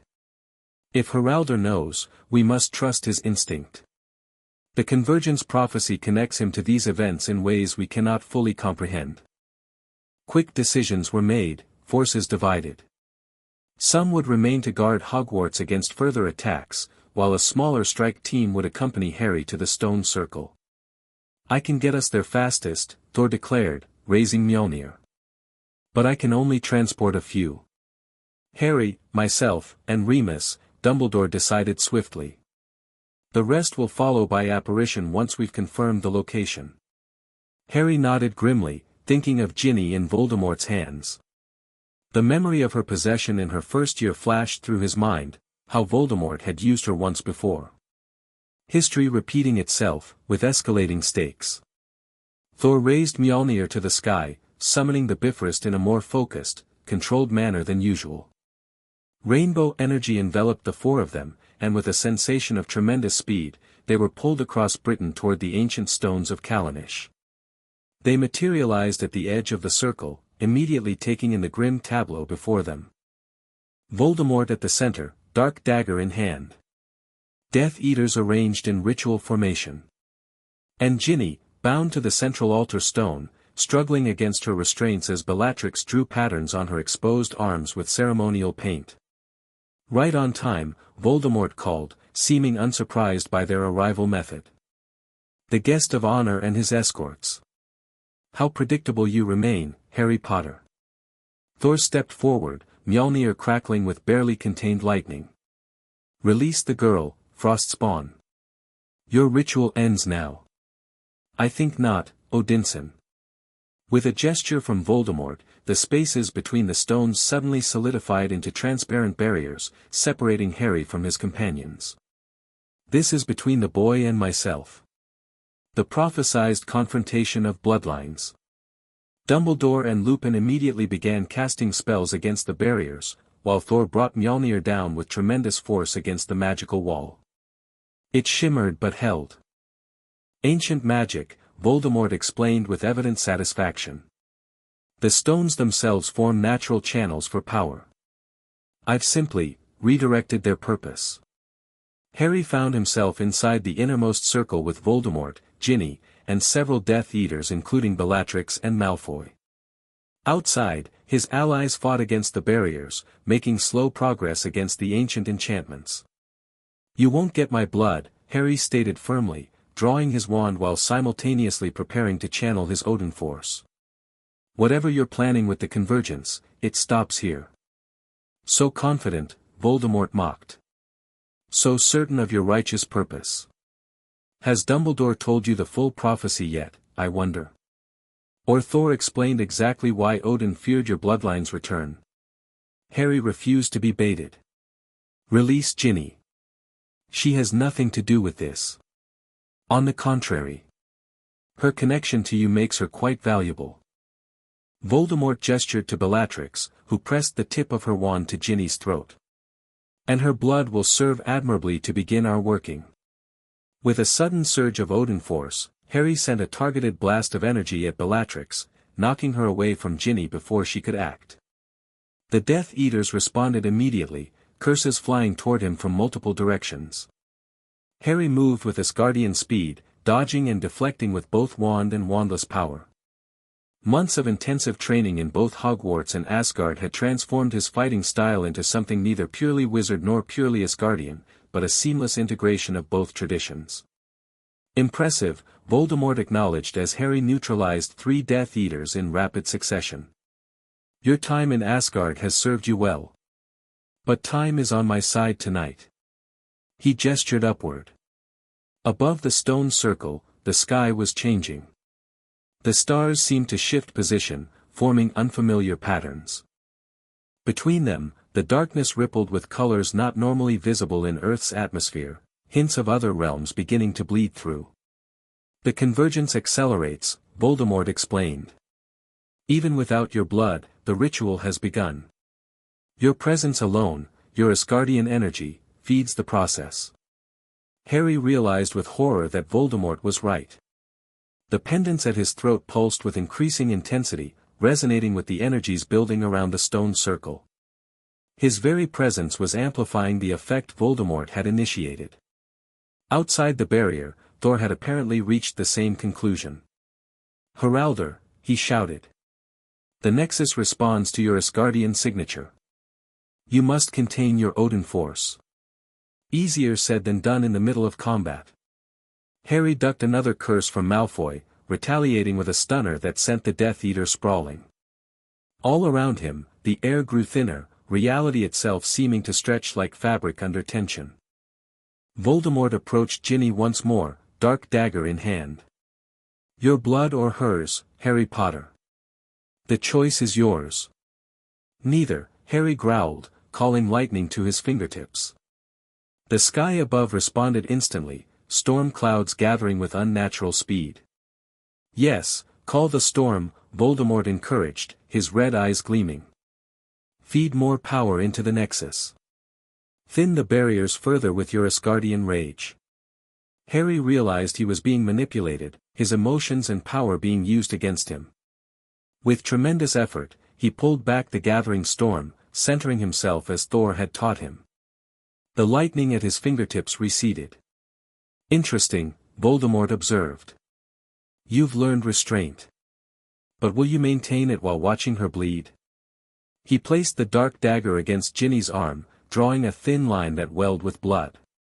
Ginny bit her lip to stifle a cry, her brave eyes fixed on Harry's. Don't give him what he wants, she managed through gritted teeth. Whatever it is, Harry, don't. Her courage strengthened Harry's resolve. Instead of lashing out with raw power as Voldemort clearly expected, he drew on Loki's more subtle teachings. Focusing his energy inward rather than outward, he extended his senses into the fabric of the Nexus point itself, feeling how the ancient stones channeled and directed power. What are you doing? Voldemort demanded, suddenly wary as he sensed Harry's unusual magical approach. Instead of answering, Harry closed his eyes, continuing his careful exploration of the site's magical architecture. There, at the base of each stone, lay anchor points where Voldemort had established his ritual. And beneath them, older, deeper patterns etched by the circle's original creators. With precise application of magical pressure, neither wizard nor Asgardian but a unique blend, Harry began to realign the energies, working with the stones rather than against them. The barriers between him and his allies wavered. Stop him! Voldemort commanded his remaining Death Eaters. Harry opened his eyes, moving with fluid grace as he continued his subtle magical work while physically defending himself. Outside, Thor and Dumbledore renewed their assault on the weakening barriers, coordinating their efforts as they sensed Harry's strategy. The ritual falters. Bellatrix shrieked, watching as the unnatural colors in the sky began to fade. Not falters, Harry corrected, a new understanding dawning. Rebalances. The stones beneath his feet hummed with ancient power, responding to his touch in a way they never would for Voldemort. These circles weren't built to tear reality. They were built to harmonize it. As this realization crystallized, Harry felt a surge of connection to the site itself, as if the ancient builders had somehow anticipated this moment, this confrontation. The pendants at his throat glowed brightly, not with aggressive power but with resonant harmony. The barrier shattered. Thor, Dumbledore, and Lupin surged forward, immediately engaging the remaining Death Eaters. Taking advantage of the chaos, Harry lunged toward Ginny, severing her bonds with a precisely focused cutting charm. Get her out of here, he ordered Lupin, who had fought his way to their position. What about you? Ginny demanded, resisting Lupin's attempt to pull her away. I need to finish this, Harry replied, eyes fixed on Voldemort, who stood at the circle's center, dark dagger still in hand, rage distorting his serpentine features.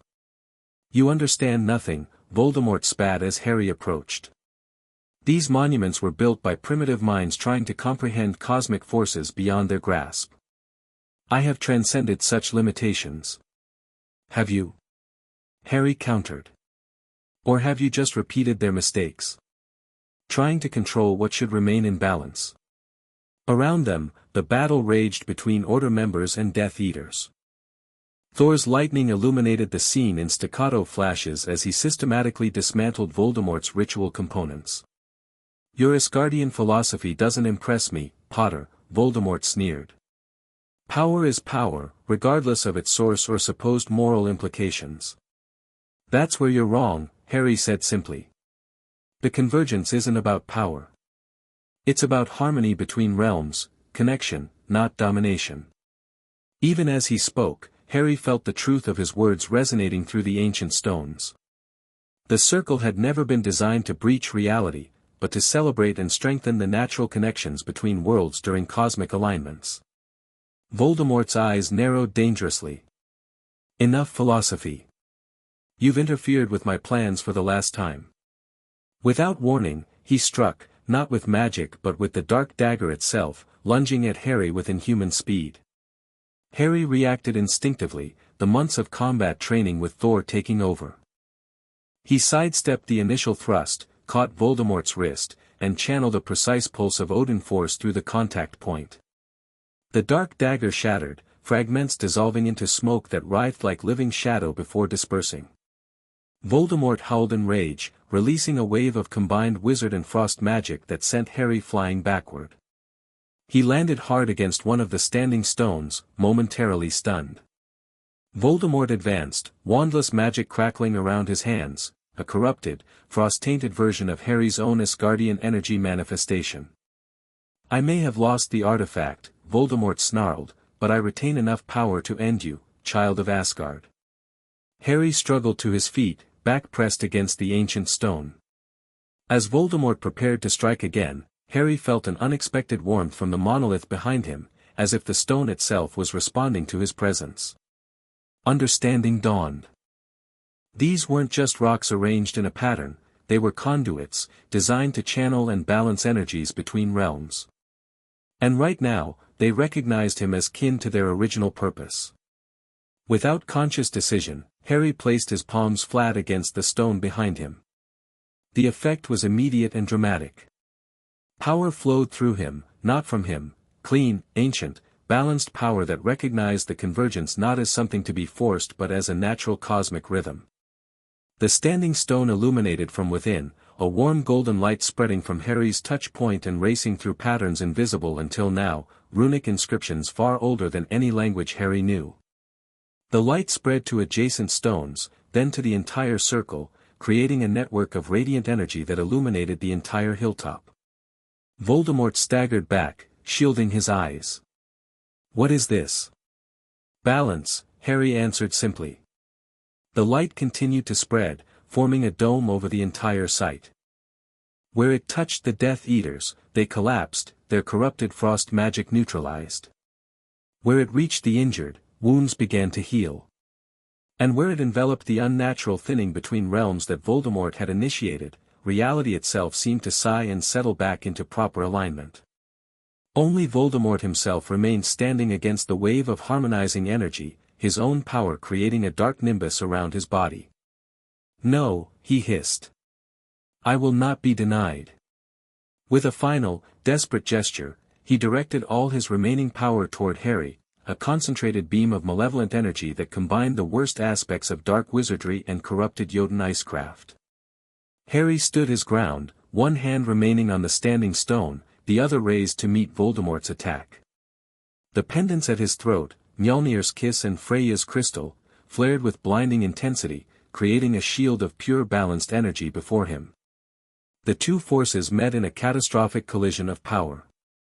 For a moment, they seemed evenly matched, darkness against light, corruption against harmony, forced breach against natural balance. Then, with a sound like reality itself exhaling, Voldemort's attack shattered against Harry's defense.